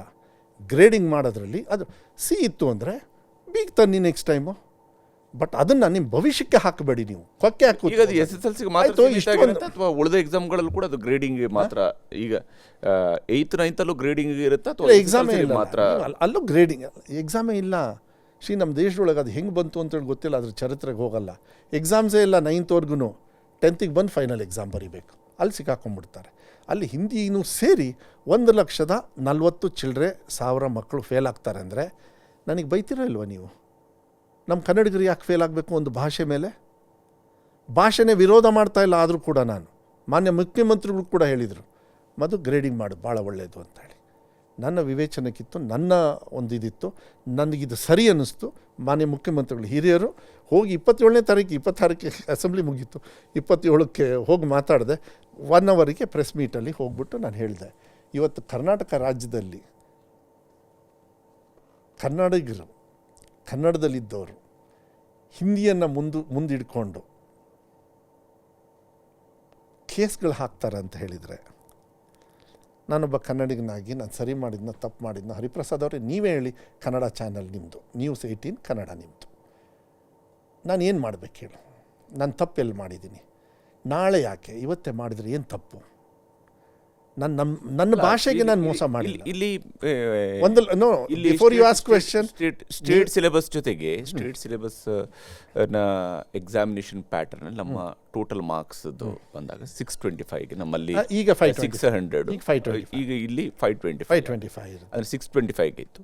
ವೆರಾಸ್ CBSE ಅಲ್ಲಿ ಬಂದಾಗ ಸೆಂಟ್ರಲ್ ಸಿಲೆಬಸ್ಸಲ್ಲಿ ಬಂದಾಗ 500ಗೆ ಆಗುತ್ತೆ, 500ಗೆ ಆಗುತ್ತೆ. ಇನ್ಫ್ಯಾಕ್ಟ್ ಇನ್ನೊಂದು ಚರ್ಚೆ ಇದೆ ಈಗ ಅಂದರೆ ಸಮಾನವಾದಂಥ ಎಕ್ಸಾಮಿನೇಷನ್ ಪ್ಯಾಟರ್ನ್ಗೆ ಬಂದು ನಿಂತಂಗೆ ಆಗುತ್ತೆ. ಇನ್ನೊಂದು ನಿಮಗೆ ಹೇಳ್ತೀನಿ, ಇನ್ನೊಂದು ಚರ್ಚೆ ಇದೆ, 125 ಕನ್ನಡನೂ ಕೂಡ 100ಕ್ಕೆ ಮಾಡಿ ಅಂಥೇಳಿ ಒಂದು ಚರ್ಚೆನೂ ಕೂಡ ಇದೆ. ಅದನ್ನು ನಾನು ಇವತ್ತು ಚರ್ಚೆ ಮಾಡೋಕ್ಕೆ ಹೋಗಲ್ಲ, ಯಾಕೆಂದರೆ ಆ ವ್ಯಾಪ್ತಿಗೆ ನಾನು ಒಳಗೆ ಬಂದಿಲ್ಲ. ಬಟ್ ನೀವು ನನಗೆ ಹಿಂದಿನ ದಿವಸ ಅಂಥೇಳಿ ನಂಗೆ ಪ್ರಶ್ನೆ ಹಾಕಿದ್ರಿ. ನರೇಂದ್ರ ಮೋದಿಯವರಿಗೆ BJPಯವರಿಗೆ ನಾನು ಕೇಳ್ತೀನಿ, ನನ್ನ ದುಡ್ಡಿಗೆ ನನ್ನನ್ನು ಬೀದಿಯಲ್ಲಿ ನಿಲ್ಲಿಸಿದ್ರಲ್ಲ, 2,000 ರೂಪಾಯಿ ಬ್ಯಾನ್ ಮಾಡಿದಾಗ ನಿಮಗೆ ಏನು ಹಕ್ಕಿತ್ತು? ಯಾವನು ಕೊಟ್ಟ ನಿಮಗೆ? ನನ್ನ ಭಾಷೆಗೆ ನಾನು ಪ್ರಾಣ ಕೊಡ್ತೀನಿ. ನಾನು ತಪ್ಪು ಮಾತಾಡಿದಾಗ ತಪ್ಪು ಎಲ್ಲರೂ ಮಾತಾಡ್ತಾರೆ. ನರೇಂದ್ರ ಮೋದಿಯವರು ಎಷ್ಟು ತಪ್ಪು ಮಾಡಿದ್ದಾರೆ ಹೇಳ? ಚಾಯ್ವಾಲಾನೇ ಅಲ್ಲ, ಅವರು ಹೇಳ್ಕೊಂಡಿದ್ದಾರೆ. ಅವ್ರದ್ದು ಡಿಜಿಟಲ್ಲು ಕ್ಯಾಮ್ರಾ ಮಾತಾಡಬೇಕಾ? It's not my business. ನನಗೆ ಮಕ್ಕಳಿಗೆ ಪಾಠ ಹೇಳ್ಕೊಡೋದು. ನಾನು ಇದು ಹೋದ ತಕ್ಷಣ BJPಯವರು ನನಗೆ ಟಿಪ್ಪಣಿಯನ್ನು ಮಾಡ್ತಾರೆ. ಆದರೆ ನಿಮ್ಮನ್ನು ಕೂಡ ಈ ದೇಶದೊಳಗೆ ಬೀದಿಯಲ್ಲಿ ನಿಲ್ಲಿಸಿದವರು ನರೇಂದ್ರ ಮೋದಿಯವರು, ಹೌದೋ ಅಲ್ಲೋ? ನೀವು ಬೆವರು ಸುರಿಸಿ ಕಟ್ಟಿರ್ತಕ್ಕಂಥ ದುಡ್ದಿರ್ತಕ್ಕಂಥ ಹಣಕ್ಕೆ ಕೊನೆಗೆ ನೀವೇ ಎಷ್ಟು ಜನರು ಸತ್ತೋದ್ರು? ಕೊಡಬೇಕಲ್ಲ ಇಷ್ಟು? ನೀವು ಏನು ಕೋವಿಡ್ ಟೈಮಲ್ಲಿ ನಾಚಿಕೆ ಆಗಬೇಕು ನಿಮಗೆ. ಭಜನೆ ಮಾಡಿಕೊಂಡು ತಂಟೆದು ಏನೋ ಅದೆಂಥದ್ದು ತಮಟೆ ಹೊಡ್ಕೊಂಡು ವೈರಸ್ ಹೋಗುತ್ತೆ ಅಂತಿರಲ್ಲ, ಮಾನ ಮರ್ಯಾದೆ ಇದೆಯೇನ್ರಿ ನಿಮಗೆ? ದೀಪ ಆಫ್ ಮಾಡಿ, ದೀಪ ಹಚ್ಚಿ ಅಂತ ಏನಿದನ್ನು ನಾನು ಹೇಳ? ಅವತ್ತು ದೀಪ ಹಚ್ಚಲಿಲ್ಲ ನಮ್ಮ ಮನೇಲಿ, ನಾನು ದೀಪ ಉರಿಸ್ದೆ ನಮ್ಮ ಮನೇಲಿ. ಎಲ್ಲ ಮನೇಲಿ ಎಲ್ಲರ ರೂಮಲ್ಲೂ ಅಷ್ಟೇ ಕೂಡ ಎಲ್ಲರೂ ಲೈಟ್ ಆನ್ ಮಾಡಿ ಅಂದೆ. ಬೇರೆಯವರೆಲ್ಲ ಆಫ್ ಮಾಡಿಕೊಂಡ್ರು, ಅವ್ರವ್ರ ವಿವೇಚನ. ನನ್ನ ವಿವೇಚನ ನಾವು ಒಪ್ಪಲಿಲ್ಲ. ನಾನು ಬೇರೆ ಟೈಮಲ್ಲಿ ಆಫ್ ಮಾಡ್ತೀನಿ. ನಾನು ಬಡವ್ರ ಮನೆ ಬೆಳಕಾಗಬೇಕು ರೀ, ಅದಕ್ಕೆ ಸಿದ್ದರಾಮಯ್ಯವರು ಗ್ಯಾರಂಟಿ ಯೋಜನೆಯಲ್ಲಿ ಯಾಕೆ ಕೊಟ್ವಿ ನಾವು? ಬಂಗಾರಪ್ಪಾಜಿಯವ್ರು ಫ್ರೀ ಕರೆಂಟ್ ಅಲ್ಲಿ ಕೊಟ್ಟರು. ತಪ್ಪ ಸರಿನಾ? ಇವತ್ತುವರೆಗೂ ಯಾರಿಗಾರು ಧೈರ್ಯ ಇದೆ ಅದನ್ನು ನಿಲ್ಲಿಸೋದಕ್ಕೆ? ಇವತ್ತು ಬಡವ್ರ ಮನೆ ಬೆಳಕಾಗಬೇಕು ಅಂತ ನಾನು ನೋಡಿದ್ದೀನಿ ಮಕ್ಕಳನ್ನು. ಹೊರಗಡೆ ಒಂದು ತಾಯಿ ಹಲಗೇರಿ ಅಂತ ಹೇಳಿ ಹರಿಹರದಿಂದ ಲೆಫ್ಟ್ ಬಂದಾಗ ಡೇ ಟೈಮಲ್ಲೂ ಒಂದು ಮಗುನ ಹೊರಗಡೆ ಓದಿಸ್ತಾ ಇತ್ತು. ಈಗ ಆ ಮಗುನ ಹೊರಗಡೆ ಓದಿಸ್ತಾ ಇಲ್ಲ, ಮನೆ ಒಳಗೆ ಓದಿಸ್ತಾ ಇದೆ. ಯಾಕೆಂದರೆ ಮನೆ ಹಳ್ಳಿಯಲ್ಲಿ ಚಿಕ್ಕ ಕಿಟಕಿ ಇರುತ್ತೆ, ಒಂದು ಚಿಕ್ಕ ಕಿಟಕಿ ಇರುತ್ತೆ, ಆ ಲೈಟ್ ಸಾಲಲ್ಲ, ಅದಕ್ಕೆ ಹೊರಗಡೆ ಓದಿಸ್ತಾ ಇತ್ತು. ಈಗ ಆ ಮಗುನ ಆ ತಾಯಿ ಒಳಗಡೆ ಓದಿಸ್ತಾಳೆ. ಅದು ಸಿದ್ದರಾಮಯ್ಯವ್ರ ಸರ್ಕಾರ, ಅದು ಕಾಂಗ್ರೆಸ್ ಪಕ್ಷದ ಸಾಧನೆ ಅಂಥೇಳಿ.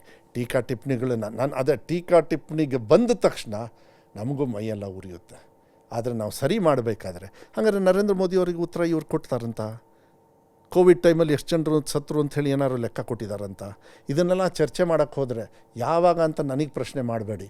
ನಾವು ಮಾಡಿದ್ದು ಸರಿ ಇದೆ ಅಂದರೆ ನಮ್ಮ ರಾಜ್ಯದ ಜನರಿಗೆ, ನಮ್ಮ ಭಾಷೆಗೆ, ನನ್ನ ಕರ್ತವ್ಯಕ್ಕೆ, ನನ್ನ ಮುಖ್ಯಮಂತ್ರಿಗಳ ಅಪ್ಪಣೆಯನ್ನು ತಗೊಂಡು ನಾವು ಮಾಡೋದಕ್ಕೆ ನನಗೆ ಅಧಿಕಾರ ಇದೆ. ಸ್ವಂತ ಶಕ್ತಿ ಮೇಲೂ ನಾವು ಮಾಡ್ಬೋದು. ಸರಿ ಇದೆ ಅಂದರೆ ಮಾಡು ಅಂದರು. ನಿನ್ನ ವಿವೇಚನೆ ಅಲ್ಲಪ್ಪ, ನಿಂದು ಅದು, ನೀನು ಕ್ಯಾಬಿನೆಟ್ ಮಿನಿಸ್ಟ್ರು, ನನಗಿತ್ತು. ಬಟ್ ಆದರೂ ಕೂಡ ನನಗೆ ಹಿರಿಯರವರು, ಅವ್ರಿಗೆ ಮಾರ್ಗದರ್ಶನ ಬೇಕು, ಅವ್ರ ಜವಾಬ್ದಾರಿ ತೊಗೊಳ್ಳೇಬೇಕು, ಅವ್ರ ಮೂಲಕನೇ ನಾನು ಮಾಡಬೇಕು ಈ ಜವಾಬ್ದಾರಿನ ಅಂಥೇಳಿ ನಾನು ಹೋಗಿ ಮಾಡಿದ್ದೀನಿ. ಇದನ್ನು ಅಲ್ಪದಲ್ಲಿರ್ತಕ್ಕಂಥವ್ರು ಬಹುಮುಖ್ಯವಾಗಿ ಹೋಗ್ತಾರೆ ಅಂತ ಹೇಳಿದರೆ ಏನು ಫಿಕ್ಷನ್ ಉದಾಹರಣೆ? ಆದರೆ ರಾಜ್ಯಪಾಲರು ಕೂಡ ಈ ವಿಚಾರದಲ್ಲಿ ಒಂದು ಪತ್ರವನ್ನು ಬರೆದ್ರು, ಮುಖ್ಯ ಕಾರ್ಯದರ್ಶಿಯವರಿಗೆ ಒಂದು ಪತ್ರವನ್ನು ಬರೆದು ಇದನ್ನು ನೀವು ಪುನರ್ ಪರಿಶೀಲನೆ ಮಾಡಿ. ಹಾಗಾದ್ರೆ ಮೋಸ್ಟ್ಲಿ ರಾಜ್ಯಪಾಲರಿಗೆ ನೀವು ನೆಕ್ಸ್ಟ್ ಟೈಮ್ ಸಿಕ್ಕಾಗ ಅಮಿತ್ ಶಾ ಅವ್ರು ಏನಾದ್ರು ಫೋನ್ ಮಾಡಿದ್ರೆ ಹಿಂದಿಯನ್ನು ನೋಡಿ ಹಿಂಗೆ ಮಾಡ್ತಾ ಇದ್ದಾರೆ ಅಂತ ಕೇಳಿ. ಹಿಂದಿಯನ್ನು ಭಾಳ ಗೌರವದಿಂದ ನಾವು ಕಂಡಿದ್ದೀವಿ, ಗ್ರೇಡಿಂಗ್ ಮಾಡಿದ್ದೀವಿ ಅಷ್ಟೇ. ನಂಬರ್ ಬಿಟ್ಟುಬಿಟ್ಟು ಗ್ರೇಡಿಂಗ್ ಮಾಡಿದ್ದೀವಿ. ಅದನ್ನು ಅರ್ಥನೇ ಮಾಡ್ಕೊಳ್ಳೋ ಪ್ರಜ್ಞಾನನೇ ಇಲ್ಲ ಅಂತ ಹೇಳಿದರೆ ಅಮಿತ್ ಶಾ ಅವರಿಗೆ ನಾನು ರಾಜ್ಯಪಾಲರ ಬಗ್ಗೆ ಮಾತಾಡಿಸ್ತಕ್ಕಂಥ ಅಷ್ಟು ದೊಡ್ಡ ಮನುಷ್ಯ ಅಲ್ಲ. ಮಾಧ್ಯಮದಲ್ಲಿ ನೀವೇ ಕೂಡ ಹೇಳಿದಿರಿ, ಮಾಧ್ಯಮದವ್ರು ಅದಕ್ಕೂ ರಿಯಾಕ್ಟ್ ಮಾಡಿದ್ದೀರಿ. ಕನ್ನಡ ಪರ ಹೋರಾಟಗಾರರು ಮಾಡಿದ್ದಾರೆ, ನನ್ನ ಪರವಾಗಿ ಅವರು ಉತ್ತರ ಕೊಟ್ಟಿದ್ದಾರೆ, ಅವರಿಗೂ ಕೊಟ್ಟಿದ್ದಾರೆ, BJPಯವ್ರಿಗೂ ಕೊಟ್ಟಿದ್ದಾರೆ. ಶೋಭಾ ಕಾರಂದ್ಲೆ ಅವರು ಭಾಳ ಚೆನ್ನಾಗಿ ಹೇಳಿದರು, ಈ ಶಿಕ್ಷಣ ಸಚಿವನಿಗೆ ಶಿಕ್ಷಣನೇ ಇಲ್ಲ ಅಂತ. ನನ್ನ ರಿಸಲ್ಟ್ ಕೊಟ್ಟಿದ್ದಾರೆ ಮಕ್ಕಳು. ನಿಮ್ಮನ್ನು ಏನು ರೀ ಮರ್ಯಾದೆ ಇದೆ ನಿಮಗೆ? ನಿಮ್ಮ ಹಣೆ ಬರೋಕ್ಕೆ ಕಾಪಿ ಹೊಡೆದುಬಿಟ್ಟು ಮಕ್ಕಳನ್ನ ಹಾಳು ಮಾಡ್ತಾಯಿದ್ರಿ, ಐಡಿಯಾಲಜಿಕಲ್ ಬೇಸ್ಡನ್ನು ಹೇಳ್ಕೊಟ್ಬಿಟ್ಟು ಹಾಳು ಮಾಡ್ತಾಯಿದ್ರಿ. ಇವತ್ತು ನನಗೆ ಹೆಮ್ಮೆ ಇದೆ, ಇದೇ ಏನು ಶಿಕ್ಷಣ ಇಲ್ಲದೆ ಇರತಕ್ಕಂಥ ಮಂತ್ರಿ ಅಂದ್ರಲ್ಲ, ನೀವು ವಿವೇಚನೆ ಇಲ್ಲದೆ ಇರತಕ್ಕಂಥ ಸೆಂಟ್ರಲ್ ಮಿನಿಸ್ಟ್ರು. ನಾನು ಹಿಂದಿ ಕಲ್ತಿದ್ದೀನಿ, ಸೆಂಟ್ರಲ್ ಮಿನಿಸ್ಟರ್ ಅವ್ರು ಹಿಂದಿ ಕೇಳಿದ್ದೀರ ನೀವು? ಅಚ್ಚಾ ಹಿಂದಿ ಮೇ ಬೋಲ್ ಸಕ್ತಾ ಹೂँ ಶೋಭಾ ಕಾರಂದ್ಲೆ नहीं. ನನಗೆ ಹೇಳ್ಕೊಟ್ಟಿದ್ದಾರೆ, ಸ್ವಲ್ಪ ನನಗಿದ್ದಾರೆ ಸ್ನೇಹಿತರು, ನಾನು ದ್ವೇಷ ಮಾಡಲ್ಲ. ಆ ಸಂದರ್ಭದಲ್ಲಿ ನೀವು ದ್ವೇಷ ಮಾಡ್ತೀನಿ. ಶೋಭಾ ಕಾರಂದ್ಲೆಗೆ ಕನ್ನಡಿಗರು ಉತ್ತರ ಕೊಟ್ಟಿದ್ದಾರೆ. ಗವರ್ನರ್ ಅವರು ಬರಬಾರ್ದಾಗಿತ್ತು, ಹೊರಟ್ಟಿ ಸಾಹೇಬರು ಬರಬಾರ್ದಾಗಿತ್ತು. ಹೊರಟ್ಟಿ ಸಾಹೇಬರು ಆ ಜಾಗದಲ್ಲಿ ಕೂತ್ಕೊಂಡು ಇದನ್ನು ಪ್ರಶ್ನೆ ಮಾಡೋದು. ಮೋಸ್ಟ್ಲಿ ಯಾರು ಹಿಂದಿ ಟೀಚರ್ಸು ಇದ್ರ ಬಗ್ಗೆ ಪ್ರಶ್ನೆ ಕೇಳಿರ್ತಾರೆ. ಈ ಮಾಧ್ಯಮದ ಮೂಲಕ ಎಲ್ಲ ಹಿಂದಿ ಶಿಕ್ಷಕರಿಗೆ ನಾನು ಹೇಳಲಿಕ್ಕೆ ಇಷ್ಟಪಡ್ತೀನಿ, ಹೊಟ್ಟೆಪಾಡಿಗೆ ಹಿಂದಿಯನ್ನು ಪಾಠವಾಗಿ ಹೇಳ್ಕೊಡ್ತಾ ಇದ್ದಾರೆ ನಮ್ಮ ಕನ್ನಡಿಗರು. ಯಾರನ್ನೂ ತೆಗೆಯೋದಿಲ್ಲ, ಅವ್ರು ಸೇಮ್ ಫೆಸಿಲಿಟಿ ಎಲ್ಲ ಇರುತ್ತೆ. ನಂಬರ್ ಬದಲು ಗ್ರೇಡಿಂಗ್ ಇರುತ್ತೆ. ರೆಗ್ಯುಲರ್ ಆಗಿ ಹಿಂದಿ ಹೇಳ್ಕೊಡ್ತಾ ಇರ್ತೀರ. ರಿಕ್ರೂಟ್ಮೆಂಟ್ ಕೂಡ ಮುಂದೆ ನಡೀತಾನೆ ಇರ್ತದೆ. ಅದು ಆ ಪ್ರಾಂತ್ಯನೋ, ಅದರಿಂದ ನಾವು ತೆಗೆಯೋದಿಲ್ಲ. ಯಾವಾಗವರೆಗೂ 3 ಭಾಷೆ ಇರ್ತದೆ, ಆ 3 ಭಾಷೆಗೆ ಹಿಂದಿ ಅಂತ ಹೇಳೋದಿಲ್ಲ. ಹಿಂದಿ ಇರ್ಬೋದು, ತಮಿಳ್ ಇರ್ಬೋದು, ಯಾವುದೇ ಇರ್ಬೋದು, ಯಾವುದೇ ಭಾಷೆಯನ್ನು ಯಾವ್ದಾರೋ ಟೀಚರ್ಸು ನಮ್ಮ ಕನ್ನಡಿಗರು ಇಲ್ಲ ಬೇರೆ ಕಡೆಯಿಂದ ಬಂದವರು ಆ ಭಾಷೆನ ಹೇಳ್ಕೊಡ್ತಾ ಇದ್ದಾರೆ. ಲಾ ಆಫ್ ದ ಲ್ಯಾಂಡ್ ನಡೀತಾ ಇದೆ ಅಂದರೆ ಅವ್ರು ಯಾರಿಗೂ ತೊಂದರೆ ಆಗೋಲ್ಲ. ಇವರೆಲ್ಲರೂ ಮಿಸ್ಗೈಡ್ ಮಾಡ್ತಾ ಇದ್ದಾರೆ. ಮಿಸ್ಗೈಡ್ ಆಗೋಂಥ ಪ್ರಶ್ನೆ ಇಲ್ಲ. ಎಲ್ಲರಿಗೂ ತೃಪ್ತಿಯಾಗಿದೆ. ಈಗ ಒಂದಿಷ್ಟು ತಲೆಹರಟೆಗಳಿದ್ದಾರೆ, ಪರವಾಗಿಲ್ಲ. ನಮ್ಮ ದೇಶದೊಳಗೆ ಅಂಬೇಡ್ಕರ್ ಅವರು ಇದು ಕೊಟ್ಟಿದ್ದಾರೆ, ಏನಂತ, ನಿಮಗೆ ಆ ಫ್ರೀಡಮ್ ಇದೆ ಅಂಥೇಳಿ. ಬಟ್ ಅದನ್ನ ಲೀಗಲಿ ಹೊಡೆದಾಕ್ತಕ್ಕಂಥ ಶಕ್ತಿ ನಮ್ಮ ಕನ್ನಡಿಗರಿಗೂ ಇದೆ, ನಮ್ಮ ಲಾ ಅಲ್ಲಿ ಇದೆ. ಅದನ್ನು ನಾವು ಮಾಡ್ತೀವಿ, ಹಿಂದೆ ಮುಂದೆ ನೋಡೋದಿಲ್ಲ. And I am very proud. ಭಾಳ ನಂಗೆ ಹೆಮ್ಮೆ ಇದೆ. ಟೀಕಾ ಟಿಪ್ಪಣಿಗಳನ್ನು ಬದಿಗಿಟ್ಟು ನನ್ನ ಮಾತೃಭಾಷೆಯನ್ನು, ನನ್ನ ಕರ್ತವ್ಯ ಏನು ಮಾಡಬೇಕು, 41 ವರ್ಷದಿಂದ ಕನ್ನಡಿಗರು ಏನು ಹೋರಾಟವನ್ನು ಮಾಡ್ತಾಯಿದ್ರು, ಅವ್ರು ತೆಗೆದೇ ಬಿಡಿ ಅಂತರು. ಆದರೆ ಅವ್ರಿಗೂ ಕನ್ವಿನ್ಸ್ ಮಾಡಿ ಅವರು ಕೂಡ ಇವತ್ತು ಅರ್ಥ ಮಾಡ್ಕೊಂಡಿದ್ದಾರೆ. ಇಂಗ್ಲೀಷ್ ಮಾಧ್ಯಮ ನಮ್ಮ ಭವಿಷ್ಯಕ್ಕೆ, ನಮ್ಮ ರಕ್ತ ಕನ್ನಡ. ಬೇರೆ ಮಾಧ್ಯಮನೂ ಕೂಡ ಪ್ರೀತಿ ಮಾಡಬೇಕು, ಅವಶ್ಯಕತೆ ಇದ್ದು ತೊಗೋಬೇಕು. ಎಲ್ಲದೂ ಇದೆ. ಕರ್ನಾಟಕ ರಾಜ್ಯ ಜನರು ಎಷ್ಟು ಒಳ್ಳೆಯವ್ರು ನೋಡಿ, ನಮ್ಮ ಸರ್ಕಾರ ಎಷ್ಟು ಒಳ್ಳೇದು ನೋಡಿ. ನಾವೇನು ಯಾರನ್ನು ತೀಕ್ಷ್ಣವಾಗಿ ಮಾಡಿಲ್ಲ. ಇಲ್ಲಿ ಈಗ ನೀವು ಒಂದು ಕಾನೂನಿನ ಮೂಲಕವಾಗಿ ಕೌನ್ಸಿಲಿಂಗ್ ಈಗಾಗಲೇ ಕಾನೂನು ನಿಯಮಗಳು ಇದ್ವು, ಆದರೆ ಅದನ್ನು ಇನ್ನಷ್ಟು ಬಲಪಡಿಸುವಂತಹ ಕೆಲಸವನ್ನು ತಾವು ಮಾಡಿದ್ರಿ. ಆದರೆ ಪ್ರಶ್ನೆ ಇರುವಂಥದ್ದು, ಇದೇ ಸಂದರ್ಭದಲ್ಲಿನೇ ಕರ್ನಾಟಕದ ಶಾಲೆಗಳ ವಿಚಾರಕ್ಕೆ ಬಂದಾಗ ಅಲ್ಲಿ ಶಿಕ್ಷಕರ ಕೊರತೆ ಇದೆ. ಸರಿಸುಮಾರು 45,000ಕ್ಕಿಂತ ಹೆಚ್ಚು ಶಿಕ್ಷಕರ ಕೊರತೆ ನಮ್ಮ ಶಾಲೆಗಳಲ್ಲಿ ಇದೆ. ಇದರ ನಡುವೆಯಲ್ಲಿ ನೀವು ನಿಮ್ಮ ಸರ್ಕಾರ, ಅದು ಹಿಂದಿನ ಸರ್ಕಾರದಿಂದ ಆರಂಭ ಆಗಿರುವಂಥದ್ದು, KPS ಶಾಲೆಗಳನ್ನು ಶುರು ಮಾಡೋದಕ್ಕೆ ಹೊರಟ್ರಿ. ಕರ್ನಾಟಕ ಪಬ್ಲಿಕ್ ಸ್ಕೂಲ್ ಅಂತ ಮಾಡ್ತಾಯಿದ್ರಿ. ಇಲ್ಲಿ ಕೂಡ ಶಿಕ್ಷಕರಿಗನ್ನ, ಯಾಕೆಂದರೆ ಬೈಲಿಂಗ್ವಲ್ ಬೇಕಾಗತ್ತೆ, ಅಲ್ಲಿ ಇಂಗ್ಲೀಷ್ ಮಾಧ್ಯಮದಲ್ಲಿ ಇದು ಮಾಡಬೇಕಾಗತ್ತೆ. ಇಂಗ್ಲೀಷ್ ಮಾಧ್ಯಮದ ಶಿಕ್ಷಣದ ಅವಶ್ಯಕತೆ ಇದೆ. ಆಮೇಲೆ ನೀವು ಮ್ಯಾಗ್ನೆಟ್ ಸ್ಕೂಲ್ಗಳು ಈ ಥರದಲ್ಲಿ ಭಾಳಷ್ಟು ಕಾನ್ಸೆಪ್ಟ್ಗಳನ್ನು ಇದರೊಳಗಡೆ ತಂದಿದ್ದೀರಿ ಈಗಾಗಲೇ. ಆದರೆ ಪ್ರಶ್ನೆ ಇರುವಂಥದ್ದು, KPS ಶಾಲೆಗಳನ್ನು ನೀವು ಈಗ ಈ ವರ್ಷ 800 ಶಾಲೆಗಳನ್ನು ಹೊಸದಾಗಿ ಮಾಡಿದಿರಿ. ಅಷ್ಟು ಶಿಕ್ಷಕರನ್ನು ಹೆಂಗೆ ಕೊಡ್ತೀರಿ? ಎಲ್ಲಿ ನೀವು ಸರ್ಕಾರಿ ಶಿಕ್ಷಕರಿಗೆ ಕೊಡೋದಕ್ಕೆ ಸಾಧ್ಯ ಇಲ್ಲ. ಏನಾಗುತ್ತೆ, ನಾವು ಯಾವತ್ತೂ ಕೂಡ ಶಿಕ್ಷಕರ ಕೊರತೆ ನನ್ನಿಂದ ಆಗಿದ್ದ ಇಲ್ಲ ಪೂರ್ವಕರಿಂದ ಆಗಿದ್ದ? ನಾನು ನಿಮಗೆ ಪ್ರಶ್ನೆ ಕೇಳಿ. ಎಲ್ಲ ಸರ್ಕಾರಗಳ ಕಾರಣದಿಂದ. ಎಲ್ಲ ಬಂದ ಮೇಲೆ 13,000 ಟೀಚರ್ಸ್ನ ರಿಕ್ರೂಟ್ಮೆಂಟ್ ಮಾಡೋದು. ಸೊ ರಿಟೈರ್ಡ್ ಆಗೋದಕ್ಕಿಂತ ಜಾಸ್ತಿನ ರಿಕ್ರೂಟ್ಮೆಂಟ್ ಮಾಡಿದ್ದೀನಿ. ಸೊ ನನ್ನ ಕೆಲಸ ಮಾಡ್ಕೊಂಡು ಬಂದಿದ್ದೀನಿ. ಮತ್ತು ಇನ್ನೂ ಕೂಡ 15,000 ಅಟ್ ಎ ಟೈಮ್ ಸಿದ್ದರಾಮಯ್ಯ ಸಾಹೇಬರಿಗೂ ಕೂಡ ನೀವು ಎಲ್ಲ 40,000 ತಗೊಳ್ಳಿ ಅಂತ ಹೇಳಿದರೆ ತಪ್ಪಾಗ್ತದೆ, ಕರೆಕ್ಟಾ? ಬಟ್ ಸ್ಟ್ಯಾಂಡ್ ಬೈ ಇದೆ ನಮಗೆ. ಆದರೆ ಈ ಸತಿ 15,000 ಟೀಚರ್ಸ್ನ ನಾನು ರಿಕ್ರೂಟ್ ಮಾಡ್ತಾಯಿದ್ದೀನಿ. ಸೊ ನನ್ನ ಅವಧಿಯಲ್ಲಿ ಈಗ ಇಂಟರ್ನಲ್ ರಿಸರ್ವೇಷನ್ ಆದ ತಕ್ಷಣ ಅದು ಇನ್ನೊಂದು 5-6 ತಿಂಗಳೊಳಗಂತೂ ಆಗಲೇಬೇಕು. ಯಾಕೆಂದರೆ ಆಗಲಿಲ್ಲ ಅಂದರೆ ತುಂಬ ಕಷ್ಟ ಆಗುತ್ತೆ. ಬಿಕಾಸ್ ಅಡ್ಮಿನಿಸ್ಟ್ರೇಷನ್ ಬರೀ ನಂದು ಡಿಪಾರ್ಟ್ಮೆಂಟ್ ಅಲ್ಲ, ಎಲ್ಲ ಡಿಪಾರ್ಟ್ಮೆಂಟಲ್ಲೂ ಕೂಡ ಆಗಬೇಕು. ಸ್ವಲ್ಪ ಆ ಇಂಟರ್ನಲ್ ರಿಸರ್ವೇಷನಲ್ಲಿ ಏನು ಗೊಂದಲ ಇದೆ ಅದನ್ನು ಸ್ಪೆಷಲ್ ಕ್ಯಾಬಿನೆಟ್ ಇಟ್ಟು ಅದನ್ನು ತೀರ್ಮಾನವನ್ನು ನಮ್ಮ ಸರ್ಕಾರ ತಗೊಳುತ್ತೆ. ಎಲ್ಲರಿಗೂ ನ್ಯಾಯ ಕೊಡ್ತಕ್ಕಂಥದ್ದು ನಮ್ಮ ಭಾಳ ಮುಖ್ಯ. ಆದರೆ ಇಲ್ಲಿ ಎರಡೂ ಸೇರಿದರೆ 28,000 ಪ್ಲಸ್ ಅನುದಾನಿತ ಶಾಲೆಯಲ್ಲೂ 6,000 ಟೀಚರ್ಸು. ಸೊ 32-33 ಸಾವಿರ ಟೀಚರ್ಸ್ನ ನನ್ನ ಅವಧಿಯಲ್ಲಿ ಈಗ ಇನ್ನೊಂದು 5-6 ತಿಂಗಳೊಳಗೆ ಮುಗಿಸ್ದಂಗೆ ಆಗುತ್ತೆ, ತೊಗೊಂಡಂಗೆ ಆಗುತ್ತೆ. ಓಕೆ. ಅದಾದ್ರೂ ಕೂಡ ನನಗೆ ಅತಿ ಶಿಕ್ಷಕರನ್ನು ತಗೊಳ್ತಕ್ಕಂಥ ಅವಕಾಶ ಇದೆ. ಅದಕ್ಕೆ ನಾನು ಕಂತಲ್ಲಲ್ಲ. ಅತಿ ಶಿಕ್ಷಕರು they are equivalent to regular teachers. ಪಾಪ ಅವರು ಕಾಯ್ತಾ ಇದ್ದಾರೆ, ಎಕ್ಸಾಮ್ ಬರೆದಿದ್ದಾರೆ, ಈಗಾಗಲೇ TET ಬರೆದಾಯಿತು, ನೆಕ್ಸ್ಟು ಅವರು ಕೂಡ ಪರ್ಮನೆಂಟ್ ಜಾಬಿಗೂ ಕೂಡ ಹುಡುಕ್ತಾ ಇದ್ದಾರೆ, ಅದು ಒಂದು ಕಡೆ. ಬಟ್ ಅತಿ ಶಿಕ್ಷಕರನ್ನು ನಾವು ತಗೊಂಡು ಶಿಕ್ಷಕರನ್ನು ತಗೊಳ್ತಾ ಇದ್ದೀನಿ. ಇಲ್ಲಿ ಏನು ಮಾಡಿದೆ ಅಂದರೆ ಎಲ್ಲ ಕರ್ನಾಟಕ ಪಬ್ಲಿಕ್ ಶಾಲೆಗಳಲ್ಲಿ, ಫಾರ್ ಎಕ್ಸಾಂಪಲ್ ನನ್ನ ಆನವಟ್ಟಿ ಶಾಲೆಯಲ್ಲಿ 3,800 ಮಕ್ಕಳಿದ್ದಾರೆ. KPS ಶಾಲೆಯಲ್ಲಿ ಹೌದು, ಕೆಲವು ಕಡೆಗೆ ನಮ್ಮ ನಯನಾವರ ಕ್ಷೇತ್ರ ಮೂಡಿಗೆರೆ ಕಳಸ ಅಲ್ಲಿ ಸುಮಾರು 1,800. ಈಗ ನಾನು ಅದನ್ನ KPS ಅಂತ ಫೈನಲ್ ಆಗಿ ಕಂಬೈನ್ ಮಾಡಿ ಅನೌನ್ಸ್ ಮಾಡಿ ದೂರ ಇತ್ತು, ಕಂಬೈನ್ ಅಂತ ಹೇಳಿ KPS ಅಂತ ಕೊಟ್ಟಿರೋದ್ರಿಂದ ದೇ ಆರ್ ಟಾರ್ಗೆಟಿಂಗ್ 2,500 ಮಕ್ಕಳು. ಸೊ ಅವಾಗ ಮಕ್ಕಳು ಟೀಚರ್ಸ್ ಜಾಸ್ತಿ ಬೇಕು, ಡಿಮಾಂಡ್ ಅಲ್ಲಿ ಜಾಸ್ತಿ ಇರೋದ್ರಿಂದ. ಸೊ ನಮ್ಮ ಟ್ರಾನ್ಸ್ಫರ್ ಪ್ರೋಸೆಸ್ಸಲ್ಲಿ ಏನು ಮಾಡಿದ್ವಿ, ಪ್ರಿಫರೆನ್ಸ್ ಅಲ್ಲಿಗೆ ಫಸ್ಟ್ ಕೊಡ್ತಾ ಇದ್ದೀವಿ ಹೊರತು ನಾವು ತೆಗಿತಾ ಇಲ್ಲ ಎಲ್ಲೂ. ಬಟ್ ಎಲ್ಲಿ ಕೊರತೆ ಬರುತ್ತೆ ಅಂದಾಗ ಅಲ್ಲಿ ನಾವು ಗೆಸ್ಟ್ ಟೀಚರ್ಸ್ನು ಕೂಡ ಇಲ್ಲ ರೆಗ್ಯುಲರ್ ಪರ್ಮನೆಂಟ್ ಟೀಚರ್ಸ್ಗೂ ಅವರಿಗೂ ಅವಕಾಶ ಇದೆ. ಬಟ್ ಲಾಸ್ಟ್ ಟೈಮು 25 ಮಕ್ಕಳು ಒಳಗಿರ್ತಕ್ಕಂಥ ಶಾಲೆಗಳಿಗೆ ಟ್ರಾನ್ಸ್ಫರ್ ಆಪ್ಷನ್ನೇ ತೆಗೆದುಬಿಟ್ವಿ ನಾವು. ಏನಾಗಿದೆ ಹರಿಪ್ರಸಾದ್ ಅವರೇ, we have to know the gist of the problem. ಯಾಕೆ ಇದು ನಾವಿಲ್ಲಿ ಈ ಸ್ಥಿತಿಯಲ್ಲಿ ಇದ್ದೀವಿ ಅಂತ. ಮುಂಚೆ ಯಾರು ರೋಡ್ ಕೇಳ್ತಾ ಇರಲಿಲ್ಲ, ಎಲ್ಲರೂ ಊರಿಗೊಂದು ಶಾಲೆ ಕೇಳೋರು. ನಮ್ಮ ತಂದೆಯವರೆಲ್ಲ ಇದ್ದ ಆ ಶಾಲೆಗಳು ತುಂಬ ಆಗಿಬಿಟ್ಟು ಅಷ್ಟು ಮಕ್ಕಳು ಪ್ರೊಡಕ್ಷನ್ ಇಲ್ಲ ನಮ್ಮ ಇದರೊಳಗೆ ನೋಡಬೇಕಾಗ್ತದೆ. ಪ್ರೈವೇಟ್ ಅವ್ರಿಗೂ ಕೂಡ ನಾವು ವೀಕ್ ಆದ್ವಿ, ಪ್ರೈವೇಟ್ ಅವರು ಸ್ಟ್ರಾಂಗ್ ಆದರು. ಪ್ರೈವೇಟ್ ಅವರು ನಮ್ಮ ಸಂವಿಧಾನದಲ್ಲಿ ಅವರಿಗೂ ಕೂಡ ಅವಕಾಶ ಇದೆ. ಬಟ್ ನಾವು ಫ್ರೀ ಕೊಟ್ಟು ಸಿಕ್ಕಾಕೋತಾ ಇದ್ದೀವಿ, ನಂಬರ್ಸ್ ಕಮ್ಮಿ ಆಗ್ತಾ ಇದೆ. ಯಾಕೆ ಅಂತ ನೋಡಿದಾಗ ಕ್ವಾಲಿಟಿ ಆಫ್ ಎಜುಕೇಷನ್ನು ನಮ್ಮ ಸಿಸ್ಟಮಲ್ಲಿ ಏನೋ ಕೊರತೆಗಳಿತ್ತು, ಅದನ್ನ ಸರಿ ಮಾಡ್ಕೊಂಡು ಬಂದ್ವಿ. ಈಗ 12th ಸ್ಟ್ಯಾಂಡರ್ಡು PUCಯಲ್ಲಿ ಗ್ರಾಮಾಂತರ, ಅದು ಸರ್ಕಾರಿ ಶಾಲೆಯಲ್ಲಿ ಭಾಳ ರೈಸ್ ಆಯಿತು. ಈಗ ಮಕ್ಕಳು ಕಾನ್ಫಿಡೆನ್ಸ್ ಇಟ್ಟರೋ ಇಲ್ವೋ, ಫಸ್ಟ್ ಹೆಜ್ಜೆ ನಾವು ಇಟ್ಟೋ ಇಲ್ವೋ, ದಾಪಗಾಲು ಇಟ್ಟೋ ಇಲ್ವೋ, ನಾಳೆ ಬಡವರಿಗೆ ಆರ್ಥಿಕ ಹೊರೆ ಆಗದೇ ಇರ್ತಕ್ಕಂಥದ್ದು. ಮಂಗಳೂರಲ್ಲಿ ಎಲ್ಲರೂ ಹೋಗಿ ಓದ್ತಾರೆ. ಆ್ಯಕ್ಚುಲಿ ಮಂಗಳೂರಿಗರ ಅವರು ಯಾರು ಮಂಗಳೂರಿಗರಲ್ಲ, ಅಲ್ಲಿ 10% ಮಾತ್ರ ಮಂಗಳೂರವರು, ಇನ್ನು 90% they are not from there. ಯಾಕೆಂದರೆ ನಮ್ಮ ವ್ಯವಸ್ಥೆಯಲ್ಲಿ ಹಾಳು ಮಾಡಿಬಿಟ್ಟಿದ್ದೀವಿ ನಾವು. ಆ ವ್ಯವಸ್ಥೆಯನ್ನು ಅಲ್ಲೇ ಕೊಡಬೇಕು. ಆ ವ್ಯವಸ್ಥೆ ಕೊಡೋದಕ್ಕೆ ಫಸ್ಟ್ ಯಾವುದು ಸಸಿ? KPS ಶಾಲೆಗಳನ್ನು 14 ವರ್ಷದ ಕಲಿಕೆ ಒಂದೇ ಪ್ರಿಮಿಸಸ್ಸಲ್ಲಿ. ನಿಮಗೆ ಒಂದು ಮಗು ಇದೆ, ಮಗುನ LKG UKG ಇಲ್ಲಿ, ಮಿಡ್ಲ್ ಸ್ಕೂಲಲ್ಲಿ, ಹೈಸ್ಕೂಲಲ್ಲಿ, ಕಾಲೇಜಲ್ಲಿ, ಡಿಗ್ರಿಯಲ್ಲಿ ಅನ್ನೋಷ್ಟಿಗೆ ಸುಸ್ತು ಹೊಡೆದೋಗ್ಬಿಡ್ತೀರ ನೀವು.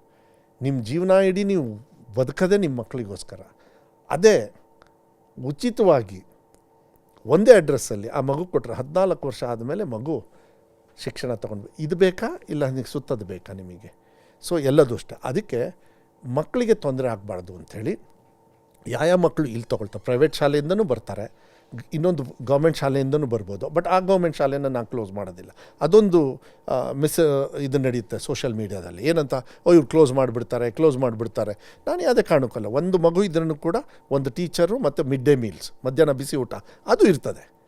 ಬಟ್ ಈ ಶಾಲೆಯಲ್ಲಿ 14 ವರ್ಷದ ತಂದೆ ತಾಯಿಯವರಿಗೆ, ರೈತರಿಗೆ, ಕೂಲಿ ಮಾಡೋರಿಗೆ ಒಂದು ಕಡೆ ಡೈರೆಕ್ಷನ್ ಸಿಕ್ಬಿಟ್ರೆ 14 ವರ್ಷದ ಕಲಿಕೆ ಇದ್ದಾಗ ಅವರಿಗೆ ಟ್ರಾನ್ಸ್ಪೋರ್ಟೇಷನ್ 5 ಕಿಲೋಮೀಟರ್ಸ್ ಲೀಡಲ್ಲಿ ಕೊಡಬೇಕಂತ ಟ್ರಾನ್ಸ್ಪೋರ್ಟೇಷನ್ನು ನಾವೇ ಕೊಡ್ತೀವಿ. ಸೊ ನಿಮಗೇನು ತೊಂದರೆ ಆಗೋಲ್ಲ, ನಿಮಗೆ ಆರ್ಥಿಕವಾಗಿ ಆಗೋದಿಲ್ಲ. ಶೂಸು, ಸಾಕ್ಸು, ಬಟ್ಟೆ, ಟೆಕ್ಸ್ಟ್ ಬುಕ್ಕು, ಮಧ್ಯಾಹ್ನದ ಊಟ, ಮಧ್ಯಾಹ್ನ ಮೊಟ್ಟೆ ನಾವು ಬಂದಮೇಲೆ. ಅದಕ್ಕೆ ನಾನು ಹೇಳಿದ್ನಲ್ಲ, CM ಅವ್ರ ಹತ್ರ ಹೋಗಿ ನಾನು ಯಾವತ್ತೂ ದುಡ್ಡು ಕೇಳಿಲ್ಲ. ಬಜೆಟ್ ಅನೌನ್ಸ್ ಆದಮೇಲೆ ದುಡ್ಡು ತಂದಿದ್ದೀವಿ. ಅದಕ್ಕೆ ಹೇಳ್ತಾರೆ ಅವನು ದುಡ್ಡು ತರ್ತಾನೆ, ಇವನು ದುಡ್ಡು ಕೇಳಲ್ಲ ಅಂತೇಳಿ. ಅಜೀಂ ಪ್ರೇಮ್ಜಿಯವರು ಏನೋ ನಮ್ಮ ಮೇಲೆ ವಿಶ್ವಾಸವನ್ನು ಇಟ್ಟು ಭಾಳ ಒಂದು ಇದನ್ನು ಮಾಡಿದರು. ಅದನ್ನು ಚೆನ್ನಾಗಿ ಯೂಸ್ ಮಾಡ್ಕೋಬೇಕು. ಅದರಲ್ಲಿ ಚಿಕ್ಕಿ ಕೊಡಬೇಕಾದ್ರೆ ತಪ್ಪುಗಳು ನಡೀತಾ ಇತ್ತು. ಆ ತಪ್ಪುಗಳನ್ನು ನಿಲ್ಲಿಸಬೇಕು ಅಂತೇಳಿ ಆ ಚಿಕ್ಕಿನೇ ನಿಲ್ಲಿಸ್ಬಿಟ್ಟೆ ನಾನು. ಯಾಕೆಂದರೆ ಮಕ್ಕಳ ಹೆಸರಲ್ಲಿ ವ್ಯವಹಾರ ಮಾಡೋದಕ್ಕೆ ಹೋಗಬಾರ್ದು, ಅದು ತಪ್ಪಾಗ್ತದೆ. ಅದಕ್ಕೆ ಅದು ವ್ಯವಹಾರ ಅಂದರೆ ಯಾರೋ ಒಬ್ಬರು ಒಳ್ಳೆ ಒಂದು ಸೋಷಿಯಲ್ ಜಸ್ಟಿಸ್ ಮೇಲೆ ಮಾಡಬೇಕೆ ಹೊರತು ಅದರಿಂದ ನಾನು ಬದುಕ್ತೀನಿ, ದುಡ್ಡು ಮಾಡ್ತೀನಿ ಅಂತ ನನಗೆ ಅಷ್ಟೊಂದು ಇಷ್ಟ ಆಗಲಿಲ್ಲ. ಅದಕ್ಕೆ ಅದನ್ನೇ ತೆಗೆದುಬಿಟ್ಟೆ. CM ಅವ್ರಿಗೂ ಮನೆ ಮುಖ್ಯಮಂತ್ರಿಗಳಿಗೆ ಕೇಳಿಕೊಂಡೆ. ಅಜೀಂ ಪ್ರೇಮ್ಜಿಯವ್ರು ಹೇಳಿದ್ರು ಬೇಕಾದ್ರೆ ಇದೊಂದು ವರ್ಷ ನಡೆಸಿ ಅಂತ. ಇಲ್ಲ, ನೀವು ಏನೋ ಒಂದು ನಂಬಿಕೆ ವಿಶ್ವಾಸದ ಮೇಲೆ ದುಡ್ಡು ಕೊಟ್ಟಿದ್ದೀರಿ, ಅದು ತಪ್ಪು ಆಗಬಾರ್ದು ಅಂಥೇಳಿ. ಯಾರು ತಪ್ಪು ಮಾಡಿರ್ತಾರೆ, ಎಲ್ಲೋ ಒಂದಿಬ್ಬರು ಮೂರು ಮಾಡಿರ್ತಾರೆ. ಆಮೇಲೆ ಕ್ವಾಲಿಟಿ ಮಾನಿಟ್ರಿಂಗ್ ಸ್ವಲ್ಪ ತೊಂದರೆ ಆಯಿತು, ಅದಕ್ಕೋಸ್ಕರ ಬಾಳೆಹಣ್ಣು ಮೊಟ್ಟೆ ಮಾಡಿದೆ. ಎಲ್ಲ ಕರೆಕ್ಟಾಗಿ ಕೊಡ್ತಾಯಿದ್ದೆ. ಯಾರಿಗಾರು ಎಲ್ಲರೂ ಕಂಪ್ಲೇಂಟ್ ಇದೆಯಾ? ಊಟದೆಲ್ಲ ಮುಂಚೆ ಬರೀ ಕಂಪ್ಲೇಂಟ್ ಬರೋವು, ಇವಾಗ ಎಲ್ಲೂ ಬರೋಲ್ಲ ಕಂಪ್ಲೇಂಟು. ಯಾಕೆಂದರೆ SDMC ಅವರಿಗೆ ರೆಸ್ಪಾನ್ಸಿಬಿಲಿಟೀಸ್ ಕೊಟ್ಟಿದ್ದೀವಿ.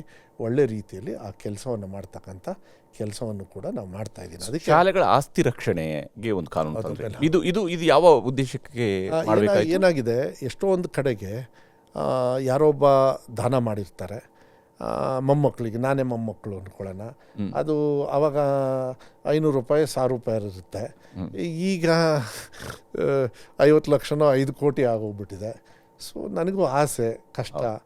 ಸೊ ಅದು ಬಟ್ ಯಾರು ಉದ್ದೇಶದ ಮೇಲೆ ಕೊಟ್ಟಿರ್ತಾನೆ, ಯಾವ ವ್ಯಕ್ತಿ ಕೊಟ್ಟಿರ್ತಾನೆ, ಆ ಶಾಲೆ ಪ್ರಾರಂಭ ಆಗೋದಕ್ಕೆ ಅವನ ದಾನ ಮಾಡಿರೋದ್ರಿಂದನೇ.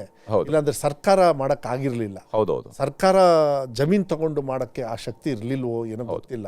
ಆದರೆ ಯಾರೋ ಒಬ್ಬ, ನನಗೆ ಎಜುಕೇಷನ್ ಇಲ್ಲ, ನನ್ನ ಜಮೀನನ್ನ ನಾನು ಕಷ್ಟಪಟ್ಟಿರೋದು ನಿಮಗೆ ಕೊಡ್ತೀನಿ ಅಂದಾಗ ಅದಕ್ಕೆ ಮಾತ್ರ ಇರಬೇಕು, ಅದು ಬೇರೆ ಕಡೆಗೆ. ಮತ್ತು ಬೇರೆಯವರು ಅದನ್ನ ಅತಿಕ್ರಮಣ ಮಾಡಿರ್ತಕ್ಕಂಥದ್ದು ಇದೆಲ್ಲ ಇರೋದ್ರಿಂದ.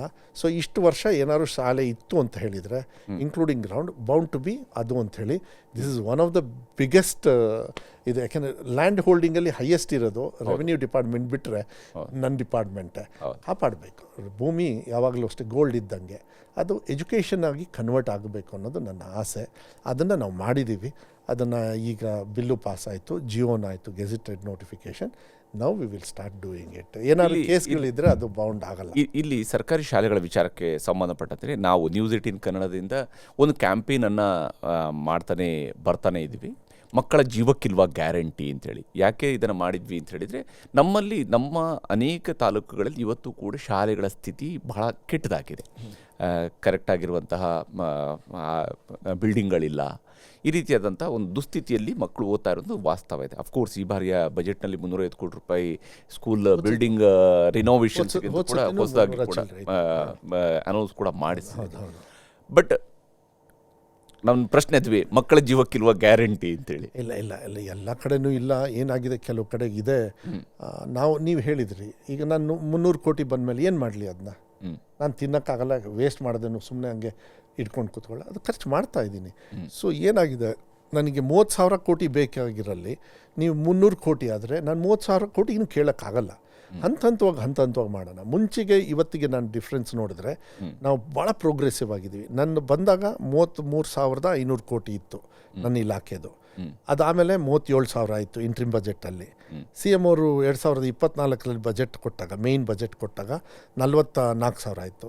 ಈಗ 44,000. ಈಗ ಅದು 45,000 46,000 ಆಗಿದೆ. ಅಂದರೆ ಬಜೆಟ್ನ ಜಾಸ್ತಿ ಕೊಡ್ತಾನೆ ಇದ್ದೀವಿ. ರಿಕ್ರೂಟ್ಮೆಂಟು ಕೂಡ ನಾವು ಮಾಡ್ಕೊಳ್ತಾ ಇದ್ದೀವಿ. ಎಲ್ಲ ಥರದ್ದು ಇರೋದ್ರಿಂದ ಎಕ್ಸ್ಪೆಂಡಿಚರ್ ನಾವು ಆರ್ ಡೂಯಿಂಗ್ ಇಟ್. ಆಮೇಲೆ ಈಗ ADB ಬ್ಯಾಂಕಿಂದ ಎಕ್ಸ್ಟ್ರಾ ದುಡ್ಡು ತಂದ್ವಿ ನಾವು. Of course it's a bank loan, ಅದು ಪೇಮೆಂಟಿಗೆ ಭಾಳ ಇದೆ. ಫಸ್ಟ್ ಟೈಮ್ ADB ಅವ್ರು ಯಾವತ್ತೂ ಕೂಡ ಕೊಟ್ಟಿರಲಿಲ್ಲ. ನೀವೇನು ಕರ್ನಾಟಕ ಪಬ್ಲಿಕ್ ಶಾಲೆ ಅಂತ ಹೇಳಿದ್ರಿ, ಅದನ್ನು ಕೂಡ ನೋಡಿ, ಮೈನಾರಿಟಿಗೆ ಬೇರೆ ಬೇರೆ ರೀತಿಯಲ್ಲಿ ತೀಕ್ಷ್ಣವಾಗಿ ಹೇಳ್ತಾರೆ. ಅವರು ಕೂಡ ನಮಗೆ ಇಂಗ್ಲೀಷ್ ಮೀಡಿಯಂ ಬೇಕು ಅಂತ ಇದ್ದಾರೆ. ಮೈನಾರಿಟಿಯವರು ಏನು ಉರ್ದು ಶಾಲೆಗಳಿದ್ದಾವೆ, ನಂತರ 4,500 ಚಿಲ್ಡ್ರೆ ಇದೆ. ಅವರು ಕೂಡ ನಾನು ಕೊಡ್ತಾ ಇಲ್ಲ ದುಡ್ಡು, ಅವ್ರ ಹಣನ, ಮೈನಾರಿಟಿಗೆ ಇಟ್ಟಿರೋ ಹಣನ ಎಜುಕೇಷನಿಗೆ ಕೊಡ್ತಾ ಇದ್ದಾರೆ. ಅವರೇ ರೆಸೊಲ್ಯೂಷನ್ ಮಾಡಿ ಕೊಟ್ಬಿಟ್ರು. 200 ಶಾಲೆನ ಕರ್ನಾಟಕ ಪಬ್ಲಿಕ್ ಶಾಲೆ ದ್ವಿಭಾಷೆಯನ್ನು ಮಾಡ್ತಾ ಇದ್ದಾರೆ. ಉರ್ದು ಹೇಳ್ಕೊಡೋದು ಲ್ಯಾಂಗ್ವೇಜಾಗಿ ಹೇಳ್ಕೊಡ್ತಾರೆ, but they want English medium. ನಾವು ಇಂಗ್ಲೀಷ್ ಮೀಡಿಯಂ ಭವಿಷ್ಯಕ್ಕೆ ಕೊಡೋದು ಅಂತ ಹೇಳಿದರೆ, ಆಮೇಲೆ ಈ ಸತಿಗೆ ನಾವು ಈಗ ಮಾತಾಡ್ತಾ ಇದ್ದೀವಲ್ಲ, ಟ್ರೈನಿಂಗ್ ನಡೀತಾ ಇದೆ. 24 ಕೋಟಿ ಕೊಟ್ಟರು ಮಾನ್ಯ ಮುಖ್ಯಮಂತ್ರಿಗಳು. ಇಂಗ್ಲೀಷ್ ಮೀಡಿಯಂ ಕೊಟ್ಬಿಟ್ರು, ಅಂದರೆ ದ್ವಿಭಾಷಾ ಕೊಟ್ಟರು, ಬಟ್ ಟೀಚರ್ಸ್ ಕ್ವಾಲಿಫೈಡ್ ಇರಲಿಲ್ಲ. ಈಗ 2 ಮಂತ್ಸ್ ಟ್ರೈನಿಂಗ್ ನಡೀತಾ ಇದೆ, ಅದಕ್ಕೆ 24 ಕೋಟಿನೂ ಕೂಡ ನಾನು ಮಾನ್ಯ ಮುಖ್ಯಮಂತ್ರಿಗಳಿದೆ. ಯಾಕೆಂದರೆ ಟೀಚರ್ ಕೊಟ್ಬಿಟ್ಟಿದ್ದೀವಿ ಸರ್, ಮಕ್ಕಳಿಗೆ ಪಾಠ ಹೇಳ್ಕೊಡೋದಕ್ಕೆ ಸ್ವಲ್ಪ ಇಂಗ್ಲೀಷಲ್ಲಿ ಕಷ್ಟ ಆಗ್ತಾಯಿದೆ. ಅದು ಕನ್ನಡ ಮತ್ತು ಇಂಗ್ಲೀಷ್ ಎರಡರಲ್ಲೂ ಕೊಡೋದ್ರಿಂದ ಸ್ವಲ್ಪ ಹಣ ಬೇಕು ಅಂಥೇಳಿ ಸ್ವಲ್ಪ ಜಾಸ್ತಿ ಕೊಟ್ಟಿದ್ದೆ. ಇಲ್ಲ, ಈಗ ಇಷ್ಟು ತಗೋ, ಏನಾದ್ರು ಶಾರ್ಟೇಜ್ ಇದು ಖರ್ಚು ಮಾಡಿ ಆಮೇಲೆ ನೋಡೋಣ ಅಂತ.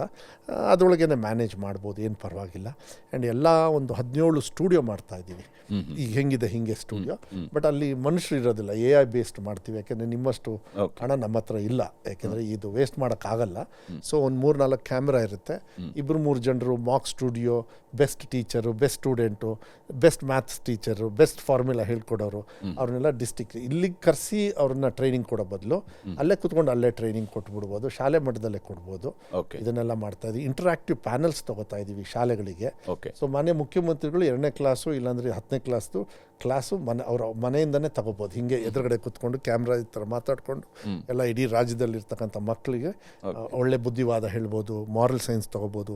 ಏನಾದ್ರು ಒಂದು ಅವರಿಗೆ ಮಾತಾಡಿದಾರೆ, ಅವ್ರು ಮಾಡ್ಬೋದು, ನಾನು ಮಾಡ್ಬೋದು, ನೀವು ಮಾಡ್ಬೋದು, ನಮಗೆ ಯಾರ ಹತ್ರ ಒಳ್ಳೇದಾಗುತ್ತೆ ನಮ್ಮ ಮಕ್ಕಳಿಗೆ ಅಂತ ಅವ್ರನ್ನ ಕರೆಸಿ ಮಾತಾಡ್ಸೋಣ. ಇದನ್ನೆಲ್ಲದೂ ಮಾಡೋದಕ್ಕೆ ಒಂದು ನೆಕ್ಸ್ಟ್ ಹಾದಿನ ತಗೋತಾ ಇದ್ದೀವಿ. ಯಾಕೆಂದರೆ ಮಾನ್ಯ ರಾಹುಲ್ ಗಾಂಧಿಯವರು ಕೂಡ AI ಬೇಸ್ಡ್ನ ಕಲಿಸಿ ಅಂತ ಹೇಳಿದ್ದಾರೆ. ಅದೆಲ್ಲ ಆಗಬೇಕಂದ್ರೆ ನಾವು ಅಪ್ಡೇಟ್ ಆಗಬೇಕು, ಅದಕ್ಕೆ ಕಂಪ್ಯೂಟರ್ ಕೊಡಬೇಕು. ಈಗ ಕರ್ನಾಟಕ ಪಬ್ಲಿಕ್ ಶಾಲೆಯಲ್ಲಿ 1ನೇ ಕ್ಲಾಸಿಂದ ಕಂಪಲ್ಸರಿ ಕಂಪ್ಯೂಟರ್ಸು, 6ನೇ ಕ್ಲಾಸ್ವರೆಗೂ ದ್ವಿಭಾಷಾ, 6ನೇ ಕ್ಲಾಸ್ ಮೇಲೆ ಸ್ಕಿಲ್ ಡೆವಲಪ್ಮೆಂಟ್ ಕಂಪಲ್ಸರಿ. ಎಲ್ಲ ಕಡೆನೂ ಸ್ಮಾರ್ಟ್ ಬೋರ್ಡ್ ಇದ್ದೇ ಇರುತ್ತೆ, ಅದು ಇಂಟರಾಕ್ಟಿವ್ ಪ್ಯಾನಲ್ಸ್ ಇದ್ದೇ ಇರುತ್ತೆ. ಅಲ್ಲಿ ಸ್ಕೂಲ್ ಬ್ಯಾಂಡ್ ಇರುತ್ತೆ, ಮ್ಯೂಸಿಕ್ ಟೀಚರ್ ಇರ್ತಾರೆ, ಆರ್ಟ್ ಟೀಚರ್ ಇರ್ತಾರೆ, ಬ್ಯಾಂಡ್. ಸೊ ನಿಮಗೇನಂತೆ ಈ ಪ್ರೈವೇಟ್ ಶಾಲೆ ಅಂಥೇಳಿ ಏನು ನೀವು ದುಡ್ಡು ಕೊಟ್ಟು ಶಾಲೆನ ಮಕ್ಕಳಿಗೆ ಕಳಿಸ್ತಾ ಇದ್ರಿ, ಅದೆಲ್ಲ ವ್ಯವಸ್ಥೆ ಇಲ್ಲೇ ಇರ್ತದೆ. ಸೊ ನಾನು ನಿಮ್ಮ ಮೂಲಕ, ಈ ಮಾಧ್ಯಮದ ಮೂಲಕ ಇಡೀ ರಾಜ್ಯದ ಜನರಿಗೆ ವಿಶ್ವಾಸ ಇಟ್ಕೊಳ್ಳಿ. ನ್ಯೂನತೆಗಳಿರ್ಬೋದು, ನನ್ನದು ಸ್ವಲ್ಪ ಸೋರ್ತಾ ಇರ್ಬೋದು, ಬಿಲ್ಡಿಂಗು, ಟೀಚರು ಒಳ್ಳೆಯವರಿದ್ದಾರೆ, ಮಕ್ಕಳನ್ನ ಇಲ್ಲಿ ಕಳಿಸಿ, ಬೆಸ್ಟ್ ಟೀಚರ್ಸ್ ಇಲ್ಲಿದ್ದಾರೆ, ರಿಸಲ್ಟ್ಸು ಇಂಪ್ರೂವ್ ಆಗ್ತಾಯಿದೆ. ನೀವೇ ನಮಗೆ ಸಪೋರ್ಟ್ ಮಾಡಲಿಲ್ಲ ಅಂದರೆ ಹೆಂಗೆ? ಕೀಳ್ಮಟ್ಟದಲ್ಲಿ ಹೋಗ್ಬಿಟ್ಟಿದೆ, ನಾನು ಏನೂ ರಿಪೇರಿ ಇನ್ಮೇಲಿಂದ ಆ ಬೇರನ್ನ ಸ್ಟ್ರಾಂಗಾಗಿ ಇಡ್ತೀವಿ. ಯಾವುದೇ ಕಾರಣಕ್ಕೂ ನಾವು ಅದನ್ನ ವೀಕ್ ಆಗೋದಕ್ಕೆ ಬಿಡೋದಿಲ್ಲ. ಮಕ್ಕಳನ್ನು ಸರ್ಕಾರಿ ಶಾಲೆಗೆ ಕಳಿಸಿ, ಕೈ ಮುಗಿದು ಮನವಿ ಮಾಡ್ತೀವಿ. ಯಾಕೆಂದರೆ ಇದು ನಿಮ್ಮ ಹಣ, ನೀವು ಸಾಲ ಮಾಡಿ ಬೇರೆ ಕಡೆ ಕಳಿಸೋದು ಬೇಡ. ವ್ಯವಸ್ಥೆಗಳಲ್ಲಿ ಸ್ವಲ್ಪ ಇಂಪ್ರೂವ್ಮೆಂಟ್ ವರ್ಷ ಮಾಡ್ತೀವಿ. ಯಾಕೆಂದರೆ ಅದಕ್ಕೆಲ್ಲ ದೊಡ್ಡ ಗಾತ್ರದ ಸಮಸ್ಯೆ ಇರೋದ್ರಿಂದ ದೊಡ್ಡ ಗಾತ್ರದ ಹಣ ಬೇಕಾಗ್ತದೆ. ಅದು ಒಂದೇ ಸತಿಗೆ ಕೊಡೋದಕ್ಕೆ ಆಗೋದಿಲ್ಲ. ಏನೇನು ನಾವು ಮಾತು ಕೊಟ್ಟಿದ್ದು ಅದನ್ನು ಮಾಡೋದ್ರ ಜೊತೆಗೆ ನನಗನ್ಸುತ್ತೆ ಯಾವುದಾದ್ರೂ ಸರ್ಕಾರ ಒಳ್ಳೆ ಕೆಲಸ ಆಗಬೇಕಂದ್ರೆ 2 ಗ್ಯಾರಂಟಿಗಳು ನಾನು ವೈಯಕ್ತಿಕವಾಗಿ ಮಾನ್ಯ ಮುಖ್ಯಮಂತ್ರಿಗಳಿಗೂ ಮನವಿ ಮಾಡ್ತೀನಿ. ಎಲ್ಲ ಜನಪ್ರತಿನಿಧಿಗಳು, ಒಂದು ಎಜುಕೇಷನ್, ಇನ್ನೊಂದು ಹೆಲ್ತ್, ಬೇರೆದೆಲ್ಲ ಇರಬೇಕು. ನಾವೇನೇನು ಮಾತು ಕೊಟ್ಟಿದ್ದೀವಿ. ಯಾಕೆಂದರೆ ನಾವು ಇಲ್ಲಿ ಕುತ್ಕೊಂಡಿರೋದಂದ್ರೆ 2,000 ರೂಪಾಯಿ ಹೋಗ್ತಾ ಇರೋದು, ನಾವು ಕೊಡ್ತೀವಿ ಅಂತ. ಅವರು 10,000 ರೂಪಾಯಿ ಎಲೆಕ್ಷನ್ಗಿಂತ ಮುಂಚೆ ಕೊಡ್ತಾರೆ. ನಾವು ತಿಂಗಳ 2,000 ರೂಪಾಯಿ ಕೊಟ್ಟಿದ್ವಿ. ರೀಸೆಂಟ್ ಎಲೆಕ್ಷನ್, ಬಿಹಾರ್ ಎಲೆಕ್ಷನ್ ತಗೊಳ್ಳಿ, UP ಎಲೆಕ್ಷನ್, ಈಗ ಮುಂಬರ್ತಕ್ಕಂಥ ಎಲೆಕ್ಷನ್ಗಳೆಲ್ಲ ಗ್ಯಾರಂಟಿಗಳ ಬಗ್ಗೆ ಹೋಗ್ತಾ ಇದ್ದಾವೆ, ಇಲ್ಲ ಅಂತ ಹೇಳೋದಿಲ್ಲ. ಮತ್ತು ಭಾಳ ಮುಖ್ಯವಾಗಿ ಒಬ್ಬ ಮನುಷ್ಯನಿಗೆ ಬೇಕಾಗಿರ್ತಕ್ಕಂಥದ್ದು health is wealth. For his future ಅವನ ಸ್ವಂತ ಶಕ್ತಿ ಮೇಲೆ ನಿಲ್ಲಬೇಕು ಅಂತ ಹೇಳಿದರೆ ಅದು ಪೆನ್ನಿಂದ, ಅಂದರೆ ಎಜುಕೇಷನ್ನಿಂದ.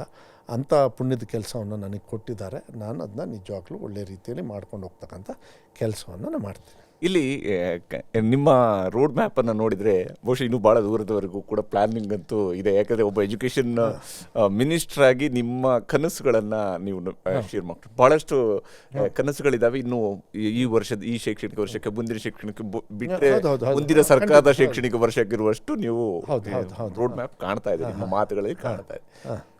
ಈ ಪೂರ್ಣಾವಧಿಗೆ ತಾವೇ ಶಿಕ್ಷಣ ಸಚಿವರಾಗಿರ್ತೀರಾ? ನಾನು ಅದೆಲ್ಲ ಹೈಕಮಾಂಡ್, ನಾನು ಆ ಥರ ಡಿಸ್ಕಷನ್ಸಿಗೆ ಹೋಗೋದೇ ಇಲ್ಲ. ನನ್ನ ಕೆಲಸ ಮಾಡಿ ಹಾದಿ ಕೊಟ್ಟು ಹೋಗೋದು ಒಳ್ಳೆಯದು. ಈಗ ಗೋಲ್ಡನ್ ಕ್ವಾಡ್ರ್ಯಾಂಗಲ್ ಅಂಥೇಳಿ ಡಾಕ್ಟರ್ ಮನಮೋಹನ್ ಸಿಂಗ್ ಅವರು ಸ್ಟಾರ್ಟ್ ಮಾಡಿದ್ದು, ಅದಕ್ಕೆ ಟಾರ್ ಹಾಕ್ಸ್ತಾ ಇರೋದು BJP ಅವರು. ಐಡಿಯಾ ಯಾರ್ದು? BJP ಅವರಿಂದ ಶುರುವಾಗಿದ್ದು. ವಾಜಪೇಯಿ ಸರ್ಕಾರದಿಂದ ಗೋಲ್ಡನ್ ಆಯಿತು, ಅದಾದ ನಂತರ ಸೊ ಎಲ್ಲರದ್ದು ಅವ್ರವ್ರದ್ದು ಕಾಂಟ್ರಿಬ್ಯೂಷನ್ ಇರುತ್ತೆ, ಅವ್ರನ್ನ ನೆನೆಸ್ಕೊಳ್ಬೇಕು ಅಷ್ಟೇ. ಬಟ್ ಅದರಲ್ಲಿ ಓಡಾಡೋರು ಯಾರು? ಪಕ್ಷಾತೀತವಾಗಿ ಎಲ್ಲರೂ ಅಷ್ಟೇ, ಜಾತ್ಯತೀತವಾಗಿ ಎಲ್ಲರೂ ಓಡಾಡ್ತಾ ಇರ್ತಾರೆ. ಅಂಥ ಸಿಸ್ಟಮ್ನ ನಾನು ಎಜುಕೇಷನಲ್ಲಿ ಕೊಡಬೇಕಂತ ನನ್ನ ಆಸೆ. ಒಂದು ಹೆಜ್ಜೆನ ನೆನಪಿಡ್ಕೊಳ್ಬೇಕು ಜನರು. ಕಾವೇರಿದು ನಾನು ಹೇಳಿದೆ, ಕಾವೇರಿದು ಯಾಕೆ ನಮ್ಮ ತಂದೆಯವ್ರನ್ನ ನೆನೆಸ್ಕೊಳ್ತಾರೆ ಅಂತ ಹೇಳಿದರೆ, ಆ ಸಂದರ್ಭದಲ್ಲಿ ತಗೊಳ್ತಕ್ಕಂಥ ನಿರ್ಧಾರಗಳಿದ್ದಾವಲ್ಲ, ಆ ಥರ ಇತ್ತು. ಅದು ಅನಿವಾರ್ಯವಾಗಿ ಆ ಥರ ಮಾಡಬೇಕಾಗಿತ್ತು. ಹಂಗಂದ ತಕ್ಷಣ ನೀನು ಅದೇ ಥರ ಮಾಡೋಕ್ಕೆ ಹೋಗ್ತೀನಿ, ಯಾಕೆ ಮಾಡಬಾರ್ದ್ರಿ? ನನ್ನ ಭಾಷೆಗೆ ಯಾಕೆ ನಾನು ಮಾಡಬಾರ್ದು? ಅದಕ್ಕೆ ಕಾನೂನು, ಅದಕ್ಕೆ ಎಲ್ಲದಕ್ಕೂ ಗೌರವ ಕೊಡೋದ್ರ ಜೊತೆಗೆ ನಮ್ಮ ಕನ್ನಡಿಗರಿಗೆ, ನಮ್ಮ ಭಾಷೆಗೆ, ಅದು ಮಧು ಬಂಗಾರಪ್ಪನ ಕನ್ನಡ ಓದೋಕ್ಕೆ ಸರಿ ಬರಲ್ಲ ಅಂದ ತಕ್ಷಣ ಕನ್ನಡಿಗರಿಗೆ ಎಲ್ಲರೂ ಹಾಳಾಗಬೇಕು ಅಂಥೇಳಿ ನಾನು ಅಷ್ಟು ಕಟ್ಕೊಂಡ. ನಾನೇನಿಲ್ಲಲ್ಲ, ನನ್ನ ಡ್ಯೂಟಿನ ನಾನು ಮಾಡಿ. ನನಗೆ ಕನ್ನಡ ಓದೋದಕ್ಕೆ ಕಷ್ಟ ರೀ, ಮಾತಾಡೋದು ನಿಮ್ಮೆಲ್ಲದಕ್ಕಿಂತನೂ ಚೆನ್ನಾಗಿ ಮಾತಾಡ್ತೀನಿ. ಬೇಕಾದರೆ ಯಾರ್ಯಾರು ಇದ್ದಾರೆ, ಯಾರ್ಯಾರು ಟೀಕಾ ಟಿಪ್ಪಣಿ ಮಾತಾಡೋದು, ಅವರೆಲ್ಲರಿಗಿಂತನೂ ಚೆನ್ನಾಗಿ ಮಾತಾಡ್ತೀನಿ. ಆ್ಯಂಡ್ ಏನು ಹಿಂದಿ ಬಗ್ಗೆ ಹೇಳಿದರೆ ಹಿಂದಿನೂ ಚೆನ್ನಾಗಿ ಮಾತಾಡ್ತೀನಿ. ನನಗೇನು ಪರವಾಗಿಲ್ಲ, ನೆಸೆಸಿಟಿ ಇಲ್ಲ. ಅಂಥ ಸಂದರ್ಭ ಬಂದಾಗ ಅದನ್ನೂ ಹೋಗಿ ಮಾಡೋನೆ ನಾನು, ಏನು ಪರವಾಗಿಲ್ಲ. ಈಗ ಒಂದು ಆಯ್ತಪ್ಪ ನಾ ಫೇಲ್ ಆಗಿದ್ದೀನಿ, ಏನು ದೊಡ್ಡದಾ? ಖಂಡಿತವಾಗ್ಲು ಸುಳ್ಳು ಹೇಳ್ಬಿಟ್ಟು ಯಾಕೆ ಮುಂದೆ ಹೋಗಬೇಕು? ಹೌದು. ನನ್ನ ಕರ್ತವ್ಯವನ್ನು ನೀವೇ ಹೇಳ್ತಾ ಇದ್ದೀರಾ, ಈಗ ಒಳ್ಳೆ ರೂಟನ್ನು ಕೊಟ್ಟಿದ್ದೀರಿ ಅಂಥೇಳಿ ಯಾರೇ ಬಂದರೂ ಒಂದು ಮುಂದೆ ತೊಗೊಂಡು ಹೋಗಲಿ. ನಮಗೆ ಆಸೆ ಇಲ್ಲ, ನನ್ನೇ ಮಾಡಲಿ, ನಾನು ಕಷ್ಟಪಟ್ಟಿದ್ದೀನಿ, ಇದನ್ನಿಟ್ಟರೆ ಇನ್ನೂ ಚೆನ್ನಾಗತ್ತೆ, ಯಾಕೆಂದರೆ ಮಕ್ಕಳ ಭವಿಷ್ಯನ. ಅವಕಾಶಗಳು ಸಿಗಲಿಲ್ಲ ಅಂದರೆ ಯಾರು ಕುತ್ಕೋತಾರೆ, ಅವರು ಮಾಡ್ಕೊಂಡು ಹೋಗ್ತಾರೆ. ಅಂದ್ರೆ ಅದು ಆ ವಿಶ್ವಾಸ ಒಂದು ಇರ್ತದೆ. ರಾಜಕೀಯ ನಾನು ಆಮೇಲೆ ನೇರವಾಗಿ ರಾಜಕೀಯದ ವಿಚಾರಣೆ ಇರುವಂಥದ್ದು, ರಾಜಕೀಯದ ಪ್ರಶ್ನೆ, ಶಿಕ್ಷಣ ಸಚಿವರ ಜೊತೆಗೆ ರಾಜಕೀಯದ ಪ್ರಶ್ನೆ ಅಂದ್ರೆ ಕ್ಯಾಬಿನೆಟ್ ರೀಶಫಲ್ ಆಗಬೇಕು, ಆಗತ್ತೆ, ಆಗಲ್ಲ, ಈ ಚರ್ಚೆ ಒಂದು ಕಡೆಯಲ್ಲಿ ನಡೀತಿದೆ. ತಮಗೂ ಅದು ಗೊತ್ತಿರುವಂಥದ್ದು. ಮುಖ್ಯಮಂತ್ರಿ ಬದಲಾವಣೆ ಆಗತ್ತೆ, ಆಗಬೇಕು, ಆಗಲ್ಲ, ಇವು ಒಂದು ಚರ್ಚೆ ಕರ್ನಾಟಕದ ಕಾಂಗ್ರೆಸ್ನಲ್ಲಿ ನಡೀತಾ ಇರುವಂಥ ಚರ್ಚೆಯ ಭಾಗ ಅದು. ನಾನು ಮುಖ್ಯಮಂತ್ರಿ ಬದಲಾವಣೆ ಆ ವಿಚಾರಗಳಿಗೂ ಹೋಗೋದಿಲ್ಲ, ನೇರವಾಗಿ ನಿಮ್ಮ ಬಗ್ಗೆ ಮಾತ್ರ ನಾನು ಈ ಇದರಲ್ಲಿ ಕೇಳ್ತಾ ಇದ್ದೀನಿ. ಒಂದು ವೇಳೆ ಕ್ಯಾಬಿನೆಟ್ ರೀಶಫಲ್ ಟೈಮಲ್ಲಿ ಮಧು ಬಂಗಾರಪ್ಪ ಅವ್ರನ್ನ ಕೈ ಬಿಡಬೇಕು ಅನ್ನೋಂತಹ ಪರಿಸ್ಥಿತಿ ಬಂತು ಅಂದರೆ ಅದನ್ನ ತಲೆಬಾಗಿ ನಾನು ಒಪ್ಕೊಳ್ಬೇಕಾಗತ್ತೆ. ಯಾಕೆಂದರೆ ಇದೇ ಪಕ್ಷ ನನಗೆ ಅಧಿಕಾರ ಕೊಟ್ಟಿರೋದು. ಅದನ್ನು ಬೇಕು ಅಂತ ಕೇಳೋ ಹಕ್ಕು ಬೇರೆಯವ್ರಿಗೆ ಎಷ್ಟಿರ್ತದೆ, ಉಳಿಸ್ಕೊಳ್ಳೋ ಹಕ್ಕು ನನಗೂ ಇರ್ತದೆ. ಆದರೆ ಕೊಡೋ ತೀರ್ಮಾನ ಹೈಕಮಾಂಡಿಗೆ ಇರ್ತದೆ. ಹೈಕಮಾಂಡ್ ಏನು ತೀರ್ಮಾನ ಕೊಡುತ್ತೆ ಅದನ್ನು ನಾವು ಸ್ವಾಗತ ಮಾಡಬೇಕು. ಯಾಕೆಂದರೆ ಆ ಗೊಂದಲಕ್ಕೆ ನಾನು ಹೋಗೋದಿಲ್ಲ. ಅದಕ್ಕೆ ಹೊರಗೆ ಹೋಗೋದಕ್ಕಿದ್ರು ರೆಡಿ ಇದ್ದೀರಿ ಅಂತೇಳಿ, ಹೊರಗೆ ಹೋಗಬೇಕು ಅಂತಿದ್ರು ಕೂಡ ರೆಡಿ. ಅದೇನಾಗುತ್ತೆ, ಇದನ್ನು ಸೋಷಿಯಲ್ ಮೀಡಿಯಾದಲ್ಲಿ ಟೀಕಾ ಟಿಪ್ಪಣಿ ಮಾಡಿಕೊಂಡು ತೊಗೊಂಡು ಹೋಗ್ಬಿಡ್ತಾರೆ. ಸೊ ಅದಕ್ಕೋಸ್ಕರ ನಾನು ಸಂಪೂರ್ಣವಾಗಿ ಇದ್ರ ಬಗ್ಗೆ ನಾನು ವೈಯಕ್ತಿಕವಾಗಿ ಏನು ಚರ್ಚೆ ಮಾಡೋದಕ್ಕೆ ಹೋಗೋದಿಲ್ಲ. ಸಂಪೂರ್ಣವಾಗಿ ಹೈಕಮಾಂಡ್ ಏನು ತೀರ್ಮಾನ ತೊಗೊಳುತ್ತೆ, ಮಾನ್ಯ ಮುಖ್ಯಮಂತ್ರಿಗಳು ಏನು ತೀರ್ಮಾನ ತೊಗೊಳ್ತಾರೆ, ಅದಕ್ಕೆ ನಾವು ಯಾವತ್ತೂ ಕೂಡ ಬದ್ಧವಾಗಿರ್ತೀವಿ. ಅದು ಫಸ್ಟ್ ಡೇನೂ ಕೂಡ, ಇವತ್ತು ಕೂಡ, ನಾಳೆನೂ ಕೂಡ. ಪಕ್ಷ ತಾಯಿ ಸಮಾನದಲ್ಲಿರ್ತದೆ. ಆ ತಾಯಿ ಪ್ರೀತಿ ಯಾವತ್ತೂ ಕೂಡ ಇರ್ತದೆ. ಆ ಸೇವೆ ಬದಲಾವಣೆ ಆಗ್ಬೋದು ಅಷ್ಟೇ. ನಮ್ಮ ಮಿತಿಯಲ್ಲಿ ನಾವು ಮಾಡ್ಕೊಂಡು ಹೋಗ್ತಕ್ಕಂಥ ಕೆಲಸಗಳಾಗ್ತದೆ. ಆದರೆ ಯಾವತ್ತೂ ಕೂಡ ನಾನು ಮರೆಯೋದಕ್ಕಾಗೋದಿಲ್ಲ. ನಮಗೆ ಇಂಥ ಒಂದು ಜವಾಬ್ದಾರಿಯನ್ನು ಕೊಟ್ಟು ರಾಜ್ಯ ಮಟ್ಟದಲ್ಲಿ ಮಕ್ಕಳ ಸೇವೆ ಮಾಡೋದು ಬಹಳ ದೊಡ್ಡ ಕೆಲಸ ಇದು. ಆಮೇಲೆ ಊರು ತುಂಬ ಕೆಟ್ಟ ಹೆಸರೇ ಇವು, ಒಳ್ಳೆ ಹೆಸರು ಬರೋದಕ್ಕಾಗೋದೇ ಇಲ್ಲ. ನಾನು 1 ವರ್ಷ ನಿಮ್ಗೆ ಯಾರಿಗೂ ಕೈಗೆ ಸಿಕ್ಕಿರಲಿಲ್ಲ. ಈಗ ನನಗೆ ಇಲಾಖೆನೇ ಗೊತ್ತಿರಲಿಲ್ಲ. ಫಸ್ಟ್ ಟೈಮ್ ಮಿನಿಸ್ಟ್ರು, ನಾನು ಏನು ಮಾಡಲಿ? ಅದ್ರ ಮಾನ್ಯ ಮುಖ್ಯಮಂತ್ರಿಗಳಿದ್ರು. ಮಧು, 2 ವಿಚಾರ. ರಾಜ್ಯ ಮಟ್ಟದಲ್ಲಿ ಒಳ್ಳೆಯದಾಗಿ ಬೆಳಿಬೇಕಂದ್ರೆ ಶಿಕ್ಷಣ ಇಲಾಖೆ ಒಳ್ಳೆಯದು, ಚೆನ್ನಾಗಿ ನಡೆಸಬೇಕು. ಆಮೇಲೆ ಯಾರು ವೀರಪ್ಪ ಮೊಯ್ಲಿಯವರು ಶಿಕ್ಷಣ ಸಚಿವರಾಗಿದ್ದಾರೆ, ಎಚ್ ವಿಶ್ವನಾಥ್ ಅಂತವ್ರಾಗಿದ್ದಾರೆ, ಎಲ್ಲ ನಾನು ಇದನ್ನೆಲ್ಲ ನಮ್ಮ ತಂದೆಯವ್ರನ್ನ ನೆನಪು ಮಾಡ್ಕೊಳ್ಬೇಕು. ಅಕ್ಷರ ತುಂಗನೋ ಅಕ್ಷರನೋ ಏನೋ ಒಂಥರ ಅಕ್ಷರ ಅಂತ ಒಂದು ಕಾರ್ಯಕ್ರಮ ಮಾಡಿದರು. ಅವರು ಮುಖ್ಯಮಂತ್ರಿಗಳು ಇರಬೇಕಾದ್ರೆ ಮಕ್ಕಳು ಗಂಡ ಹೆಂಡತಿ, ಅದು ನನಗೆ ನೆನಪಿದೆ. ನಮ್ಮ ತಂದೆಯವರು ಹೇಳಿರೋದು ನೋಡಿ, ನನಗೆ ಅವತ್ತು ಹೇಳಿರೋದು ಇವತ್ತು ಎಷ್ಟು ಇಂಪ್ಯಾಕ್ಟ್ ಆಗಿದೆ. ಯಾಕೆ ನಾನು ಕಮಿಟೆಡ್ ಅಂತ ಹೇಳೋದ್ರಲ್ಲಿ ಇದು ಒಂದು ಮೇಯ್ನ್ ಉದಾಹರಣೆ. ಗಂಡ ಹೆಂಡತಿ ಮುಂಚೆ ಆಲ್ಮೋಸ್ಟ್ 95% ನಮ್ಮ ರಾಜ್ಯದಲ್ಲಿ 30-40 ವರ್ಷದ ಹಿಂದೆ ಎಲ್ಲರೂ ಕೂಲಿ ಕಾರ್ಮಿಕರೇ. ಯಾವುದೂ ನಿಮಗೆ ಜಾಬ್ ಆಪರ್ಚುನಿಟೀಸ್ ಅದು ಬಿಟ್ಟರೆ ಇನ್ನು ಯಾವುದೂ ಇರ್ತಿರಲಿಲ್ಲ. ನಾರ್ತ್ ಕರ್ನಾಟಕದಿಂದ ಇಲ್ಲಿ ಬಂದು ಕೂಲಿ ಕೆಲಸ ಮಾಡೋರು. ಈಗ 2,000 ರೂಪಾಯಿ ಕೊಟ್ಟ ಮೇಲೆ ಎಲ್ಲರೂ ಅಲ್ಲೇ ಇದ್ದಾರೆ. ನಮ್ಮ ಭಾಗದಿಂದ ಕಾಫಿ ಸೀಮೆಗೆ ಹೋಗೋರು ಈಗ ಯಾರು ಕೂಡ ಜಾಸ್ತಿ ಹೋಗೋದಿಲ್ಲ. ಯಾಕೆಂದರೆ ಅವರಿಗೆ ಅಲ್ಲೂ ಕೂಡ ಕೂಲಿ ಸಿಗುತ್ತೆ. ಎನ್ ಆರ್ ಜಿನೂ ತೆಗಿಬೇಕು ಅಂತ ಇದ್ದಾರೆ. ಅದು ಇನ್ನೊಂದು ಸ್ಟೋರಿ, ನಾನು ಇನ್ನೊಂದು ಕಡೆಗೆ ಮಾತಾಡ್ತೀನಿ. ಮಾನ್ಯ ಮುಖ್ಯಮಂತ್ರಿಗಳಾಗಿರ್ತಕ್ಕಂಥ ಬಂಗಾರಪ್ಪಾಜಿಯವರು ಆ ಟೈಮಲ್ಲಿ ಕಾಂಗ್ರೆಸ್ ಪಕ್ಷದ ಮುಖ್ಯಮಂತ್ರಿಗಳಾಗಿ ಆವಾಗ ಬಹಳ ಒಂದು ಒಳ್ಳೆ ತೀರ್ಮಾನ ತೊಗೊಳ್ತಾರೆ. ಅದು ಆಮೇಲೆ ಬಿಸಿ ಊಟ ಆಗುತ್ತೆ. ಅದು ಯಾವಾಗಂದರೆ 2001ರಲ್ಲಿ ಮಾನ್ಯ ಎಸ್.ಎಂ. ಕೃಷ್ಣ ಅವರು. ನನಗೆ ಹೆಂಗೆ ಗೊತ್ತಿದೆಲ್ಲ, ನಂಗೆ ಗೊತ್ತಿರೋದ್ರಿಂದ ಇಲ್ಲಿ ಕೂತ್ಕೊಂಡಿರೋದು ನಾನು ಎಜುಕೇಷನ್ ಮಿನಿಸ್ಟ್ರಾಗಿ. ಏನು ಮಾಡಿದರು ಅಂದರೆ, ಗಂಡ ಹೆಂಡತಿ ಇಬ್ಬರು ಮಗು ಹುಟ್ಟಿರುತ್ತೆ, 1 ವರ್ಷನೋ 2 ವರ್ಷನೋ. ಗುಡಿಸ್ಲು, ಅವಾಗೆಲ್ಲ ಹಂಚಿನ ಮನೆ ಇಲ್ಲ, ಗುಡಿಸ್ಲು. ಈಗೆಲ್ಲ ಹಂಚಿನ ಮನೆ ಆಗಿದೆ. ಗುಡಿಸ್ಲು ಮನೆ ಭಾಳ ಕಮ್ಮಿ ಇವಾಗ. ಗುಡಿಸ್ಲು ಮನೆಯಲ್ಲಿ ಮಗುನ ಬಿಟ್ಟು ಹೋಗ್ತಾ ಇರಲಿಲ್ಲ. ನೋಡ್ಕೊಳ್ಳೋಕೆ ನೆಂಟರು ಬೀಗರು ಇಲ್ಲ. ಓಕೆನಾ? ಯಾಕೆಂದರೆ ಕೂಲಿ ಮಾಡೋಕ್ಕೆ ಎಲ್ಲೋ ಹೋಗಿರು. ಸೊ ಮಗುನ ಏನು ಮಾಡೋರು, ಕರ್ಕೊಂಡೋಗಿ ಹೊಲಕ್ಕೆ ಕರ್ಕೊಂಡು ಹೋಗೋರು. ಅಲ್ಲಿ ಒಂದು ಸೀರೆಯಲ್ಲಿ ಆ ಮಗುನ ಜೋಕಾಲಿ ಥರ ಮಾಡಿಸಿ ಇವ್ರ ಗಂಡ ಹೆಂಡತಿ ಹೊಟ್ಟೆಪಾಡಿಗೆ ದುಡಿಬೇಕು, ಅನ್ನಕ್ಕೆ ದುಡಿಬೇಕು. ಅದಾಗಿ ಬಂದು ಏನು ಕಟ್ಕೊಂಡು ಬಂದಿರ್ತಾರೆ, ಬುತ್ತಿನೋ ಇಲ್ಲಾಂದರೆ ಏನು ತಿಂಡಿ, ಮಧ್ಯಾಹ್ನ ಊಟ ಮಾಡ್ತಾರೆ. ಮತ್ತೆ ಆ ಮಗುನ ಆಟ ಆಡಿಸ್ಬಿಟ್ಟು ಊಟ ಮಾಡಿಸಿ ಮತ್ತೆ ಇವ್ರು ಕೆಲಸ ಮಾಡಬೇಕು. 5 ಗಂಟೆಗೆ ಮನೆಗೆ ಹೋಗಬೇಕು. ಮಗುಗೆ ಏನಾಗ್ತಾಯಿತ್ತು ಅವಾಗ? ಶಿಕ್ಷಣದಿಂದ ವಂಚಿತರಾಗೋರು. ಅದಕ್ಕೆ ಬಂಗಾರಪ್ಪಾಜಿಯವ್ರು ಏನು ಮಾಡ್ತಾರೆ, ಇದು 4, 5, 6, 7, 8, 9, 10 ವರ್ಷದವರೆಗೂ ನಡೀತು. ಅದಕ್ಕೆ ಬಂಗಾರಪ್ಪಾಜಿಯವರು ಒಂದು ಪ್ಲ್ಯಾನ್ ಮಾಡ್ತಾರೆ. ಯಾವ ಮಕ್ಕಳು ಸರ್ಕಾರಿ ಶಾಲೆಗೆ ಬರ್ತಾರೆ ಅವರಿಗೆ ₹1 ಸ್ಟೈಫಂಡ್ ಕೊಡ್ತಾರೆ. ಯಾರ ಕೈಲಿ ಕೊಡೋದು? ಗಂಡನ ಕೈಲಿ ಕೊಡೋಲ್ಲ. ಯಾಕೆಂದ್ರೆ ಗಂಡನ ಕೈಲಿ ಕೊಟ್ಟರೆ ಅಲ್ಲಿ ಪ್ಯಾಕೆಟ್ ಅಂಗಡಿ ಕಾಣಿಸುತ್ತೆ. ಅವಾಗೆಲ್ಲ ಪ್ಯಾಕೆಟ್ ಅಂಗಡಿಗಳು ಇರಬೇಕಲ್ಲಿ. ತಾಯಿಯವ್ರ ಕೈಲಿ ಕೊಡ್ತಾರೆ. ಶನಿವಾರ ಕೊಡೋರು. 5 ದಿವಸ ಶಾಲೆಗೆ ಹೋದರೆ ₹5. Can you value that money? 2090ರಲ್ಲಿ ₹1. ಇವತ್ತು 36 ವರ್ಷ ಆಯಿತು. ಎಷ್ಟು ಹೇಳಿ? ಎಷ್ಟು ದುಡ್ಡದು? ನೀವು ಬಿಸಿ ಊಟ ಕೊಡ್ತೀರಲ್ಲ, ಅದಕ್ಕಿಂತ ಡಬಲ್ 3 ಆವಾಗ 50 ಪೈಸಕ್ಕೆ ಫುಲ್ ಮೀಲ್ ಸಿಗೋದು. ಆವಾಗಲೇ 50 ಪೈಸೆ ಪ್ರಾಫಿಟ್ ಮಾಡೋರು ಒಂದು ಕುಟುಂಬದಲ್ಲಿ. ನೋಡಿ ಯಾವ ರೀತಿ ಕಾಂಗ್ರೆಸ್ ಪಕ್ಷದ ಬಂಗಾರಪ್ಪಾಜಿಯವರು ಚೀಫ್ ಮಿನಿಸ್ಟರ್ ಇರ್ಬೇಕಾದ್ರೆ ಕಾರ್ಯಕ್ರಮ ಕೊಟ್ಟರು. ಅದು 2001ರಲ್ಲಿ ಬಿಸಿ ಊಟ ಆಗುತ್ತೆ. ಆವಾಗ ಒಂದೇ ಸತಿಗೆ ಮಕ್ಕಳ ಸಂಖ್ಯೆ ಸರ್ಕಾರಿ ಶಾಲೆಯಲ್ಲಿ ಜಾಸ್ತಿ ಆಗುತ್ತೆ. ನಾನು ಅದನ್ನೇ ಕೇಳ್ತಾ ಇರೋದು, ಸರ್ಕಾರಿ ಶಾಲೆ ಒಳ್ಳೆ ಶಾಲೆ, ಒಳ್ಳೆ ಎಜುಕೇಷನ್ ಕೊಡ್ತೀವಿ, ಸ್ವಲ್ಪ ಅಲ್ಲಿ ಇಲ್ಲಿ ಸೋರೋದನ್ನ ಇನ್ನೊಂದು ಸ್ವಲ್ಪ ದಿವಸ ಆದಮೇಲೆ ಅದನ್ನೂ ಸರಿ ಮಾಡ್ತೀವಿ. ದಯವಿಟ್ಟು ಸರ್ಕಾರಿ ಶಾಲೆಗೆ ಕಳಿಸಿ, KPA ಶಾಲೆಗೆ ಕಳಿಸಿ, ಯಾವ ಶಾಲೆಗಾದರೂ ಕಳಿಸಿ, ಸರ್ಕಾರಿ ಶಾಲೆಗೆ ಕಳಿಸಿ. ಬೆಳಗ್ಗೆ ಹಾಲು ಕೊಡ್ತೀವಿ, ಮಧ್ಯಾಹ್ನ ಊಟ ಕೊಡ್ತೀವಿ, ಒಳ್ಳೆ ಟೀಚರ್ಸ್ ಇದ್ದಾರೆ. ಈಗೆಲ್ಲ ಇನ್ಮೇಲೆ ಫೇಶಿಯಲ್ ಅಟೆಂಡೆನ್ಸ್ ಟೀಚರ್ಸಿಗೆ ಮಾಡಿದ್ದೀವಿ, ಫೇಶಿಯಲ್ ಅಟೆಂಡೆನ್ಸ್ ಮಕ್ಕಳಿಗೂ ಕೂಡ ಮಾಡ್ತೀವಿ. SDMC ಅವ್ರಿಗೆ ಫುಲ್ ಫ್ರೀಡಮ್ ಕೊಟ್ಟಿದ್ದೀವಿ, ಅವರು ಕೂಡ ಎಲ್ಲ ಚೆನ್ನಾಗಿ ಮಾಡ್ತಕ್ಕಂಥ ವಿಶ್ವಾಸ ಇದೆ. ಒಂದು ಪವಿತ್ರವಾಗಿರ್ತಕ್ಕಂಥ ಮಕ್ಕಳಿಗೆ ಸೇವೆ ಮಾಡೋದ್ರಲ್ಲಿ ಪವಿತ್ರವಾಗಿರ್ತಕ್ಕಂಥ ಮನಸ್ಸು, ಮೈಂಡು, ಹೃದಯ ಎಲ್ಲ ಇರಬೇಕು. ಬರೀ ನನ್ನಲ್ಲಲ್ಲ, ಟೀಚರ್ಸಲ್ಲಿರಬೇಕು, ತಂದೆ ತಾಯಿಯಲ್ಲಿರಬೇಕು, ಸಿಸ್ಟಮಲ್ಲಿರಬೇಕು. ನೀವು ಕೇಳೋ ಪ್ರಶ್ನೆಯಲ್ಲಿ ಭಾಳ ಮುಖ್ಯವಾಗಿರಬೇಕಾಗತ್ತೆ. ಯಾಕೆ ನೀವು ಕೇಳೋ ಪ್ರಶ್ನೆ ಆ ಮಕ್ಕಳ ಭವಿಷ್ಯನ ರೂಪಿಸ್ತಕ್ಕಂಥ ವ್ಯವಸ್ಥೆ ಆಗಿಬಿಟ್ರೆ ಟೀಕಾ ಟಿಪ್ಪಣಿಗಳು ಸಾಯ್ತವೆ, ಇಂಥ ವ್ಯವಸ್ಥೆ ಬದುಕ್ತವೆ. ಕಡೆಯದಾಗಿ ಸೊರಬ ಯಾವ ಸ್ವರೂಪದಲ್ಲಿ ಎಲ್ಲ ಚೆನ್ನಾಗಿದೆ.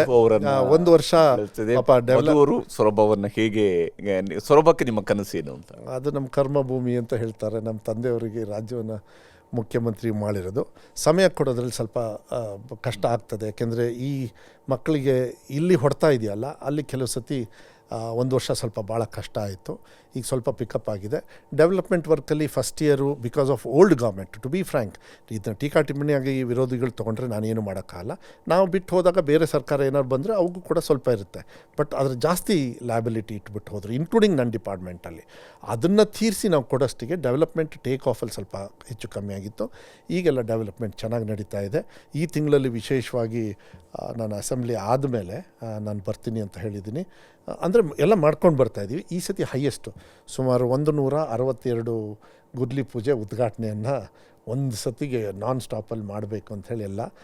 ಬಟ್ ವರ್ಕ್ ಸ್ಟಾರ್ಟ್ ಮಾಡಿಸ್ಬಿಟ್ಟೆ. ಅವ್ರಿಗೆ ಹೇಳಿದೆ, ನಾನು ಇಲ್ಲ ಅಂದ್ರೂ ನೀವು ವರ್ಕ್ ಇವತ್ತು ಗ್ರಾಂಟ್ ಆಯಿತಾ ಒಂದು ವರ್ಕು, ನಾಳೆಯಿಂದ ನೀವೇ, ಯಾರು ನಮ್ಮ ಬೂತ್ ಅಧ್ಯಕ್ಷ ಇರ್ತಾನೆ ಅವನೇ ಅಧ್ಯಕ್ಷ, ನೀವೇ MLA, ನೀವೇ ಚೀಫ್ ಮಿನಿಸ್ಟ್ರು, ನೀವೇ ಮಿನಿಸ್ಟ್ರು, ಸ್ಟಾರ್ಟ್ ಮಾಡ್ಕೊಂಬಿಡಿ. ನಾನು ಬಂದಿದ್ದ ದಿವಸ ನಾವು ಫಂಕ್ಷನ್ ಮಾಡೋಣ ಅಂತ ಹೇಳಿ. ಸೊ ಅಲ್ಲೆಲ್ಲ ಆ ರೀತಿಯೇ ವ್ಯವಸ್ಥೆ ಮಾಡ್ಕೊಂಡು ಹೋಗ್ತಾಯಿದ್ದೀವಿ. ಇವಾಗೆಲ್ಲ ಆಧುನಿಕ ವ್ಯವಸ್ಥೆ ಇರೋದ್ರಿಂದ ಲೀಡರ್ಸ್ ಇಲ್ಲಿ ಬರ್ತಾರೆ, ನಾನು ಶಿವಮೊಗ್ಗ ಹೋಗ್ತೀನಿ, ಊರಿಗೆ ಹೋಗ್ತೀನಿ. ಬೆಳಗ್ಗೆ ದಿನ ನಾವು ಊರಿಗಲ್ಲಿದ್ದಾಗ ಜನಸ್ಪಂದನ ನಡೆಯುತ್ತೆ. ಯಾಕೆಂದರೆ 100 ಜನರು ಬರ್ತಾರೆ.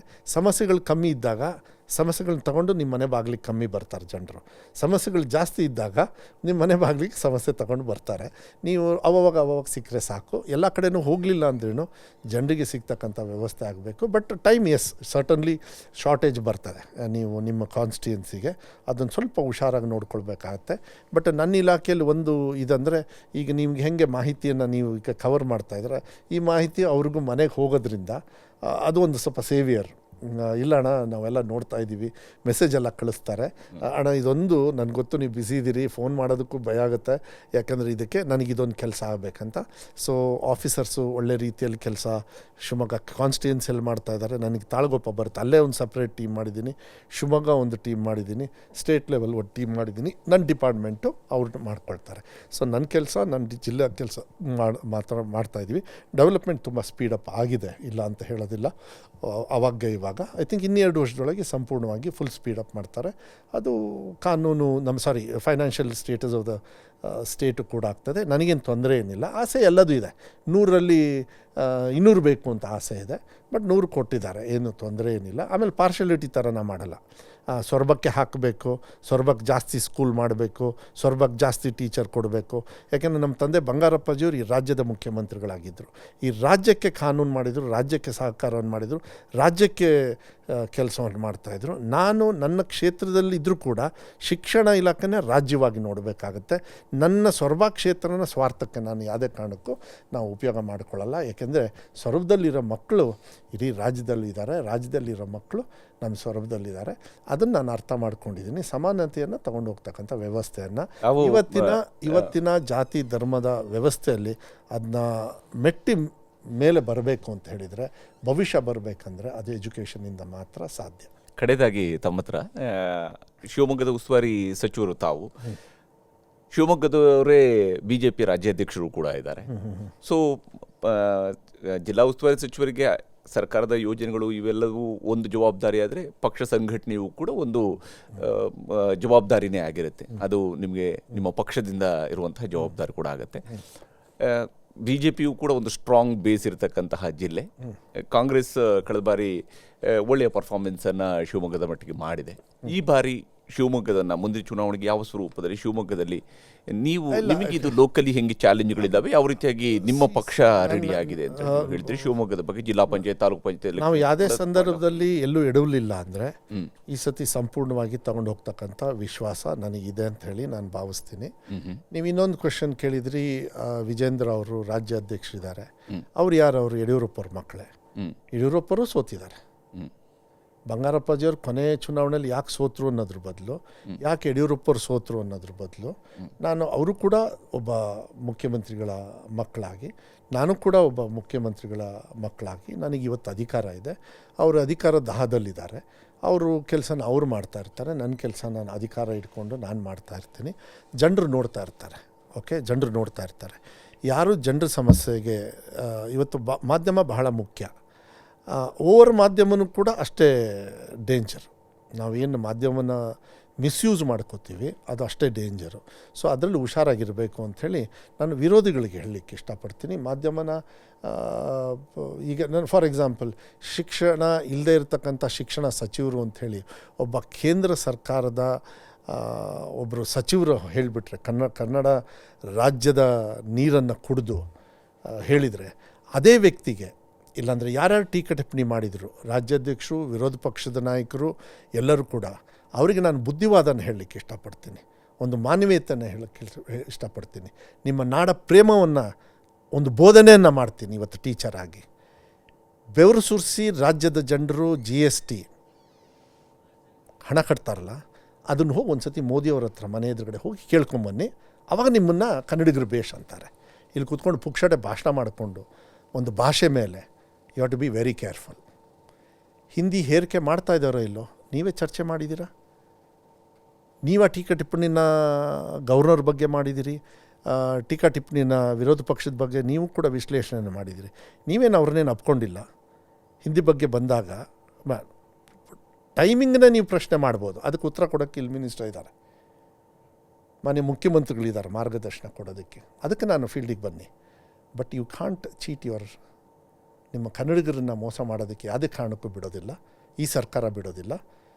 ಬೇರೆಯವ್ರ ಪ್ರೀತಿನೂ ಕೂಡ ಬೇರೆ ಭಾಷೆನ ನಾವು ಬಿಟ್ಕೊಡೋದಿಲ್ಲ. ಅದನ್ನು ನಾನು ಹೇಳಲಿಕ್ಕೆ ಇಷ್ಟಪಡ್ತೀನಿ. ಅದಕ್ಕೆ ಯಾರು ನಾವು ಏನೋ ಹೇಳಿದ್ರೂ ನಮ್ಮ ಸಂದರ್ಭದಲ್ಲಿ, ಈಗ ನಾನು ವಿರೋಧ ಪಕ್ಷದಲ್ಲಿ JDS ಅಲ್ಲಿ ನೀವು ನೆನ್ಪು ಮಾಡ್ಕೊಂಡ್ರಿ, ನೀವು ಒಂದು ಪಾದಯಾತ್ರೆ, ನಾನು ಐ ಡಿಂಟ್ ಎಕ್ಸ್ಪೆಕ್ಟ್ ನೀವು ನನಗೆ ಅದ್ರ ಬಗ್ಗೆ ಕ್ವೆಶನ್ ಕೇಳ್ತೀರಿ ಅಂತ ನನಗೆ ಆ ತಿಳುವಳಿಕೆನೇ ಇಲ್ಲ. ಬಟ್ ನಾನು ಹ್ಯಾವ್ ಒಂದು ಸ್ಟೆಪ್ನ ನಿಮ್ಮ ಮನಸ್ಸಲ್ಲಿ ಇಟ್ಟಿದ್ದೀನಿ. ನಾನು ಆ ಸ್ಟೆಪ್ನ ನೀವು ಐಡೆಂಟಿಫೈ ಮಾಡಿದ್ದೀರಿ. ಎರಡನೇ ಸ್ಟೆಪ್ನ ನಾನು ಹೇಳ್ಕೊಂಡಿದ್ದೀನಿ. ಅಧಿಕಾರದ ಸ್ಟೆಪ್ನ ಅಚ್ಚನ್ನು ಪರ್ಮನೆಂಟಾಗಿ ಇಟ್ಟಿದ್ದೀನಿ. ಪ್ರೂಫ್ ನಮ್ಮ ಮಕ್ಕಳು ಕೊಟ್ಟಿದ್ದಾರೆ. ಇದರಂಥ ಪುಣ್ಯದ ಕೆಲಸ ಏನಿಲ್ಲ. ಇದೆಲ್ಲ ಏನಂದರೆ ವಿರೋಧ ಪಕ್ಷದವರು, ನಾವು ವಿಜೇಂದ್ರವರು ಕೂಡ ಟೀಕಾ ಟಿಪ್ಪಣಿ ನಂದು ಹೇರ್ ಸ್ಟೈಲ್ ಬಗ್ಗೆ ಮಾಡಿದಾಗ ಇದೆಲ್ಲ ಆಗಿ ಅವರು ಪಾಪ ಫೋನ್ ಮಾಡಿದರು, ವೈಯಕ್ತಿಕವಾಗಿ ತೊಗೊಂಡ್ಬೇಡಿ ಮದು, ಸ್ವಲ್ಪ ಇವರು ಮಾಧ್ಯಮದವರು ಹಿಂಗೆ ಹೇಳ್ತಾರೆ ಅಂತ. ನಾನು ಅಷ್ಟರೊಳಗೆ ಅವ್ರೂ ಕತೆ ಮುಗಿಸಿದ್ದೆ, ನಿಮಗೂ ಟೈಮ್ ಇದ್ರೆ ಬಂದು ಹೇರ್ ಕಟ್ ಮಾಡಿ ಅಂತ ನಾನು ತಮಾಷೆಗೇನೆ ತೊಗೊಂಡೆ. But I think we have to be an example. ನಾವೆಲ್ಲ ಪುಣ್ಯ ಮಾಡಿದ್ದೀವಿ. ವಿಜೇಂದ್ರ ಅವರು, ನಾನು, ಸನ್ಮಾನ್ಯ ಕುಮಾರಸ್ವಾಮಿ ಅವರು ಅಷ್ಟೇ, ಬೊಮ್ಮಾಯಿಯವ್ರ ಮಕ್ಕಳು ಇರ್ಬೋದು, ಸಿದ್ದರಾಮಯ್ಯವ್ರ ಮಕ್ಕಳು ಯತೀಂದ್ರ ಅವರು ಇರ್ಬೋದು. ನಾವೆಲ್ಲ ಪುಣ್ಯ ಮಾಡಿದ್ದೀವಿ. ಯಾಕೆಂದರೆ ನಮ್ಮೆಲ್ಲ ಹಿರಿಯರು ಆಗಲೇ ರೆಡಿಮೇಡ್ ಶರ್ಟ್ ನಾವು ಹಾಕ್ಕೊಂಬಂದವ್ರು, ನಾವು ನೇಯ್ದಿಲ್ಲ. ನೇಯ್ತಾ ಇರೋರು ಈಗಲೂ ಕೂಡ ಎಷ್ಟೋ ಜನರು ನಾಯಕರುಗಳಿದ್ದಾರೆ, ವಿರೋಧ ಪಕ್ಷದಲ್ಲಿರ್ಬೋದು, ನಮ್ಮ ಪಕ್ಷದಲ್ಲಿರ್ಬೋದು, ಮುಂದೆ ಕಾಯ್ತಾ ಇದ್ದಾರೆ. ನಾವು ಉದಾಹರಣೆಯಾಗಿ ಮಕ್ಕಳಿಗೆ ಬಿಟ್ಟು ಹೋಗಬೇಕೇ ಹೊರತು ನಾವು ವಿಲನ್ ಆಗಿರಬಾರ್ದು. ಯಾಕೆಂದರೆ ರೋಡಲ್ಲಿ ಕ್ಯಾಕ್ರಸ್ ಮುಗಿಸ್ಕೊಳ್ಬೇಕು. ನಾನು 3 ಎಕ್ಸಾಮ್ ಪಾಲಿಸಿ ಮಾಡಿದಾಗ ಒಂದು ಮಗು ಬಂತು, ಸರ್ ನೀವು ಮಾಡ್ತಾ ಇರೋದು ತಪ್ಪಲ್ವಾ ಅಂತು. ಯಾಕಮ್ಮ ಅಂದೆ. ನಾನು ಗಣೇಶ ಫೆಸ್ಟಿವಲ್ ಶಿವಮೊಗ್ಗದಲ್ಲಿ ಎಲ್ಲ ಗಣೇಶ ಇದಕ್ಕೆ ಹೋಗ್ತಾ ಇದ್ದೆ. ಇಲ್ಲ ಸರ್, ನಾನು ಕಷ್ಟಪಟ್ಟು ಓದಿದ್ದೀನಿ, ಬೇರೆಯವರು ಸ್ಪೀಡಾಗಿ ಬಂದುಬಿಡ್ತಾರಲ್ಲ ಅಂತ. ಆಯ್ತಮ್ಮ, ಬೇರೆಯವ್ರು ಬಂದು ನಿನಗೆ ಅದು ತೊಂದರೆ ಅಂತ ಹೇಳಿದ್ರೆ ನಾನು ಏನು ಮಾಡಲಿ? ಬಟ್ ನಿನ್ನ ಫ್ರೆಂಡ್ ಇರ್ತಾಳೆ ಒಬ್ಬಳು ಭಾಳ ಕ್ಲೋಸ್ ಆಗಿಲ್ಲ, ಅವ್ರು ಫೇಲ್ ಆಗಿಬಿಟ್ರೆ ನಿಂಗೆ ಖುಷಿನಾ ಇಲ್ಲ ಏನಾಗುತ್ತೆ ಅಂತ. ಇಲ್ಲ ಸರ್ ಬೇಜಾರಾಗುತ್ತೆ, ಮತ್ತು ಅವಳು ಪಾಸ್ ಆಗೋದು ಬೇಡ. ಅವರೆಲ್ಲ ಪಾಪ ಪಾಸ್ ಆಗಲಿ ಅಂತೇಳಿ ಮಾಡಿದ್ದೀನಿ, ಕರೆಕ್ಟು.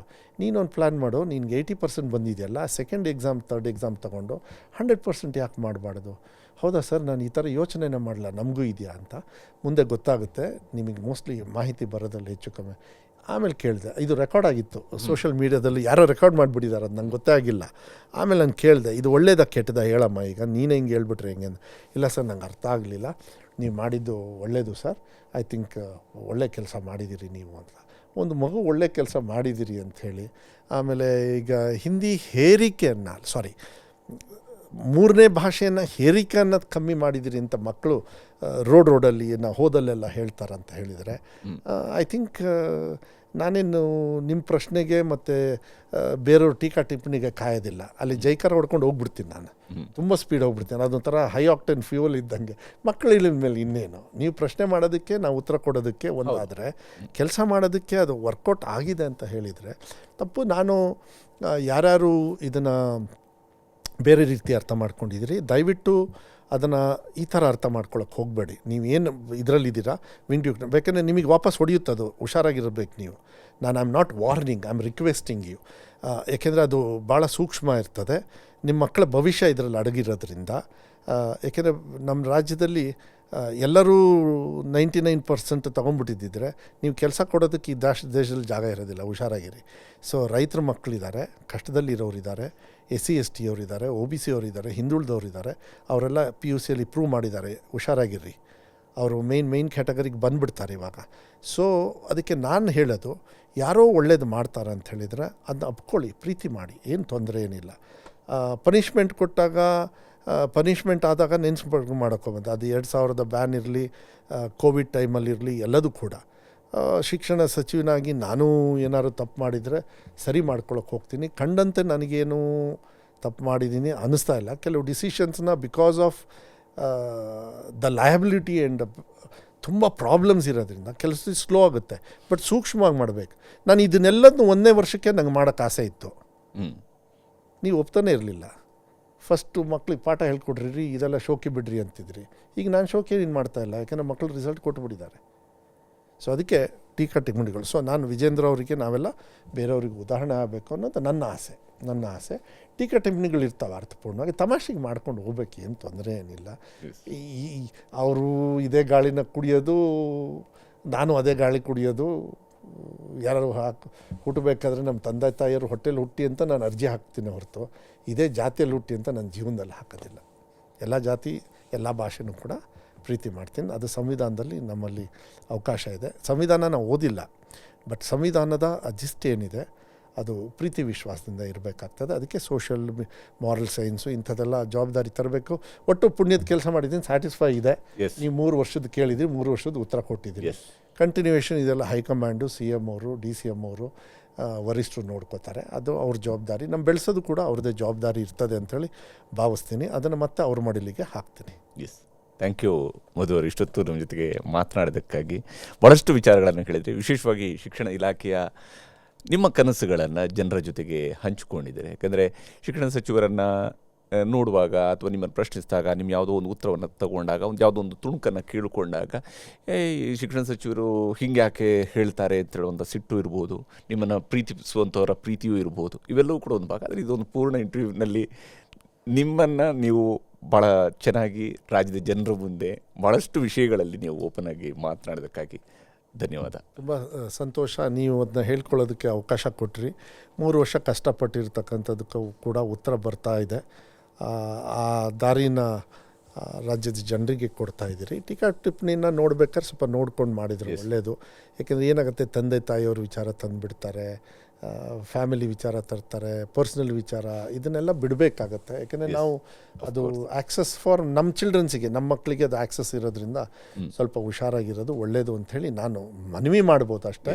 ಮತ್ತು ಇದನ್ನು ಮಂದಾಳದ ವಿಚಾರಗಳನ್ನು ಮತ್ತು ನಾನು ಮಾಡಿರ್ತಕ್ಕಂಥ ಕೆಲಸಗಳನ್ನು ನೀವು ಹಂಚ್ಕೊಳ್ತಕ್ಕಂಥ ಒಂದು ವೇದಿಕೆಯನ್ನು ಇವತ್ತಿನ ಒಂದು ವ್ಯವಸ್ಥೆಯಲ್ಲಿ ಪಾಡ್ಕಾಸ್ಟ್ ಅಂತೇಳಿ ಏನು ಹೇಳ್ತೀರಿ, ಭಾಳ ಅದ್ಭುತವಾಗಿ ತಾವೆಲ್ಲರೂ ಕೂಡ ಮಾಡ್ತಾಯಿದ್ದೀರಿ. ಆಮೇಲೆ ನಿಮ್ಮಂಥವ್ರ ಜೊತೆಗೆ ಅದು News 18 ಹರಿಪ್ರಸಾದ್ ಅವರು ಮುಂಚೆನೂ ಕೂಡ ನಾವು ವಿರೋಧ ಪಕ್ಷದಲ್ಲಿದ್ದಾಗ ಟೀಕಾ ಟಿಪ್ಪಣಿಗಳನ್ನು ಮಾಡ್ತಕ್ಕಂಥ ಒಂದು ವೇದಿಕೆಯಲ್ಲಿ ಡಿಸ್ಕಷನ್ಸಲ್ಲಿದ್ದೀವಿ. ನಿಮ್ಮ ಜೊತೆಗೆ ಅದನ್ನ ಹಂಚ್ಕೊಳ್ಳೋದು ನನಗೊಂದು ಭಾಳ ಗೌರವವನ್ನು ಕೂಡ ಕೊಟ್ಟಿದೆ. Thank you. ನಿಮ್ಮ ನ್ಯೂಸ್ 18 ಪಾಡ್ಕಾಸ್ಟಿಗೆ ಬಂದಿದ್ದಕ್ಕೂ ಕೂಡ ನನಗೆ ಭಾಳ ಹೆಮ್ಮೆ ಇದೆ ಅನ್ನೋದನ್ನ ಹೇಳಲಿಕ್ಕೆ ಇಷ್ಟಪಡ್ತೀನಿ. ಎಲ್ಲ ಕನ್ನಡದ ವೀಕ್ಷಕರಿಗೆ, ಯಾರ್ಯಾರು ಕನ್ನಡೇತರ ಕೂಡ ಯಾರ್ಯಾರು ನಿಮ್ಮ ಈ ನ್ಯೂಸ್ನ ನೋಡ್ತಾರೋ ಅವರಿಗೂ ಕೂಡ ನಾನು ಶುಭವನ್ನು ನಿಮ್ಮ ಮೂಲಕ ನಿಮಗೂ ಕೂಡ ನಿಮ್ಮ ಟೀಮ್ ಅವರಿಗೆ, ನಿಮ್ಮೆಲ್ಲ ಕ್ಯಾಮ್ರಾಮನ್ನಿಗೂ ಕೂಡ ಕೊಡಲಿಕ್ಕೆ ಇಷ್ಟಪಡ್ತೀನಿ. ಧನ್ಯವಾದಗಳು. Thank you.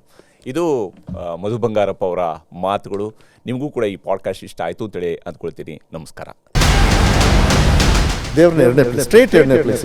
ನಾನು ದೇವ್ರ ಫಸ್ಟ್ ಪ್ಲೇಸಲ್ಲಿ ಇಡೋದೇ.